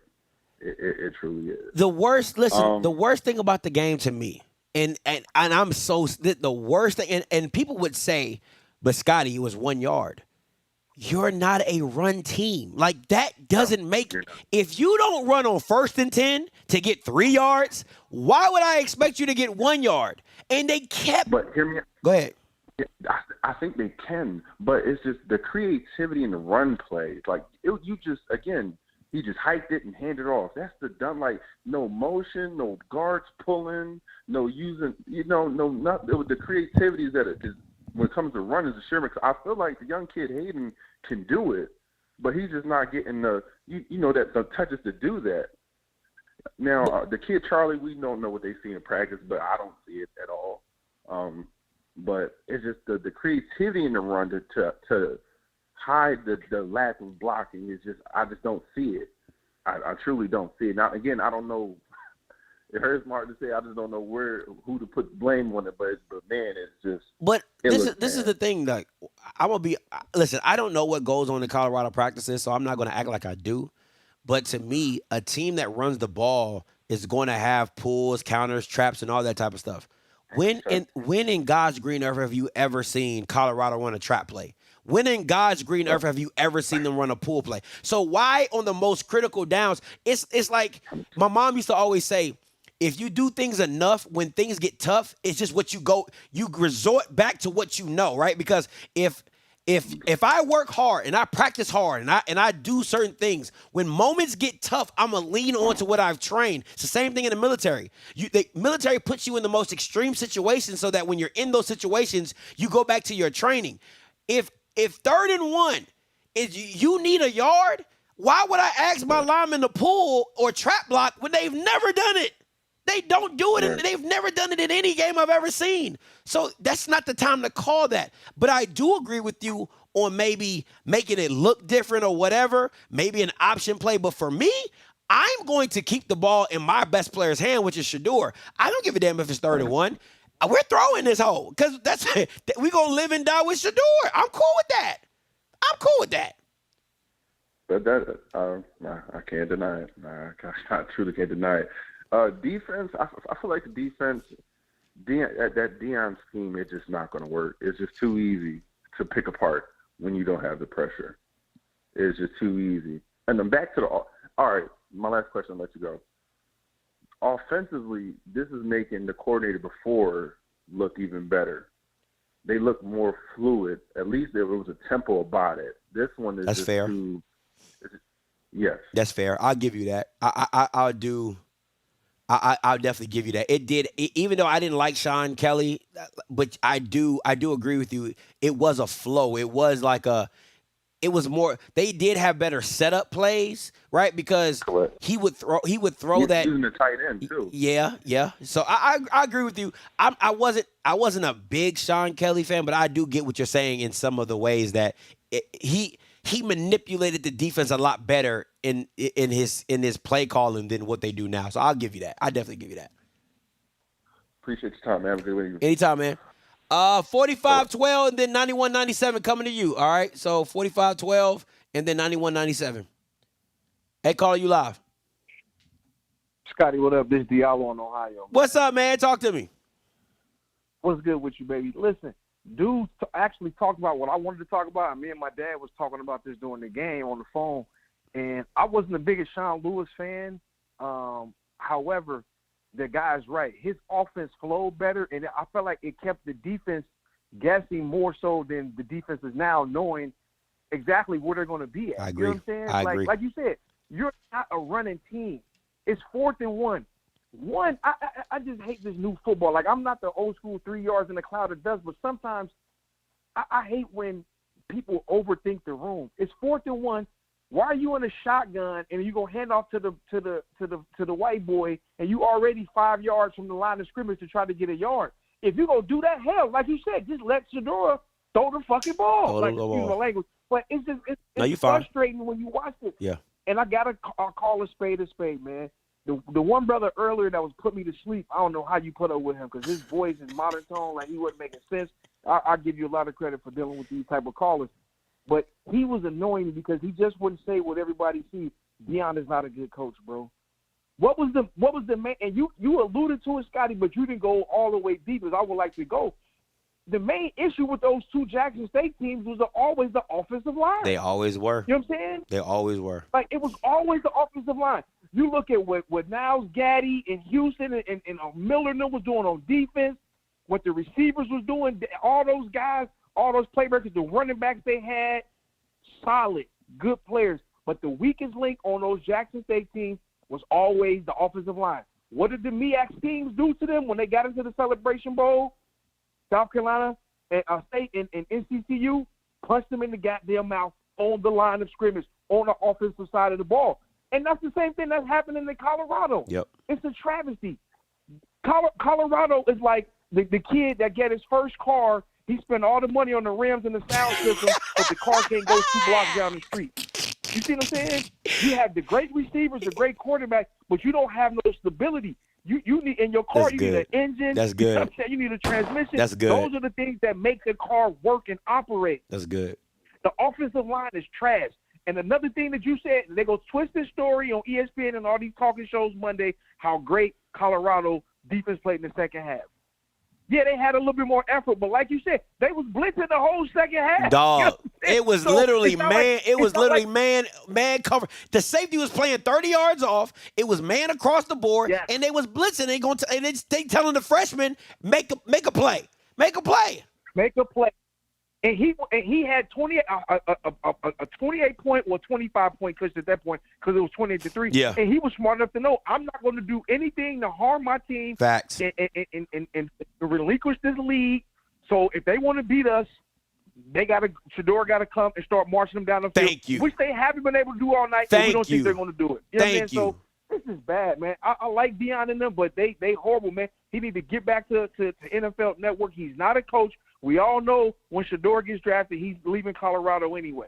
Listen, man, you are breaking it down so perfectly, and I think people got to give the freshman quarterback even more kudos because this is your coming out party, right? This is your home away from home. You're a Nebraska kid. Your dad went to Nebraska. Your uncle coached at Nebraska. Like, you want to set the world on fire.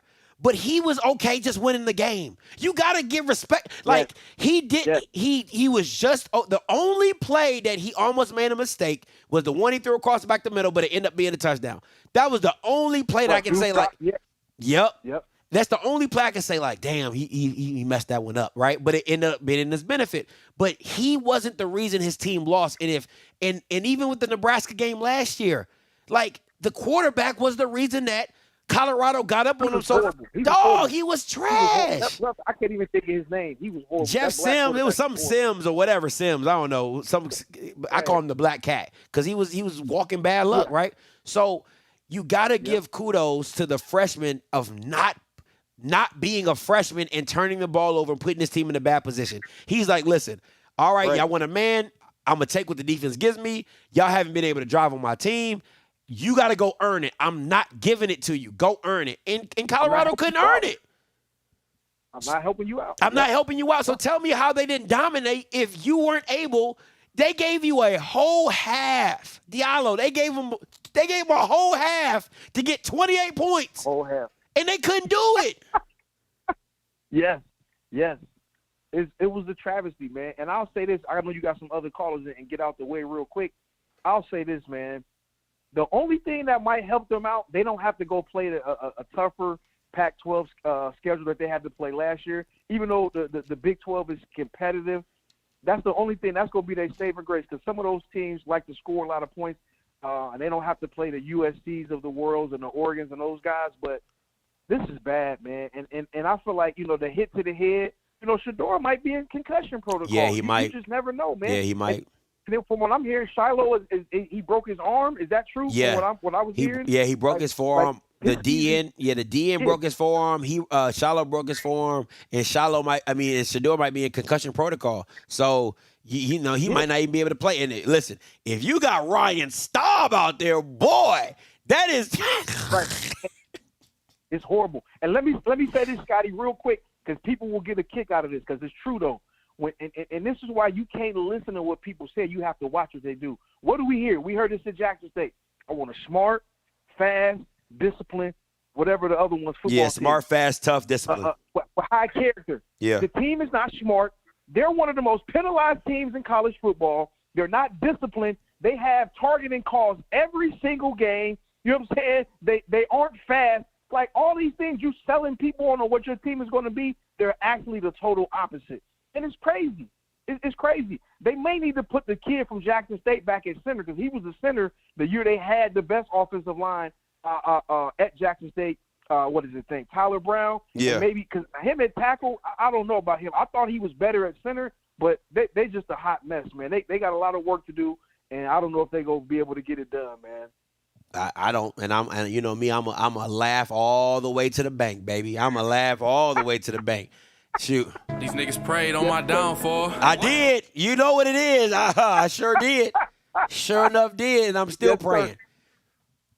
Yep, I'm going to get out the way and let some other callers get in, man. Keep up the great work, Hey, man. appreciate it, D. Appreciate you, bro. 9197 coming to you. Man, Scotty, I got to agree with you on one thing that you said. Talk to me. That 28-3 loss, that's the biggest 28-3 loss I've ever seen in my life.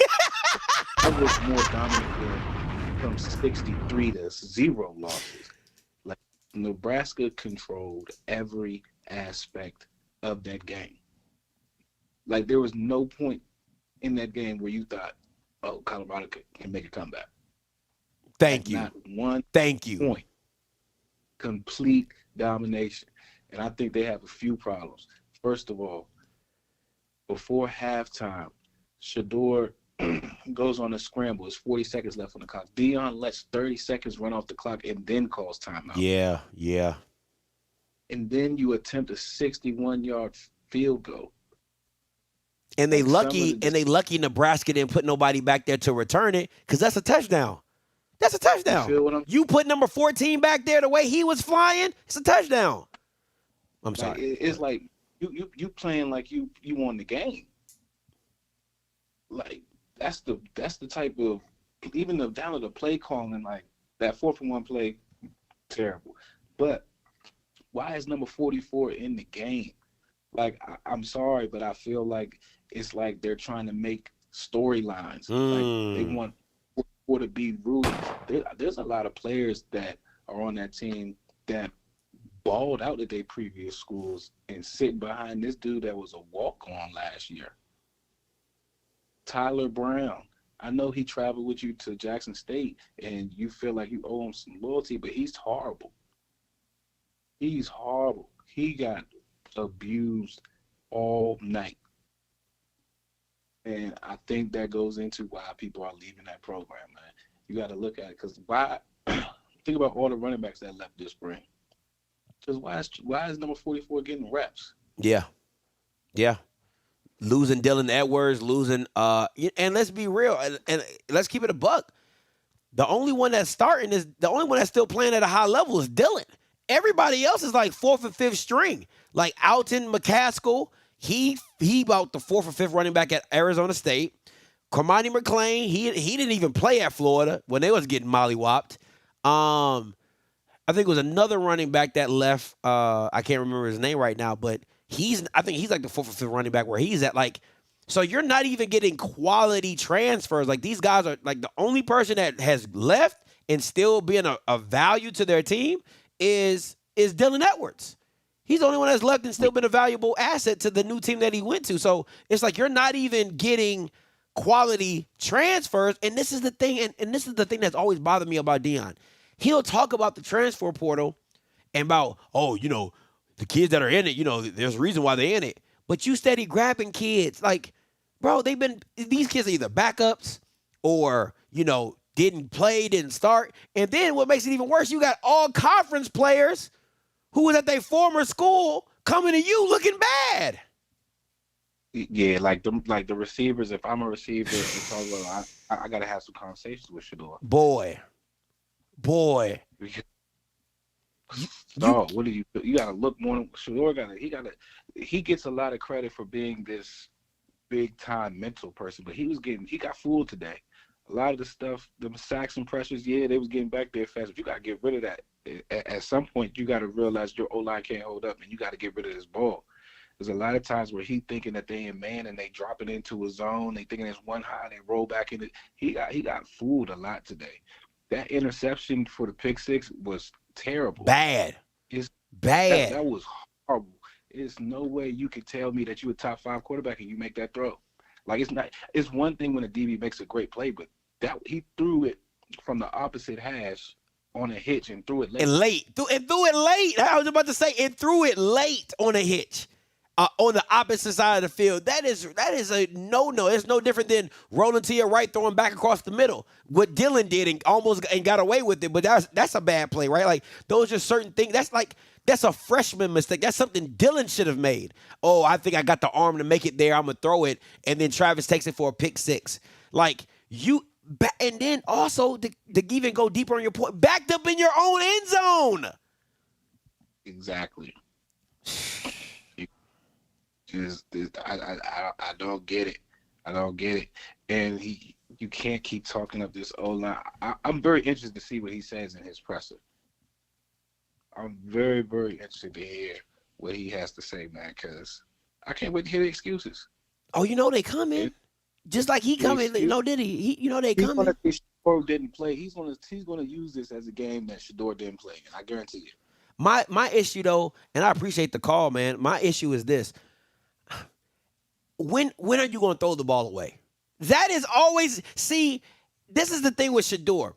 When it goes well, everybody rants and raves about, oh my God, what a special play. But when you get sacked 6 to 7 times, and I'll say about 4 of those are just you holding the ball way too long, you got to take, you can't have the good and no bad. Like, you got to throw the ball away because you're hurting your team. You're taking it from a 2nd and 10 to now 3rd and 17, 3rd and 20, because you're taking sacks when you could just throw it away. All right, we back 3rd and 10. You get what I'm saying? Like, I don't get it, man. I really don't get it, because if we're being honest, people say Shador doesn't throw the ball away because it messes up his percentage in completions. That's why he doesn't throw the ball away. And I didn't know when a quarterback said that. I think one of the quarterbacks who do analyst stuff in CBS or something was talking about that. And I didn't know that. I didn't know every time you throw the ball away, it messes up your percentage. So I was like, damn, if that's the reason why this nigga not throwing the ball away, come on, man. Like, that you can't do that. You can't do that because you're hurting your team. And this is going to sound insensitive, but I think he tapped out. Oh, yeah, he quit. Oh, yeah, he quit. Because Yeah, if you telling me he in concussion protocol, then how did he get back in the game and throw the touchdown? he tapped out, man. I'm telling you. And So go ahead, finish your point. It was as a team, there was a lot of indictments today about the program. First of all, it should never be a first half and an announcer is saying the Colorado team just looks defeated. They look dejected. I don't know what's going on in the sideline. That's a program. That's a culture problem. There's more going. There's more. They're going front on. runners. That's what happens when you're a front runner. When you're a front runner, when you're a front runner, this is what it looks like when everything is going well. Because you see it. See, this is why I tell people. I said when adversity hits, that's when you really know what kind of person you are. You can tell by Travis how and it's the same thing. I saw it in his high school film. If it's not going his way, he's the worst teammate. He don't block. He stands around. You can go watch his high school film and see that. If the play was not going to him, he would just stand there. He wouldn't run a route. He wouldn't block. He wouldn't do anything. And you see him blowing up, right? Yelling at Shador and throw me the ball and all this, which, listen, competitively, I don't have a problem with it, right? But at some point in time, you can't do it because it shows up your quarterback. It shows up your coaching. It shows up all that stuff. So you got to keep it in house sometimes. Like, just sometimes if you're a really fiery guy, and I get it, but sometimes you got to keep that stuff in house because it looks bad. It just does look bad, right? When things aren't going your way, that you act the way that you act. And to me, I gotta respect. I really respected Jimmy Horns, because they didn't blow up. They knew, they were like, dang, I know they had to be frustrated. I know Jimmy Horn. I just went for $198, and now I'm here with 3 catches and maybe 40, 50 yards, right? Those are the guys that should be exploding and blowing up. Travis gets every ball thrown to him. How you mad? I don't get it. Yeah, man. So, like I said, they got to stop playing the politic game. At this level, it ain't about politics. It's about it's about results. So I don't care how many times you put the man on the new YouTube video, commercials you got, man. You better play the motherfucker that's going to get the job. Because everybody keep asking, is Deion going to come back? After they keep playing like that, he ain't gonna be welcome. But I appreciate you, man. Hey, appreciate the call, Brody. Oh man, that's funny. Oh man, listen, I'm about to get up out of here, guys. At the end of the day, man, it is what it is when they come to see Colorado. Colorado is the ultimate front runner. When everything's great and everything's good, Deion gonna come in the podium. He gonna laugh. He gonna smile. He gonna have his shades on. He gonna talk all his stuff. And he gonna talk about why his son should be the Heisman and all this stuff. But when that shit go left, Deion ain't gonna take no. Listen, somebody show me the post game. I promise you, Deion would not say, "I gotta be better. I gotta coach better." What you're gonna hear Deion say, and I haven't listened to one word of the post game conference, and I promise you, it's gonna sound like this. Hey man, hey baby, we the defense got to respond. See, they, in the first half, they didn't come to play, but the second half, we stood up, we responded. You know what I'm saying? Shador got nicked up a little bit, but he got to be better. We expect more from Shador. Yeah. But overall, we had our chances. The game didn't go. The game got out of hand in the beginning, but I'm glad that we fought. I'm glad that we fought. I can say that we fought. We fought hard. We closed the game out. We played good defense, and that's the team that I expect to see going forward. Yeah. You won't hear Deion say, "I need to coach better." I said, "Pull it up." It's on now. Let me see. Colorado post game.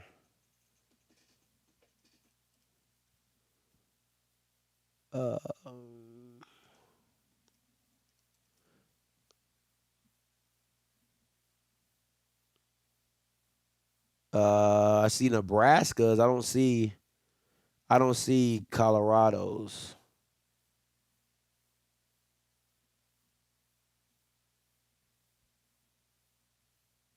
Here you go. Here's Shador.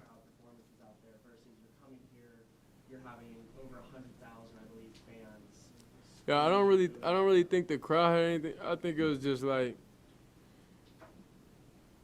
maybe Let me know if y'all can hear that. everybody on the team, maybe we just wasn't ready, But overall, I don't think the crowd kind of like affected me personally. So, follow up here. How do you think the loss today is going to impact your performance against CSU, which obviously last year you beat Nebraska by a fair amount. CSU was a very tight win. How does this loss today impact your performance going into next week? Really just get back to the drawing board, understand what we're wrong, understand that they're going to try to. Cal, coming to you. What's up, Hey, Cal? what's going on, Script? What's up? Hey, why can't he, looking at his offensive line, like that first year at Jack State, the spring, they were ass. That first full season he had in the fall, they were ass. And that second season, they were all right. But Colorado, it looked like Jack State's first season. Is he not good at evaluating offensive line talent, offensive line coach, or what? Listen, you gotta. The thing with Deion that you gotta understand is, at the end of the day, you offensive line have to feel like going to you means something, right? Like, one, offensive line is just as valuable as quarterbacks. So they're gonna want to be paid. So you gotta pay top dollar. And then two, are you developing? Are people getting drafted? Bama's want to go to the pros, man. And there is no proof that going to Colorado will get you to the league. There's no proof to that. There's proof that going to Michigan will. It's proof that going to Texas will. It's proof that going to Ohio State will. Alabama, LSU. There's no proof that being an offensive lineman in Colorado is going to get you drafted. It's none. So why would I go there? You're not a factory for O-line. Come on. I just think his talent evaluation, I don't trust it. That's fair. But let's get into the meat and potatoes, what I'm calling them. I'm talking about them sitting Jaguars struggling with Division II Savannah State for a We're not talking about that right now. We're not talking about that right now. Why would you call me knowing we ain't talking about that right now? Come on, man. Be better. It was like.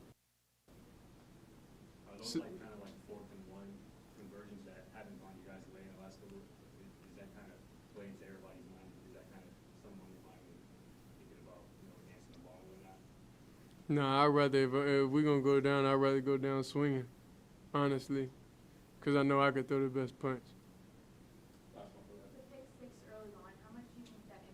So we just got to bounce back from it and learn.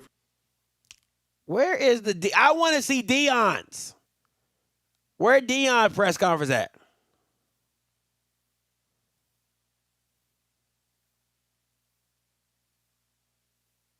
I don't care about. I want to see Deion's.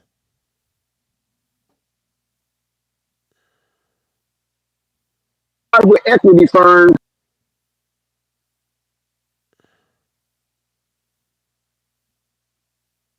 That's not it.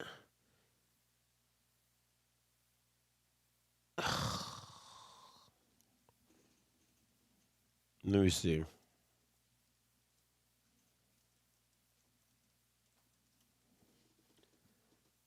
Here we go. Found it. Shador did something very uncharacteristic of himself. Found it. Never makes a bad decision, especially in that part of the field, which they got to pick six. After that, we were just trying to play catch up. Defense surrendered some things early, but I'm really, really pleased with the way they played in the second half. It seemed like we were a team of second half defensively. We just got to get it going earlier.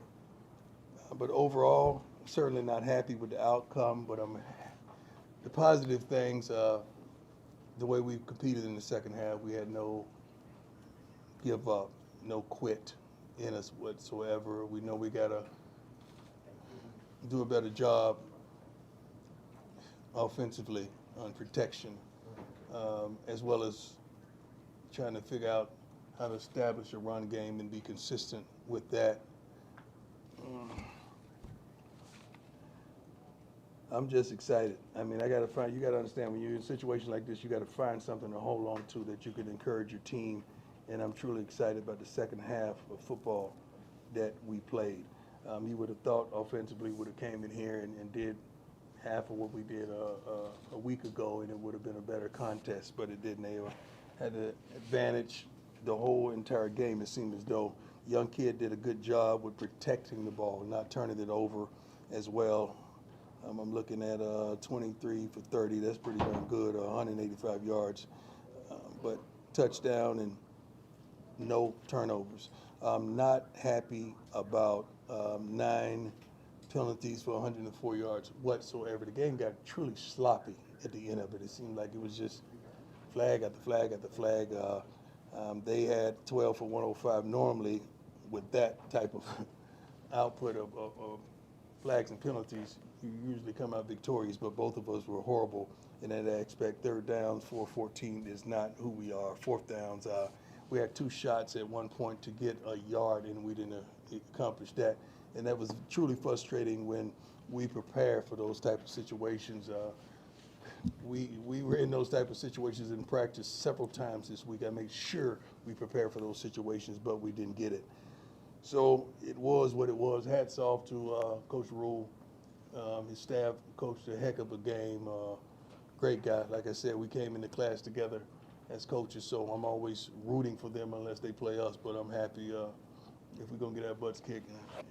Might as well be him, God-fearing man. Let's go. Nick, you go ahead. Hi, Coach. Nick Edwards, Hughes Sports Report. Just simply, why was it so difficult for the offense to respond to Nebraska's defense? I have no idea. We would have known that answer. I think we would have responded quicker. Yeah, we seemed like we just never got it going until it was too late. Seemed like we just never got it going. Protections were a problem. You know, I'm trying to be polite and say it because, you know, if I can say the same thing you're thinking, but if I say it, you say I'm throwing my guys up under the bus. I'm not doing that whatsoever. Protection were a problem. We got to figure out a way to prevent that and do a better job with that. Ryan, go ahead. Coach, I have a couple questions for you. First off, are you surprised the offensive line is not getting the push and the protection that you thought they might? Well, first game, I think they did a good job of protecting. I'm not going to say that. This game we did. So we hadn't run the ball like we wanted to consistently. But rarely do you have a great running offense and a great passing offense. Rarely you have that. One is going to have to be the lesser of the two. We got to figure out a way to have some type of running game because we have backs that can flat out do it. We really do. Like what I saw out of those guys as well. Second question for you. Can you give us something on Shiloh? It also looked like Chidozie went out. Yeah. Shiloh, I think injury reports, I think Harge did something with his foot on one of the punts. Shiloh, I think, suffered Man, y'all can watch that on your own time. I ain't about to sit up here, man. Ninja, you lost. All right, take your L and move your happy ass on. Listen, these niggas prayed on my downfall. I did. All right, listen, until next time, you know what I'ma do. I'ma holla. God bless. Hey, Deion's demise, baby. I'm on it. We on it, baby. Okay, let's get it.